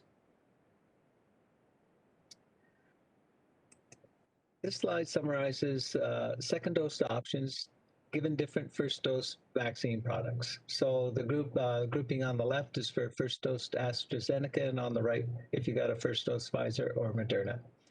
So for AstraZeneca in the first grouping, individuals who received a Z vaccine have two options. Both options require a 12-week interval between first and second doses. Those are listed there. So you are able to get an AstraZeneca second shot, or you could receive an mRNA vaccine, which is Pfizer or Moderna, for your second dose, but both still need to be at that 12-week interval. For those who received an mRNA vaccine as their first dose, so again, Pfizer or Moderna, it's clinically recommended to get the same vaccine for the second dose at least 28 days after the first dose. If the original vaccine is not available, people may switch between these two mRNA vaccines, and a second dose should not be delayed in order to receive the same vaccine type. This guidance is consistent with recommendations recently provided by the National Advisory Committee on Immunization and the practices of many jurisdictions, and these continue to be reviewed constantly and at some points sometimes evolve. So this is our current understanding and our current guidance. If people have any concerns, of course, it's recommended they speak to their healthcare practitioners to understand the different options available and what is best for each person individually based on their own health and personal circumstances. I think I'll just leave it there and back to, oh, sorry, my mistake. Next slide, please. Sorry, how could I forget the equity approach? As more people vaccinate and uptake increases, maintaining a focus on equity is critical. So as excited as we are to get to the second doses, we have to maintain a constant vigilance for our first doses and for those populations that have not yet had a chance to get that first dose. Again, I will remind you of the contributions of our multi-sector community equity and engagement advisory table that has provided critical direction and advice to our vaccination strategy since the beginning. Targeted approaches are being used to address resistance, hesitancy, confidence, and advocacy, and that's a continuum that our equity and advisory table talks about, moving through all those stages in various contexts and settings, ranging from barriers to access to deeper cultural issues of systemic racism and antitrust. As such, a focus on intersecting issues and influences is critical and central to this grassroots community partnerships that have been developed throughout the region. And there are so many examples of where our partners have contributed to clinics. I won't go through the details of them all, but I can, as I noted previously, there are multiple clinics. There's community mobile clinics. They've participated in free supportive transportation. There's educational town halls and forums to encourage dialogue hosted by Peel Public Health and community partners.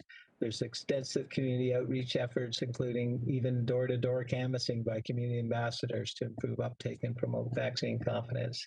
And there's working with employers to vaccinate hesitant essential workers in communities. So there's all that work to be done. That is the marathon that is not yet finished or not yet won. But again, it's the two races to get people vaccinated with at least one dose and then everybody to receive that second vaccine. Next slide, please. And back to you, Dr. Loh. Thank you, Brian. And so I really want to highlight sort of our immediate priorities with the response going forward. And I do want to, in terms of accelerating second doses, take this opportunity to thank you, Chair, to thank you, mayors, and all regional council for your leadership and advocacy, and really highlighting the significant challenge that is posed to us by the Delta variant.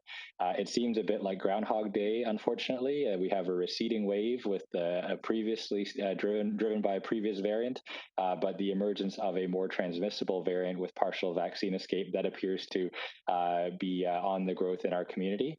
And I think our voices together with our increasing capacity will hopefully win the day and allow us to continue moving forward with reopening as we get to second doses out in our community in broader coverage. I think that said, we also do recognize that there are still significant members or a significant proportion of our community that are not yet vaccinated with their first dose. And I think Brian has highlighted that we are also in the process, that Peel Public Health is also in the process of really trying to get into addressing the barriers that those groups face to ensure that they are given both the confidence and the access to the vaccine that they need, both for first and then eventually for second doses. Because really 75% first dose coverage of 18 plus is great, but the more people that are vaccinated, the more confident we can be that COVID-19 will soon be, at least this acute phase, will hopefully soon be in our rearview mirror as more and more immunity gets out in our community. So 75% is a start, I would say, as opposed to an end. And finally, I just wanted to really highlight and reiterate the importance that we really are asking all of you as council to support the messaging that residents should go out and get vaccinated. I encourage you to let your residents know of the offerings of our website, directing them to get vaccinated, and also please encourage them to move forward into this gradual reopening gradually. Now is not the time to go from 0 to 60 in a few seconds. I think we need to make sure that we don't set back all the gains, especially with one-dose coverage, high one-dose coverage, low two-dose coverage, and increasing Delta. We do need people to still try as best they can to favor the outdoors, to limit their contact and gatherings with people that they don't live with.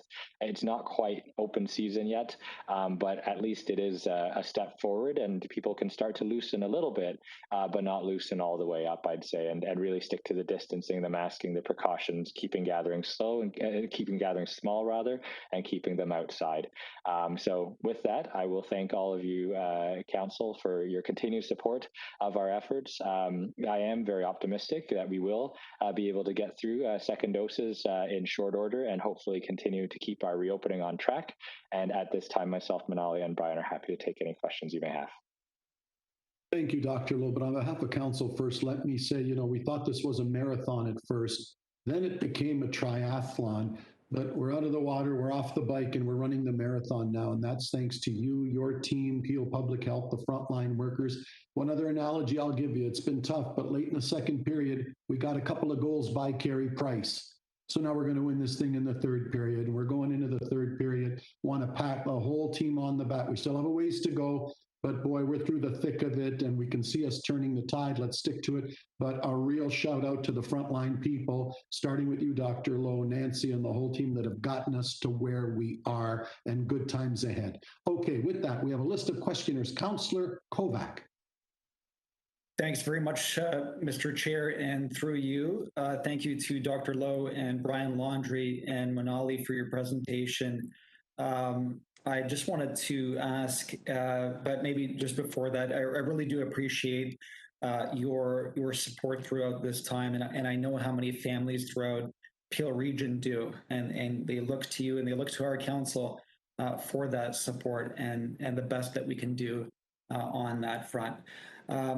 Doctor, are you right now, are you aware whether any other vaccine besides the Pfizer-BioNTech is being considered for children in between the ages of 12 and up? So through the chair to Councillor Kovac, thanks for the question. At this point in time, Health Canada has approved only the Pfizer product in Canada for use of individuals aged 12 or older. And are you aware that the World Health Organization's position is that they do not recommend vaccination of children below 16 years of age, specifically in relation to the Pfizer-BioNTech BioNTech. I don't even think considering the others at this time, believing even if they belong to a high-risk group that's on the WHO's website.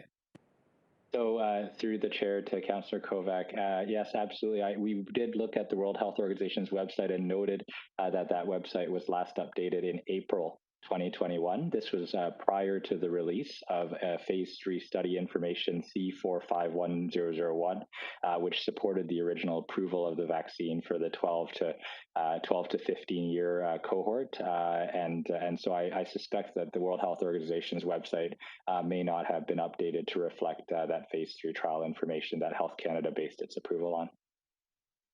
But the fact that they are sort of a go-to for many people, including national health organizations, the fact that they haven't yet, I think should at least put us in a position where maybe it wouldn't be such a bad thing to take a step back and just sort of survey that prior to going forward. The third question was, are you also aware of reports? And I'm not saying that it's, so aggressive, just reports of either myocarditis or pericarditis. Any cases within Ontario or in Canada to date. In North America, apparently there have been increased reports, and that's according to the U.S. Centers for Disease Control and Prevention. Yeah, so through the chair to Councillor Kovac, the reports of myocarditis are currently being studied by national bodies both here in Canada as well as internationally. The clear statement that has been received from these bodies that are investigating at this point in time is that there is no association that has been clearly established between myocarditis and the mRNA vaccines. And further to that, the data that has been received and is being studied suggests that the cases that are being investigated were often rare, and that these were often mild illnesses that responded well to conservative treatment with rest and symptomatic treatment. And thank you for that. And I guess it goes without saying, and I hate to sound like a broken record, yet I'm sure others might look at it that way. I do apologize, but there are still families, and I think for good reason within Ontario and Peel region who are concerned, some secretly concerned for fear of saying something. And, if it goes against the grain of whatever that wave is, you look like, well, you don't look like you're cooperating. And I don't think anybody wants to look like that. But in consideration of that and the fact that the government of Ontario expanded the COVID-19 vaccine eligibility to children as young as 12 on May 23rd, they had initially planned to do so on the 31st, and that public health units in Ontario are not completely aligned with respect to the age for parental consent. And I know one member of council had brought this up during our last meeting. But there remains still parents and families within Ward 4 who I have spoken with and in Peel region as well that have expressed that concern. I had earlier spoken with clerics, and I'd be only so pleased to step aside and listen to other members of council speak, but I do have a motion that I've prepared, and perhaps at this time they could just put it up. And any of the speakers, if they'd like to, look at that while they're asking their questions, or anybody else who hasn't gotten on the board, if they'd like to consider that, as I would like to table that. And also, I would imagine I would need a seconder, so I'll just put that out there if somebody would like to second it. And Councillor Kovac, as chair, might just to keep us moving along, instead of me having to squint a bit and our people that are otherwise tuned in, why don't you just take 15 seconds and tell us what the flavor of the motion is? Thanks kindly, Mr. Chair. It is essentially to ask that the Government of Ontario, through the Region of Peel Council, consider making it so that parental consent is needed, warranted, for children above the age of 12 up to 16, and I marked it at 16 to be consistent with the World Health Organization's position as of this date, that it does not recommend vaccination of children below 16 years of age. But it's more, and there are parents who feel comfortable going in that direction. God bless them. I'm sure, things will work out. But for those who are concerned, it's really for them to empower the parent and the family. That's the nature of it. Councillor Kovac, thank you. I'm holding that off to the side. I will wait for a seconder, at which time I'll first get a response from staff and Dr. Loh. But for now, I'm going to carry on with questions regarding the update on COVID-19. Councillor Raz. Thank you very much, Mr. Chair. I'm wondering if Brian can go back to the slide with the schedule again for second doses. And if I was reading it correctly, is everybody in Peel region, there we go, that one, 12 years and basically up, eligible after 28 days? Am I reading that right? Age 12 to 17. Age 12 to 17 can get it after 28 days? Sorry, Councillor. Yeah, through the chair. You're looking at the right-hand side eligibility, 12 to 17 and 70 plus.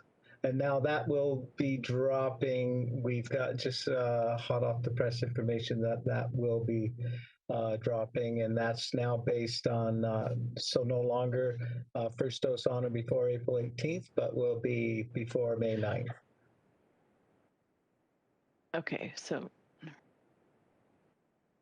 are they eligible to book now for the second dose if you're 12 to 17? And have at least 28 days after your first dose. Yes. Because when we're booking for the kids, we were getting the confirmation of second doses much further in August or September.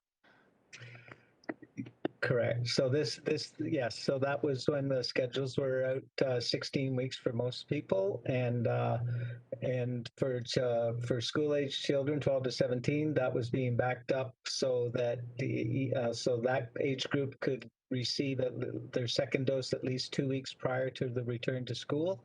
But now that's been reduced again. Okay, and will wherever they booked it through, whether it's Trillium or Peel, will those organizations be contacting, will be responsible for rescheduling the doses, or is the onus on the people receiving the vaccine? So the different processes are available on the website and each hospital does it a little bit differently, as does the region. And I don't have all the processes off the top of my head, but they will be. I believe William Ulster is shifting some forward automatically. Others are through phone calls. And I'm sorry, just don't have all the details for you, Councillor Razzie, but it's through our website. Okay. I was just looking for some clarity on that. Thank you very much. I'll follow up with the website. Thank you. Councillor Demirla.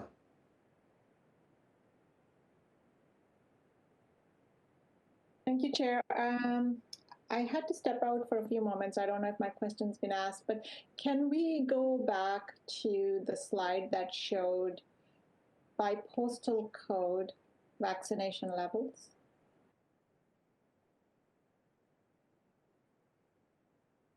So this L5C, L5A, L5B is 51 to 60%. Am I reading that correctly? The colors? So through the chair to Councillor Demirla, yes, that's correct on the colors.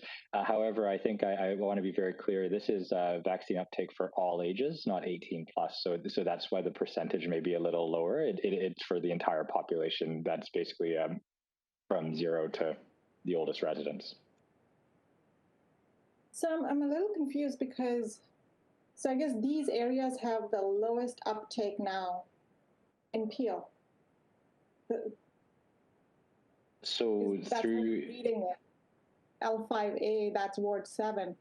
L5C is Ward 7.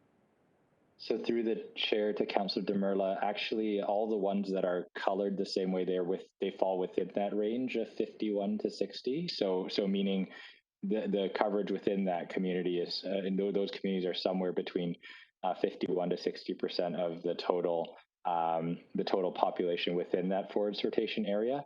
And so it doesn't reflect that they are the lowest per se, like the lowest absolute per se. But I'll pass it to Manali to maybe if she can explain a bit more in detail. Manali. Thank you, Councillor, for the question and through the chair. So that's correct. So these are dynamic maps. So these data were updated from last Friday. We have newer data that will be published on our website tomorrow on the mapping dashboard. But at this point in time, as Dr. Loh was mentioning, so the ranges there. So you can't see it in this fine in the color scheme, but the ranges across FSAs are fairly tight. There's about a 10% range between all FSAs in Peel at this point, ranging from, at this point in time on May 31st, from about, I would say 55% up to 65%, and we'll see the newer data tomorrow.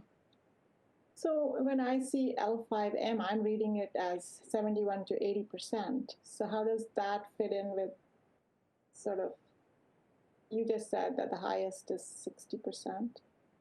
Yes. Yes, it's the color scheme. The blue isn't showing up quite well. So all of the data there are between the ranges of 51 to 60 and 61 to 70. Right. So my interpretation is right then that Ward 7 has amongst the lowest vaccination rates now. It wasn't so I'm kind of surprised. And some of those L5A and L5Cs, actually, L5C, I'm surprised that's a fairly affluent area. Anyway, maybe I have to take this offline because it's taking more time than I thought. But I wanted to know if there was any push or policy to increase it in these areas, but I'll just take that offline. My only other question was, around the vaccine piece, I'm guessing that Peel is still getting more vaccines than others, because is it only the hotspots that are getting the second dose earlier? Because I have friends in Toronto, and I don't think they are eligible for that before April 18th piece. So just trying to understand. I'm thinking it's a good news story, but maybe Dr. Loh, you can clarify. So through the chair to Councillor Demerla, actually, I appreciate the opportunity to clarify. So we've been named as one of 7 Delta areas of concern in the province. An additional allocation is available for areas that are seeing increased Delta activity. As you know, as all of Council knows, we had to contend with a volatility in the supply chain with the hotspot allocation in the first 2 weeks of May, and then a return to per capita allocations in the back half of May. And so subsequent to that, we had built up our capacity and then had to reduce our capacity through the back half of May, which led to both a reduction, and also with us reaching the 75% first dose milestone, we needed to rely on expanded eligibility to try to get needles into arms. So as a result of that, we had reduced capacity, and we also held on to additional inventory to account for commitments, knowing that we would be short. Now we are basically ramping up our capacity again and trying to burn through that inventory as quickly as possible to make sure that we're getting second doses out to our community. And we understand that as that happens, as we continue to build our capacity back up again, that further allocation will be provided as available and as needed to ensure we stay ahead of the Delta variant. So certainly welcome the province's announcement today. Thank you. Thank you. Mayor Brown. Thank you, Chair Inika, and just want to say, Dr. Loh, thank you for your advocacy on the hotspot importance and prioritization. It looks like today we made progress, and as usual, when we are all united in Peel and speak with a united voice on why we need these tools, eventually it has traction. And we saw that on paid sick days, and we're seeing that again on second dose prioritization. One thing that I want to get a clearer picture on is this enhanced eligibility is obviously welcome news. But in terms of the additional allocations, for me, the simplest way to break it down is you just look at those percentages.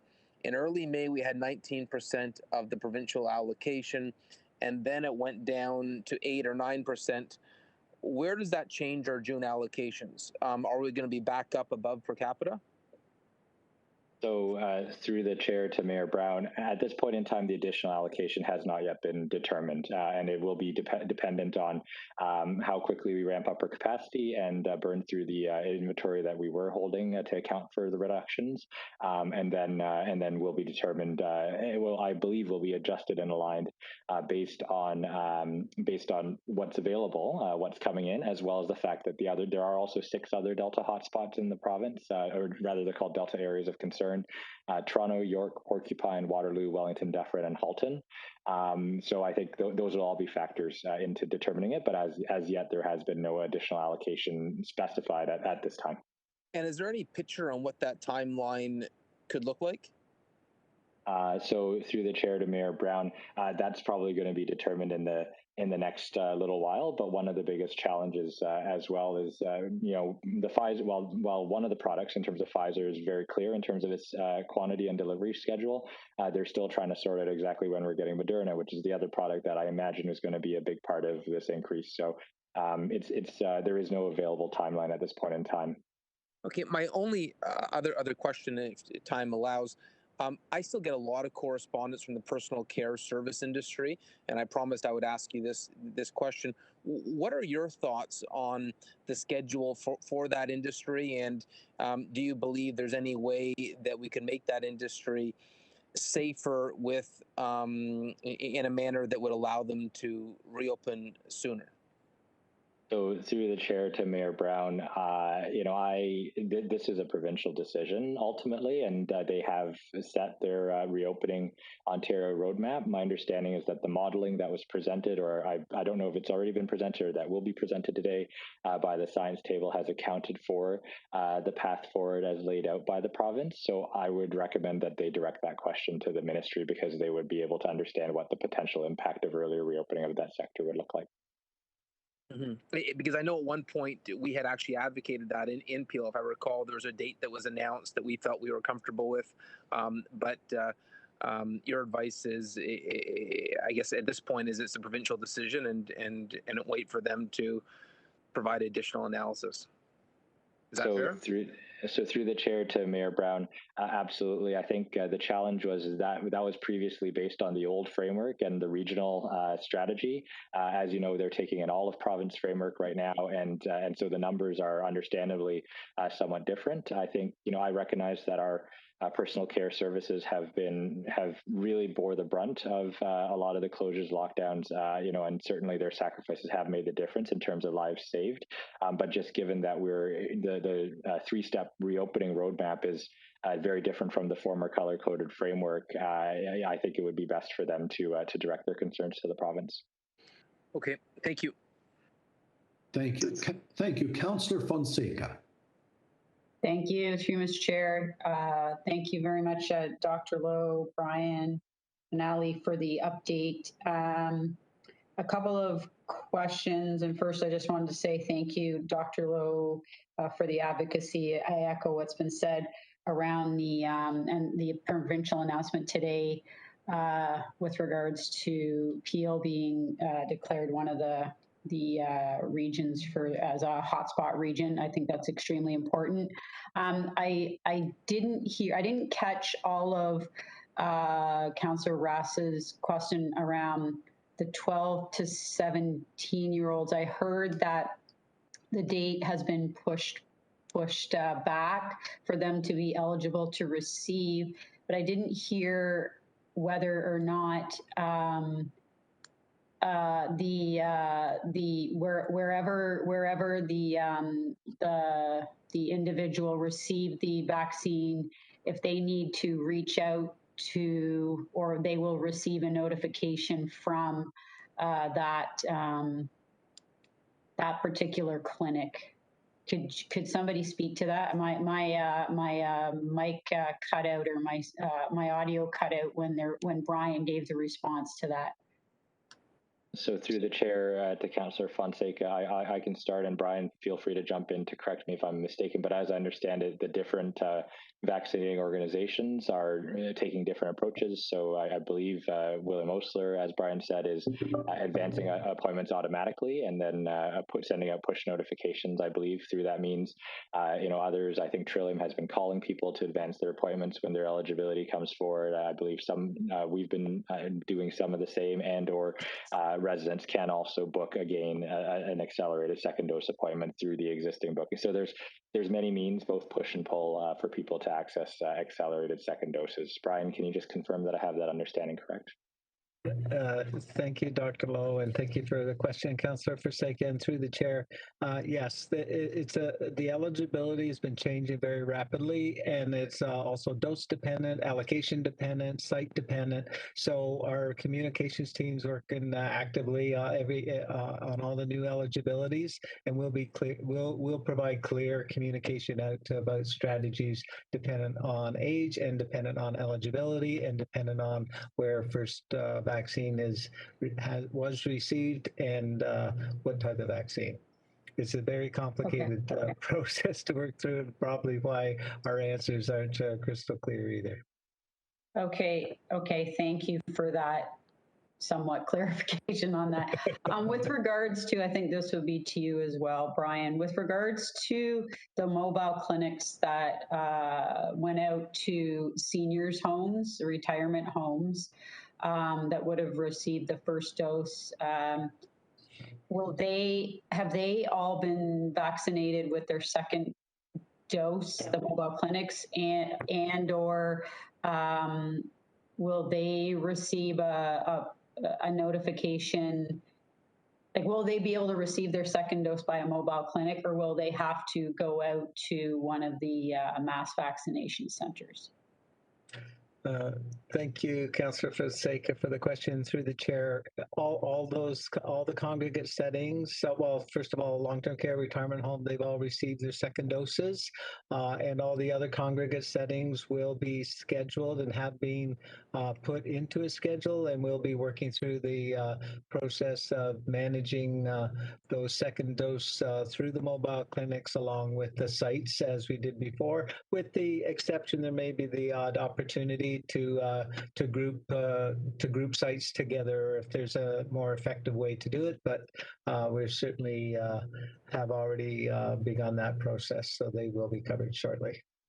Okay, that's great. Just a couple of more quick questions. If you could put the postal code map back up again, please.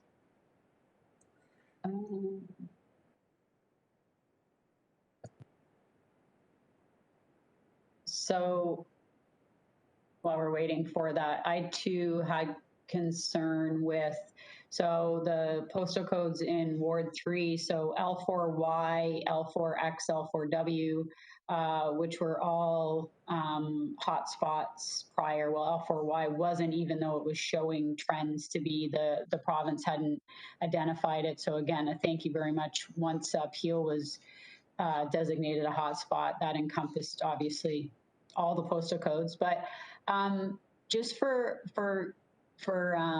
clarification, what does the gray mean? It says data suppressed due to low population. What does that mean? L4Y, like that's Ward.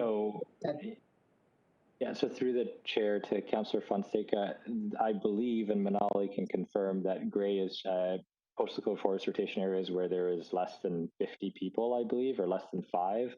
And you can see, at least with L5P, that's actually, and L4V, I believe those are like, that's the airport and the industrial area around the airport, and no one actually lives there. But Manali, can you confirm? Yeah, thank you, Councillor, for the question, and through the chair. It is, so we receive these data from the province, and they, for areas that have households or population of, I can't remember the number at this point as well, I believe it's less than 200 individuals, so population denominator of less than 200, those are suppressed by the province. So those are all the gray ones there. Okay, so maybe, you know what, and when I'm looking at this, I think it's marked wrong. mean, L4Y is clearly, that's Applewood Hills and Heights. L4Y probably has, I don't know, 25,000 people living it. So I think this might be marked. So I can work with you offline on that. And then to count, because that's not an accurate, it's definitely more than. Sorry, if I may, I apologize through the chair to Councillor Fonseca. I think L4Y is actually the one that's between L4X and L5A. It's not labeled on the map. Yeah, I think okay. Yeah, so that it would be a 51 to 60%, that square Okay, there, so, I believe. Yeah. The one up in the gray one you're looking at, I think that's L4V. I apologize. Okay, my mistake also when I was looking at the map. So one other question. So the 51 to 60% still is quite concerning for me, since all three postal codes in Ward 3 are in that, quite concerning. I do know that there were a number of clinics that were set up with community agencies that were quite successful in those locations, within those postal codes. For example, Dixie Bloor Neighborhood Center and LAMP, East Mississauga LAMP. Are we continuing a conversation with them to host other clinics as part of the second dose strategy and/or first dose, if there's some within these postal codes that haven't even received their first? So through the chair to Councillor Fonseca, I'll defer this one to Brian Laundrie.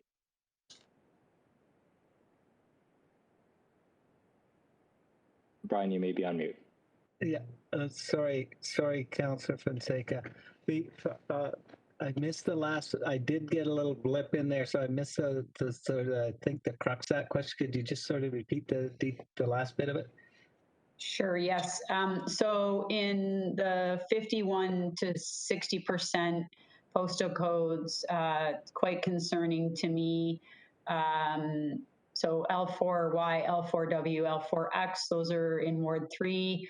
Are we continuing to work with agencies where there's been successful collaboration on clinics to see if they would host a second clinic for second doses in those vulnerable or in those neighborhoods or communities, and/or another clinic for first dose if there's a significant percentage of the population that hasn't received their first dose? Is that part of the strategy?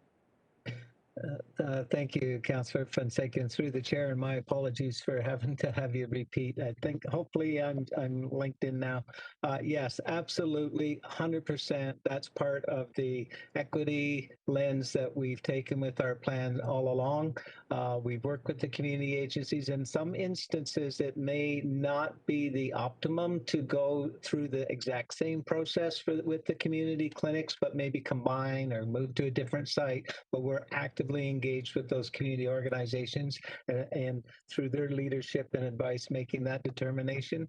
And as well, this is the long game of the marathon, where for first doses there may be multiple strategies still untested that we have to try to get to those groups that have systemic barriers to access, and we'll continue to work with those groups as long as we can, as long as it's needed. Okay, thank you very much. Thanks to everyone. Thank you. Mayor Thompson. Real quick, I got one quick question. Business-based clinics that we had, like the Amazons, Maple Lodge, Maple Leaf, are they going to be coming around for a second round? Was there anything announced by the province today, or is it at the science table? Where are we going? We got one shot. Can we get a second shot? So through the chair to Mayor Thompson, yes, the province indicated that both mobile units as well as workplace vaccination clinics in Peel, employer-led workplace vaccination clinics in Peel, will move to second doses as of the week of June 20th. And so we're just waiting for further information as to what that actually looks like and whether it includes a place like Amazon, for example. Thank you, sir. Okay, thank you. I think that exhausts my list of questioners, so thank you. That takes me back to Councillor Kovac and his motion on the floor. To deal with it, I need a seconder. So do I have a seconder for Councillor? I see Councillor Parrish is seconded, so thank you. So it's properly before us. So with that, perhaps opening comments or a thought to Dr. Loh first before I open it up to any other questions or comments from my colleagues. Dr. Loh. So thank you, Chair, and thank you, Councillor Kovac, for bringing this motion, and Councillor Parrish for allowing it to be heard. I think it's really important to highlight that our practices are in conjunction. Our current practice in respect of consent follows the Provincial Healthcare Consent Act, which does not stipulate an age of consent for treatment. This is a little different from a situation of age of majority. There's a recognition that minors who are assessed and presumed to be capable, i.e. able to understand what the treatment is and reasonably able to foresee consequences of making treatment decisions should be able to access. And this is the same principle that has been used, for example, if we have someone who is under the age of 16 but shows up at our sexual health clinics, they don't need parental consent, for example, to access our services. Similarly, if a 12 or 13-year-old is brought into the hospital and they need life-saving treatment, we are not going to stick around and wait for parental consent. This really speaks to the ability of a minor to understand and to make decisions about their own body. So I think it's at least for us at the Region of Peel, that's why our health unit has taken a different position on the age of consent that is aligned with Toronto, but maybe not aligned with other health units in the province. And I think I really want to highlight I think I responded, Councillor Kovac, to some of your questions around, it looks like the WHO hasn't updated their website to include the trial data, which, is certainly challenge all the other pieces that have been identified here. It is vital, however, that, we continue to try to vaccinate as many people as possible. I know, Councillor Kovac, you had previously mentioned that you saw things as Vision Zero, and I really actually appreciate that analogy, because Vision Zero talks about the whole system. It doesn't talk about a part of a system, of which vaccination and the issues, the very rare side effects and issues that are associated are. Vision Zero talks about looking at the whole transportation system.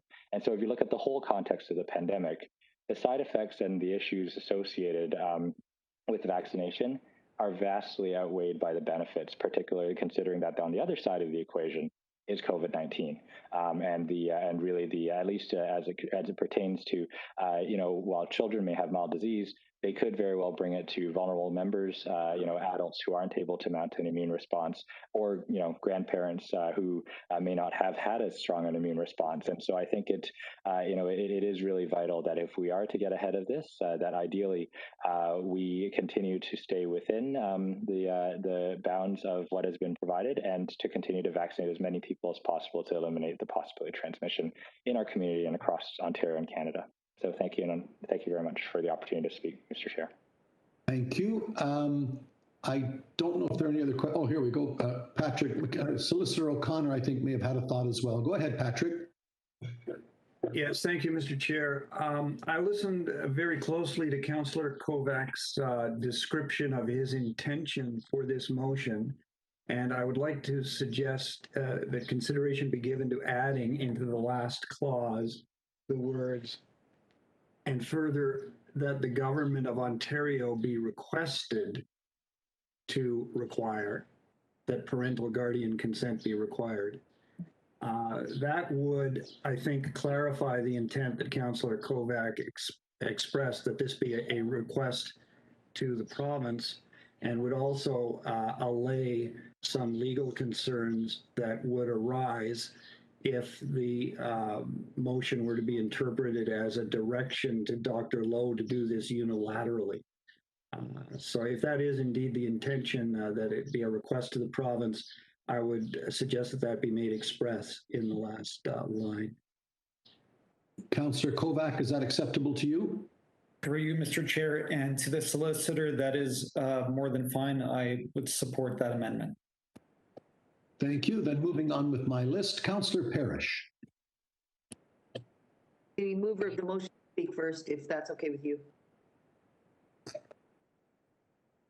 Carolyn, I was going to have him speak last because I've got you, Councillor Sato, then I was going to let him round it up if that's all right. So why don't you go ahead? Well, okay. It's kind of sad that I'm actually not going to support it. I supported getting it on the floor because I believe it's an important conversation. Parental permission generates a conversation between parent and child. In my daughter's household, she has a 12-year-old, and they had a long conversation about it, but didn't have to. And I can think of a lot of homes where those conversations would not take place. But these are not normal times, and normal rules don't apply. Some youngsters are getting their shots when their parents are not, which is to their credit. Some are inspiring their parents. When we ran the clinic at the mosque, there were little kids coming in with their parents that couldn't get the shots, and they were upset that they had dragged their parents in kicking and screaming. I can't support it, but I did support getting the conversation on the floor, and I compliment John. He's speaking on behalf of a group of people in his, very thoughtful, and this was, it would have been a shame not to get it on the floor. Thank you. Thank you. Councillor Sato. Thank you, Mr. Chair. So I'm not as opposed to the government be asking, well, they're asked to require about the parental permission, but I do have concerns with the second last paragraph after listening to Dr. Loh. Basically, it's saying that Peel Council does not agree that we should be giving the vaccine to children as young as 12 years. And sorry, somebody has their microphone on and I'm echoing here.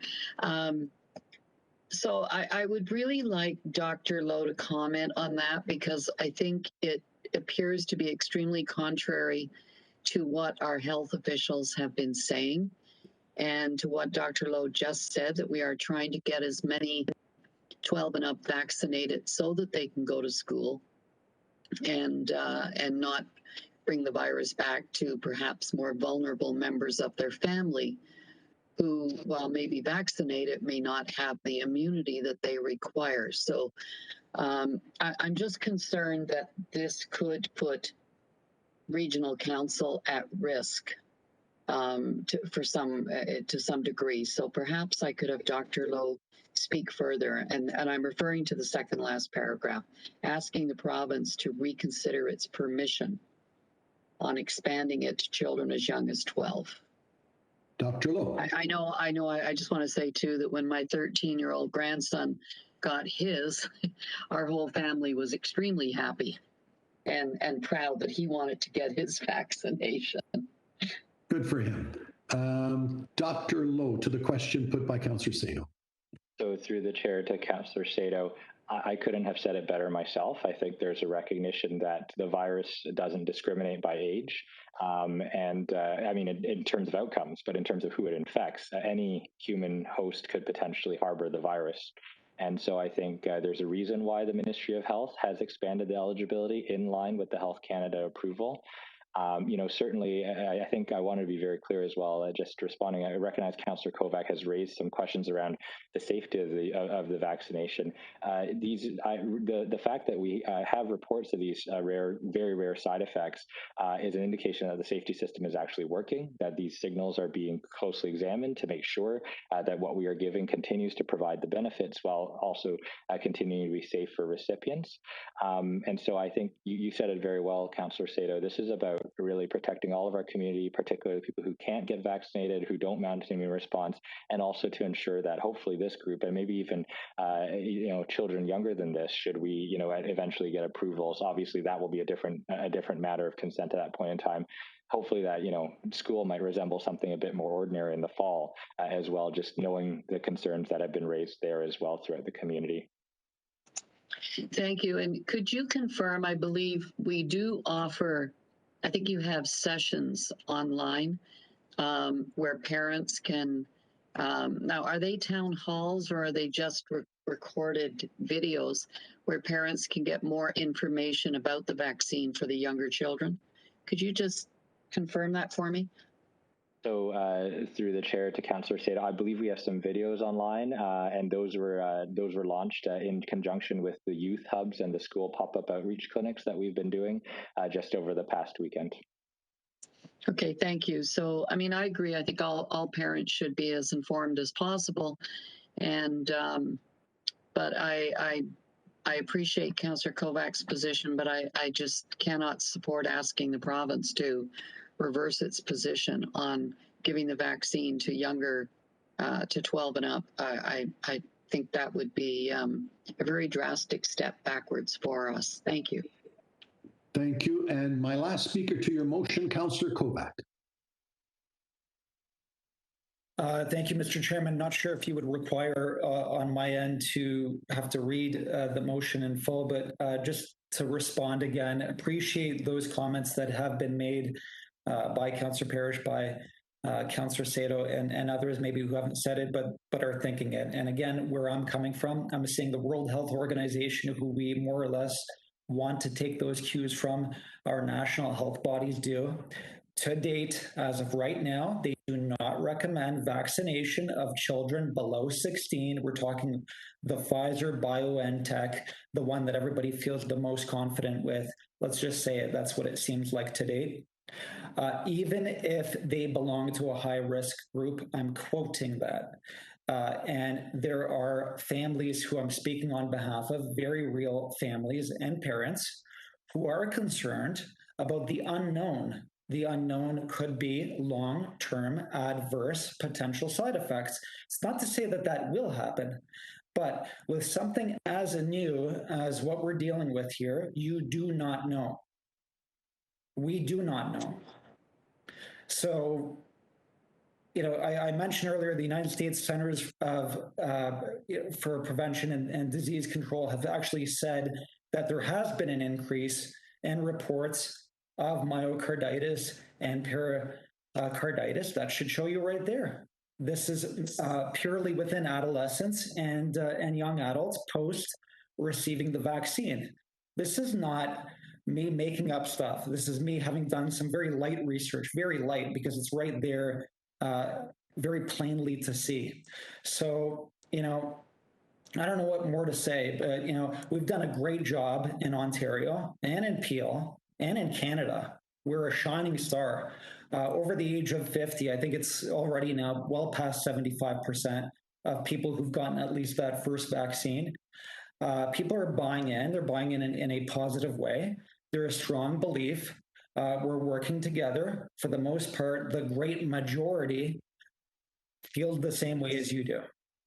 But if you're going to constantly try to do things like this, you're going to actually create more suspicion and concern amongst all those people who do still matter, even if you don't feel the same way as they do. So, you know, with all due respect, and, you know, I'm being polite, respect everybody here a ton. It's my humble opinion that I'd like to go forward with this, and I feel quite strongly about it. Thank you, and it's brought forward a very good conversation. That concludes my list. It is before me, duly moved and seconded. Madam Clerk, over to you for the recorded vote. Thank you, Mr. Chair. And I'll begin with Mayor Brown. No. Mayor Brown opposed. Councillor Carlson? Yes. Councillor Carlson in favor. Mayor Crombie? No. Mayor Crombie opposed. Councillor Demerla?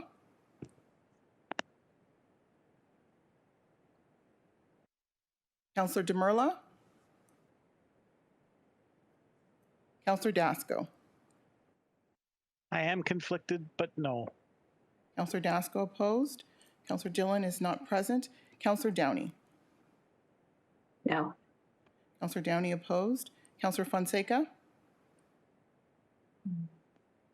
No. Councillor Fonseca opposed. Councillor Fortini? No. Councillor Fortini opposed. Councillor Groves indicated that she had to leave the meeting for other municipal business. Councillor Innes? Opposed. Councillor Innes opposed. Councillor Kovac? Yes, I support. Councillor Kovac in favor. Councillor Mahoney? No. Councillor Mahoney opposed. Councillor McFadden also indicated that she had to leave the meeting for other municipal business. Councillor Medeiros? No. Councillor Medeiros opposed. Councillor Palashi? No. Councillor Palashi opposed. Councillor Parrish? Regretfully, no. Councillor Parrish opposed. Councillor Raz? No, thank you. Thank you. Councillor Raz opposed. Councillor Sato. No. Councillor Sato opposed. Councillor Santos also indicated that she had to leave for other municipal business. Councillor Sinclair. Opposed. Councillor Sinclair opposed. Councillor Starr. Opposed. Councillor Starr opposed. Mayor Thompson.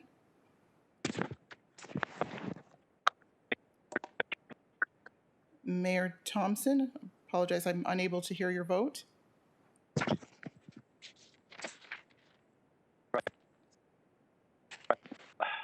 Opposed. Thank you. Mayor Thompson opposed. Not in favor. Thank you. Councillor Vicente? Opposed. Councillor Vicente opposed. And the motion fails.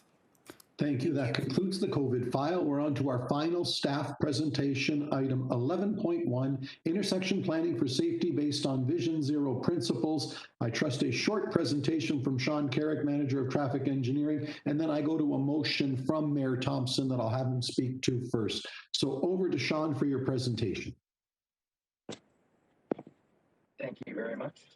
Can you hear me okay? A little soft and garbled, but a little louder would certainly help. Fantastic. I'll see what I can do in the settings, and then is that a bit better? Better, please proceed. Okay, fantastic. And I'll try to be expeditious. Good afternoon, Chair Anika and members of council. I've had the pleasure to work with many of you before. For those that might not know me, I'm Sean Carrick, the manager for traffic engineering in the transportation division. I'm very happy to be presenting today on how the region plans for intersection safety using the Vision Zero principles. Next slide, please. Thank you. So Vision Zero and the region's road safety strategic plan was adopted by Regional Council in 2018. This plan aims to eliminate traffic fatalities and injuries while increasing safe, healthy, and equitable mobility for all users. It can be summarized in one sentence: no loss of life is acceptable. Next slide, please. So consistent with the Vision Zero principles, the Region of Peel's approach to transportation planning and road operation prioritizes safety rather than cost, speed, efficiency, or convenience for all road users, including pedestrians, cyclists, motorists, and goods movement operators. Next slide, please.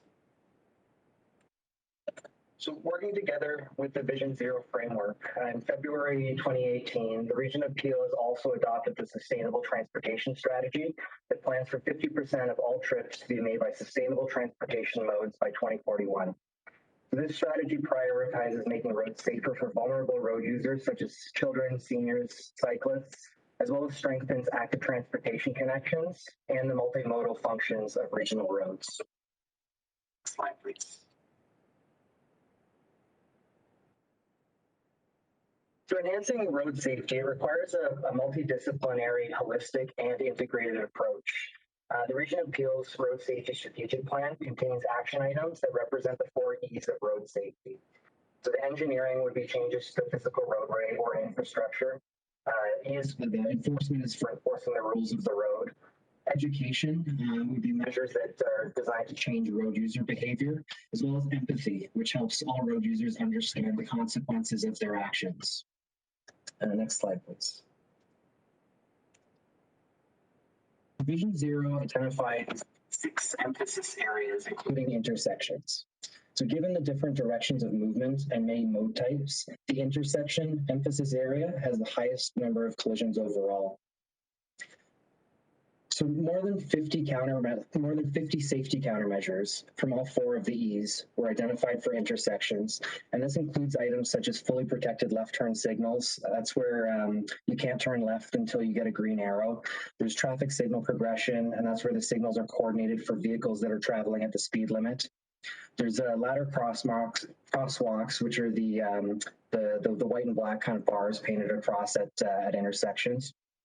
Cross rides, where cyclists have a designated crossing area and they don't have to dismount to cross, as well as smart channels, which is a bit of a newer standard, and that's used to slow vehicles down that have to use right turn channels where they may still be required for trucks or to accommodate infrastructure. So these hard infrastructure items are also accompanied by softer education and empathy measures, such as outreach campaigns, events when they're permitted, as well as targeted messaging. I'd like to give a big shout out to the team as well. They've done a fantastic job developing these, and there's some pretty excellent videos that you may have seen come out over social media. Next slide, please. So the purpose of traffic signals is to provide alternating right-of-way at an intersection. And while in some instances the traffic signals can reduce collisions, in others it can actually result in increased collisions. And from a pedestrian crossing perspective, signals are not the only tool in the toolbox. Some of the other ones include pedestrian crossovers or PXOs, and that's a pedestrian crossing that's equipped with signage where drivers are legally required to stop. There's intersection pedestrian signals where only one leg of an intersection is signalized for pedestrians to cross while the vehicles on the side street have a stop sign to comply with. As well as those mid-block pedestrian signals, which by name are signals that are installed midway between two intersections and are solely for pedestrian usage. Next slide, please. So left turning maneuvers at intersections are usually the most complicated movement to make, and therefore they typically experience moderate delays while the driver has to wait and judge for an appropriate gap to make their turn. Signalization is often perceived as the primary solution to manage those experienced delays. However, from the perspective of the overall intersection safety, other methods should first be considered to address one of those a single movement such as that. And those options could be things like time of day turning restrictions, or even a permanent restriction with a center median if alternate routes exist. Next slide, please. So the current Ontario industry and council adopted practice for reviewing and recommending traffic signals is the Ontario Traffic Manual Signal Warrant Process. For short, it's the OTM warrant. This is a very robust process that holistically considers a number of factors, including the intersection configuration, vehicle volumes, pedestrian volumes, speed limits, area population, delays, collision history, as well as pedestrian crossing opportunities to determine when intersection safety would benefit from a traffic signal. So this process also provides a consistent and comprehensive analysis designed to accommodate real-life issues while being able to provide better responsiveness and flexibility compared to other warrant methodologies. Next slide, please. So there are circumstances where the OTM warrant results will indicate that signals are not recommended. However, there may be unique factors present that are not addressed by the warrant.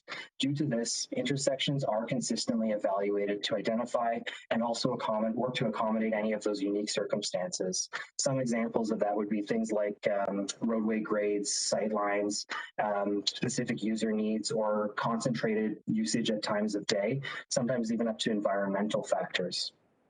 It's very important to note that there are various methods of accommodating these factors, and it's not done through a simple relaxation of the thresholds that are contained in the OTM warrant. In some instances where an intersection is not warranted and there are no unique circumstances, the best approach is to investigate the alternative traffic safety countermeasures that we touched on previously, or even a combination of other intersection countermeasures outlined in the Vision Zero Road Safety Strategic Plan. Next slide, please. So there are some risks and implications related to installing traffic signals, and I'll start with the safety risk. So the impacts of installing unwarranted signals can actually result in increased collisions, infiltration of traffic to surrounding streets, undesirable environmental impacts due to congestion, an increase in disobedience to signal indications, which also comes along with other risky driving behaviors. That would be like somebody rushing to catch an amber light. And it can actually also provide a false sense of security to users, both vehicular, pedestrian, cyclists, all of them. Secondly, by using a consistent and reliable evaluation method, it reduces the risk of liability, but more importantly, from an equity perspective, it reduces questions about why one location may be picked over another. And then finally, there are financial considerations. I would like to underscore that cost is not a consideration or a barrier when we're reviewing individual requests for signals at intersections, and that staff's review and subsequent recommendations are based on the overall safety impacts using an established technical method. That being said, cost does become a consideration when you're working at the overall program and planning level, as each traffic signal can cost approximately $300,000 to $450,000 per location, and on average about $8,500 per year to operate and maintain. So this, at a program level, this funding may provide a greater safety benefit if spent on alternative safety countermeasures. So that, again, having a consistent and reliable evaluation method allows us to monitor the network and then project it for when changes would likely be required throughout. Next slide, please. So in conclusion, our Vision Zero road safety and strategic plan provides us with a wide range of countermeasures targeted towards the 6 emphasis areas and the 2 awareness areas, which includes improving intersection safety and pedestrian cyclist crossings. So staff utilize the OTM warrant process to evaluate the net safety impact of installing traffic signals, while in addition taking into account any location-specific circumstances or factors. So we remain committed to continue the excellent momentum achieved through the Vision Zero Task Force, and we'd like to put a big thanks out to all members of council, our internal and external Vision Zero stakeholders, as well as the community for all of the support that we've received so far. With this, we will continue to advance safety, work towards achieving our short-term goals, and then collectively carry on towards the vision of zero fatal and injury collisions for all road users. So thank you very much, and I'm happy for any questions you may have. Sean, very well done. There are Mayor Thompson.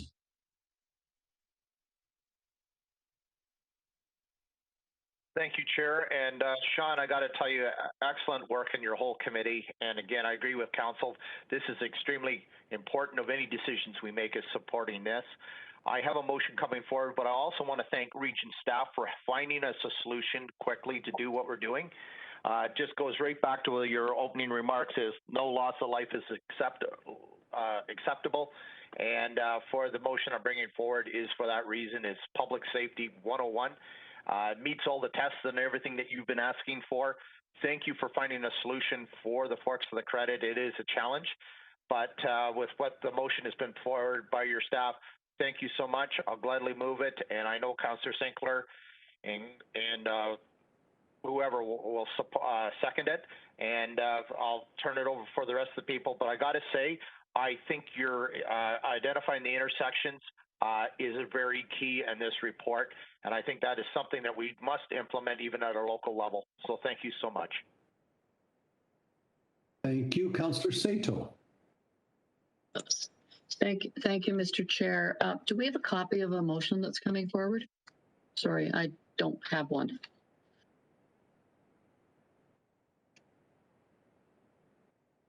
Through to the staff, can we put one up, or can someone speak to it? I'm just asking if we have one. I guess maybe it'll come forward. Councillor Sato, there is, and just assume they'll put it up when it comes, but it's pretty straightforward. Thank you. There it is. Okay, thank you. So, Sean, just a couple of questions. And I know all the stuff we're doing with regard to Vision Zero, and it's great working with you and staff on the task force. 2 of the areas at the beginning of your presentation, I wonder if you could just clarify. On the list was the right turn channels. And as you know, that has been a concern for our Road Safety Committee and others with regard to the safety of right turning traffic. There have been calls for no right turn on red, which is very hard to enforce. We have some in Mississauga, and you constantly see people making their right turn on red. The good thing is, I guess, they kind of stop first or slow down. But the right turn channels, could you just clarify how you are going to make those safer and still leave them? Paint is not working. So, for example, the new slashed area, painted area at Battleford and Erin Mills Parkway is one I'm the most familiar with. So staff went out and they painted slash marks that are supposed to make the motorist drive straight out and make a sharper turn. They're still within the channel, and I have yet to see one car do that. The curve, they follow the curve of the road and the curb of the road itself. So are we making, as we're going through doing intersection improvements, and we're doing those along Erin Mills Parkway right now to the south, are we making those channels 90 degrees? Because that's really the only way they're going to be safe for pedestrians and cyclists. Yeah, so through the chair, and thank you, Councillor Sato, for the question. The right turn channels are definitely a focus of ours, and we work very closely with our sustainable transportation group when doing full-on road reconstruction and design exercises to first determine the necessity of them. We, in general, I think it would be a fair statement to say that we're trying to take them out wherever we can. There are some instances, however, where they're still found to be necessary to accommodate either high volumes of trucks and at times infrastructure as well. There's very large utility poles that may have to be located in them. So in those instances where they are either required and or if the scope of the project, if it's a small resurfacing and even proactively, we have a program to do what we can to retrofit the existing channels while we wait for a larger project that can actually address them more fulsomely. And what that does, what we do now to make them safer while being able to accommodate the radius that's required for trucks is it's not just the markings that we put out right now. So that is a shorter term solution. But in my mind, the more important thing is that in conjunction with that, we install the new regulatory signage where as you're coming up in the channel, there's some shark teeth that are put in it, as well as regulatory signage that makes it by law that passenger vehicles, anyone driving must stop for pedestrians, as opposed to before where it was more of a kind of a yield or courtesy situation. So we're trying to get those signs out as much as possible on all the locations that are not under construction, and then as well doing what we can with markings in the interim while we can come back with either more physical changes or some other kind of hard surface improvements that we can do there. Okay, thank you. And yes, the signage was much needed for that, because I do know that previously it was legal for cars just to coast around. But with regard also, so that the right turning traffic, and I have a fair number of these in my ward, one of the things that I've been asking, and I believe we are going to start doing it at the region on all of our intersections as we're going through, is moving the stop bar further back from the pedestrian crossing, so that if a vehicle is coming up to make a right turn, and it's very rare to see any of them stop at the stop bar, but at least if the stop bars for the through traffic are further back, the right turning traffic will have greater visibility if there's a pedestrian, or probably more importantly, a cyclist who is moving faster across the intersection.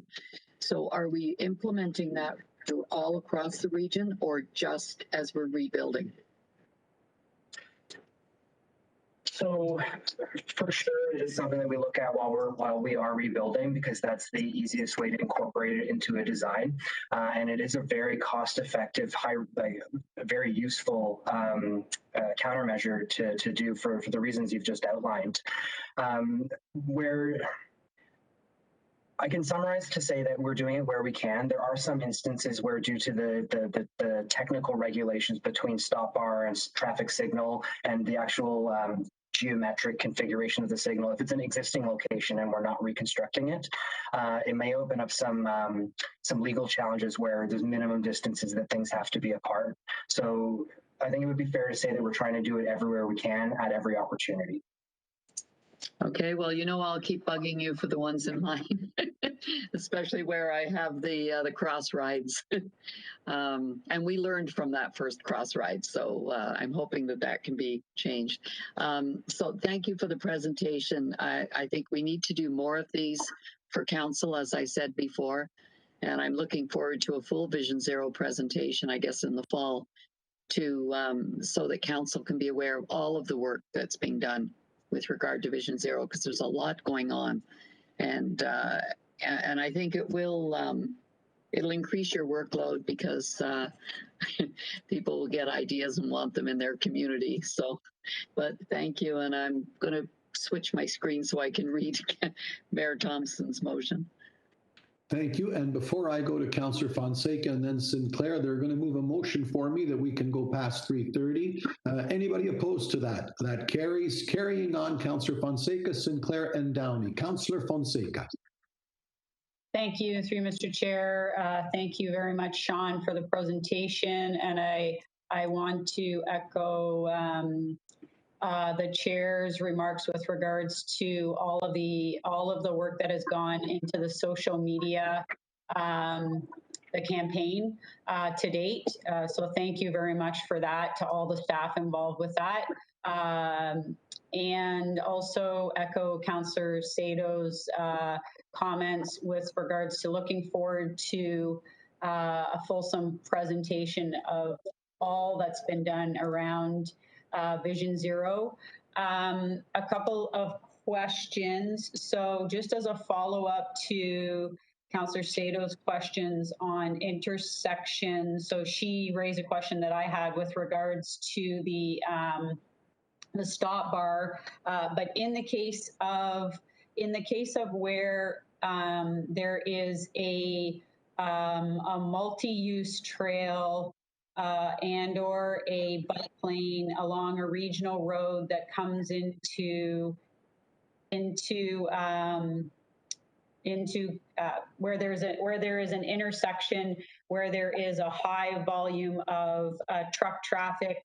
I'm thinking in particular, I have many of these intersections along Dixie Road that are actually running through kind of where the road switches over from more of Dixie runs through residential, doesn't run into residential, but the Dixie intersections cross over from the regional road to the local intersections are going into neighborhoods and or then if you follow along south, you have more of a commercial industrial neighborhoods, but you have multi-use trail, and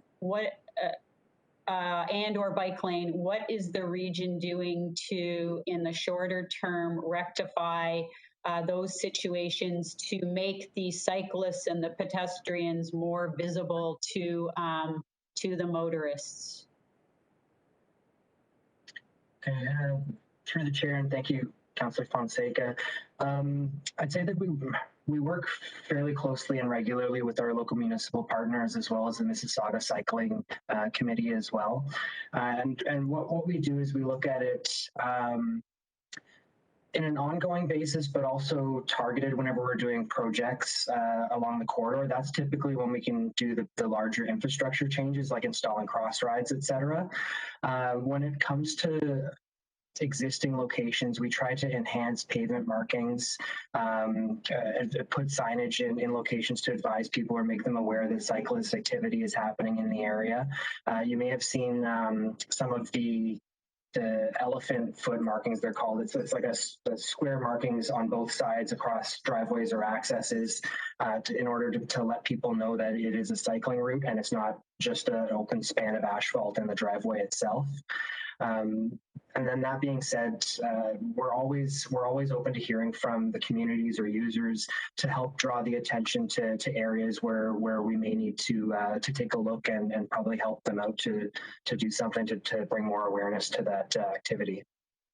Okay, so thank you for that. I'll follow up with you offline. This is raised regularly at Cycling Advisory Committee, but also Traffic Safety Council at the city. So happy to talk with you offline on that. Just a couple more quick questions. Currently, the city of Mississauga, we have a number of integrated road projects underway where local roads, again, intersect at a number of points with regional roads. Is the region involved? I guess you sort of answered the question, but my request would be that the region be very involved in these integrated road projects. I, for one, have one at Rathburn and Pony Trail, and Dixie is at the one end of the project, and then another one that is going to be, we're going to have some community meetings coming up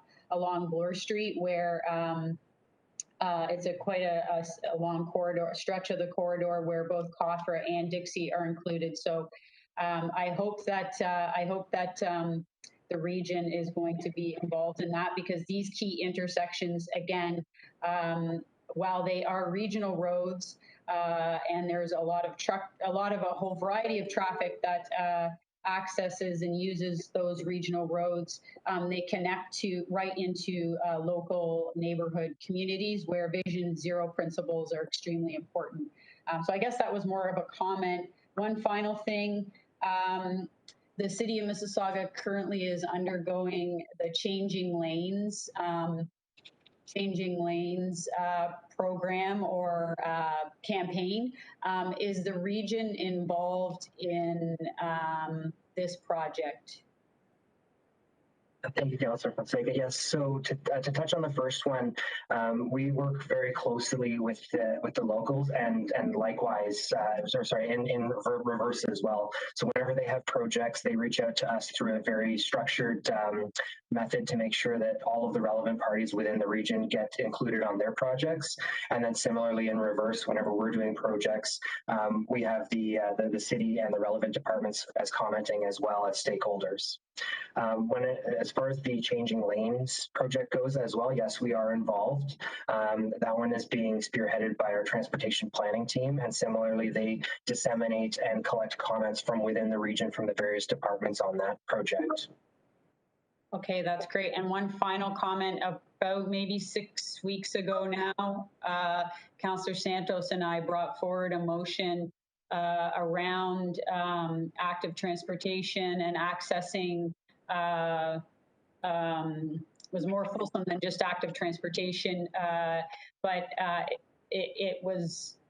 there was a lot of direction for the region to access funding and take advantage of federal or provincial funding that is available out there now. So I do hope that the region is continuing to look at opportunities to take advantage of that funding to implement some of what is in the Vision Zero strategy for the region. Thank you very much, Mr. Chair. Thank you. Councillor Sinclair. Yes, thank you, Mr. Chairman. I wish to second Mayor Thompson's motion and just thank Mr. Carrick for the excellent presentation and work that he's doing on traffic calming up in my area. Thank you. Thank you. Duly seconded. Councillor Downey. Thank you, through you, Chair. I too would like to thank staff for all of the work and their presence at a number of community-led meetings in regards to traffic calming. When it comes to Vision Zero, as Councillor Sato mentioned, there is a lot going on. There are so many spokes in the wheel, and really the true nature of that Vision Zero is to create, just as an example, creating community safety zones, and all of the work that we put in play really does change driver behavior and ultimately makes roads safer for all users. So I thank all of you for that work, and I'm happy to support the motion that's on the floor as well. I'm a little bit surprised that there isn't an ASE camera in the motion, but maybe Sean can speak to that, and I'd be happy to amend it if it was something that was seen as a friendly amendment, because I think that we can all see when we have them in our communities that they do work, they do change driver behavior. With all of the advocacy that we are doing with the province on AMPS, I think that we're going to see a lot more of those cameras in our community. So thank you. Sean, I will allow you a quick comment in response to Councillor Downey's point. Thank you, Mr. Chair, and thank you, Councillor Downey. When it comes to ASE, we're currently in the pilot that started in the fall of last year. We'll be kind of wrapping up, or we'll be completing a year in the fall of this year, and we're working towards report back to council early in next year, where we're going to provide kind of the findings, the recommendations for the continuation of the program in Peel.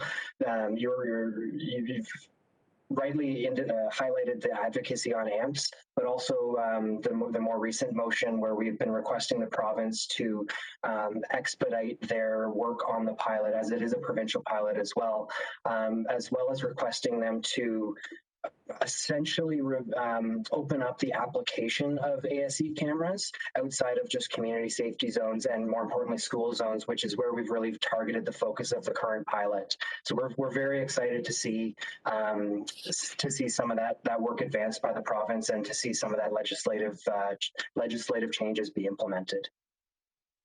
Okay, a separate file that still moves along with a related interest. I think we'll go from there. So with that, we have the motion before us, moved by Mayor Thompson, seconded by Sinclair. At the same time, I'm sure we're receiving this for information as well. But for the recorded vote on the motion, Madam Clerk, over to you. Thank you, Mr. Chair. I'll begin with Mayor Brown. Mayor Brown? Mayor Brown? Councillor Carlson? Yes. Councillor Carlson in favor. Mayor Crombie? Mayor Brown, yes as well. Thank you, Mayor Brown. Mayor Brown in favor. Councillor Crombie? Yes. Councillor Crombie in favor. Councillor Demerla indicated that she had to leave the meeting. Councillor Dasco? Yes. Councillor Dasco in favor. Councillor Dillon is not present. Councillor Downey? In favor. Councillor Downey in favor. Councillor Fonseca? Yes, in favor. Councillor Fonseca in favor. Councillor Fortini? In favor. Councillor Fortini in favor. Councillor Groves is not present. Councillor Innes? In favor. Councillor Innes in favor. Councillor Kovac? In favor. Councillor Kovac in favor. Councillor Mahoney? Yes, thank you. Councillor Mahoney in favor. Councillor McFadden is not present. Councillor Medeiros? Councillor Medeiros in favor. Councillor Paleshi? In favor. Councillor Paleshi in favor. Councillor Parrish? Yes. Councillor Parrish in favor. Councillor Raz? Yes. Councillor Raz in favor. Councillor Sato? Sorry, yes. Councillor Sato in favor. Councillor Santos is not present. Councillor Sinclair? In favor. Councillor Sinclair in favor. Councillor Starr? In favor. Councillor Starr in favor. Mayor Thompson? In favor? Mayor Thompson in favor. Councillor Vicente? Councillor Vicente? In favor. Councillor Vicente in favor. Thank you, Councillor Vicente. And the motion carries. Thank you. Very good. That carries, brings us down to 17, communications item 17.1. Jeff Urick, Minister of the Environment, regarding regulatory proposals under the Conservation Authorities Act. Councillor Innes. Thank you, Chair Anika. I'll be quick. I'm just going to ask that this be referred back to staff for a report to come by June 24th, as the timeframe for comments is June 27th. And I know that they've already been working with the TRCA and the CVC, but I think that Peel should voice its comments with an emphasis, if you would indulge, on enforcement issues, the ongoing issue that all of our municipalities have been concerned about, not only the degradation of environmentally sensitive lands through fill and the destruction of woodlots, but also the protection of people's property and themselves. We have, dangerous situations where people are building decks on the back of ravines and such. So just asking for greater enforcement provisions for conservation authorities to be able to protect these areas and to allow for the restoration of these areas once they have been destroyed, similar to the powers that municipalities have. So I throw that back, but look forward to a report coming back if my colleagues would deem fit. And also draw attention to the fact that Section 28 of the regulations, which deals with the development issues and concerns raised by the conservation authorities under the responsibility of MNRF, is not part of these regulations. And that should be, particularly noted from the region of Peel as the municipality with one of the highest growth trajectories. It's something that we should be paying attention to as well. Thank you. Thank you. I saw Commissioner Dedman nodding, so I think she's good for a small report that'll be coming back to us for our next council meeting. Madam Clerk, can I take that as direction, or do you need a vote? No vote, if we can just get a seconder, and then if you can confirm if there's any objections. I saw Matt Mahoney's hand first, seconded by Councillor Mahoney. Any opposed? That is carried to come back for our next council meeting. Thank you. I believe that brings me all the way down to other business, councillors' inquiries, and Councillor Raz had an inquiry about the CVC. Councillor Raz. Thank you, Mr. Chair. It's more of an announcement. I did want the regional councillors to know that we've kicked off our spring auction through the foundation, and I will send an email to each of them, and hopefully they can bid early, bid often. And unfortunately, we can't do our amazing gala this spring, but we're still looking for ways to make investments into our watershed. So I'll leave it at that and expect an email from me. Thank you. Thank you. Other business and councillor inquiries. Councillor Daskal. Thank you through the chair. I just wanted to bring to the attention. This was a resident that brought this to me who was in the social services industry in Toronto, and just he flagged the issue that I guess Toronto recently having some issues with tent city and things of that nature, have a policy now of not allowing or permitting, from my understanding, those that are without homes to be, I guess, picking up residency temporary or what have you in Toronto parks. I'm just wondering if the region has been in conversation with Toronto, and if that is the case, is there a strategy? Because one would imagine people might migrate, and I'm just wondering that there is a strategy in place that is able to deal with a problem that is just growing right now with people, more and more people without homes. So I'm just wondering if we could just have an answer on that, please. Commissioner Sheehy, you may have a thought on that. Yes, thank you. Sorry, just trying to get my video on. There we go. I'm not aware of any specific discussions that have gone on with the City of Toronto. I can tell you I am on a committee that comprises the city and all the GTA municipalities. So I will certainly follow up with my staff and follow up with the City of Toronto and get back to you if that's appropriate, Councillor Daskal. Yes, thank you very much, Janice. Thank you. Seeing no other inquiries, I have no notices of motion. I have no bylaws. There are no in-camera matters, so no bylaws relating to in-camera. Madam Clerk, over to you for the final formalities. Thank you, Mr. Chair. I've got a motion moved by Councillor Downey, seconded by Councillor Fonseca, that the bylaw 41/2021 to confirm proceedings of Regional Council at its meeting held on June 10th, 2021, and to authorize the execution of documents in accordance with the Region of Peel bylaws relating thereto, be given the required number of readings, taken as read, signed by the Regional Chair and Deputy Regional Clerk, and the corporate seal be affixed thereto. If we just confirm if there's any objections. Are there any objections? So that will carry, and I think, Madam Clerk, that brings me to a motion of adjournment moved by Councillor Kovacs, seconded by Councillor Downey. Any opposed? That is carried. A good day's work again. All thank you very much and have a good evening. Motion to adjourn dealt with. Thank you.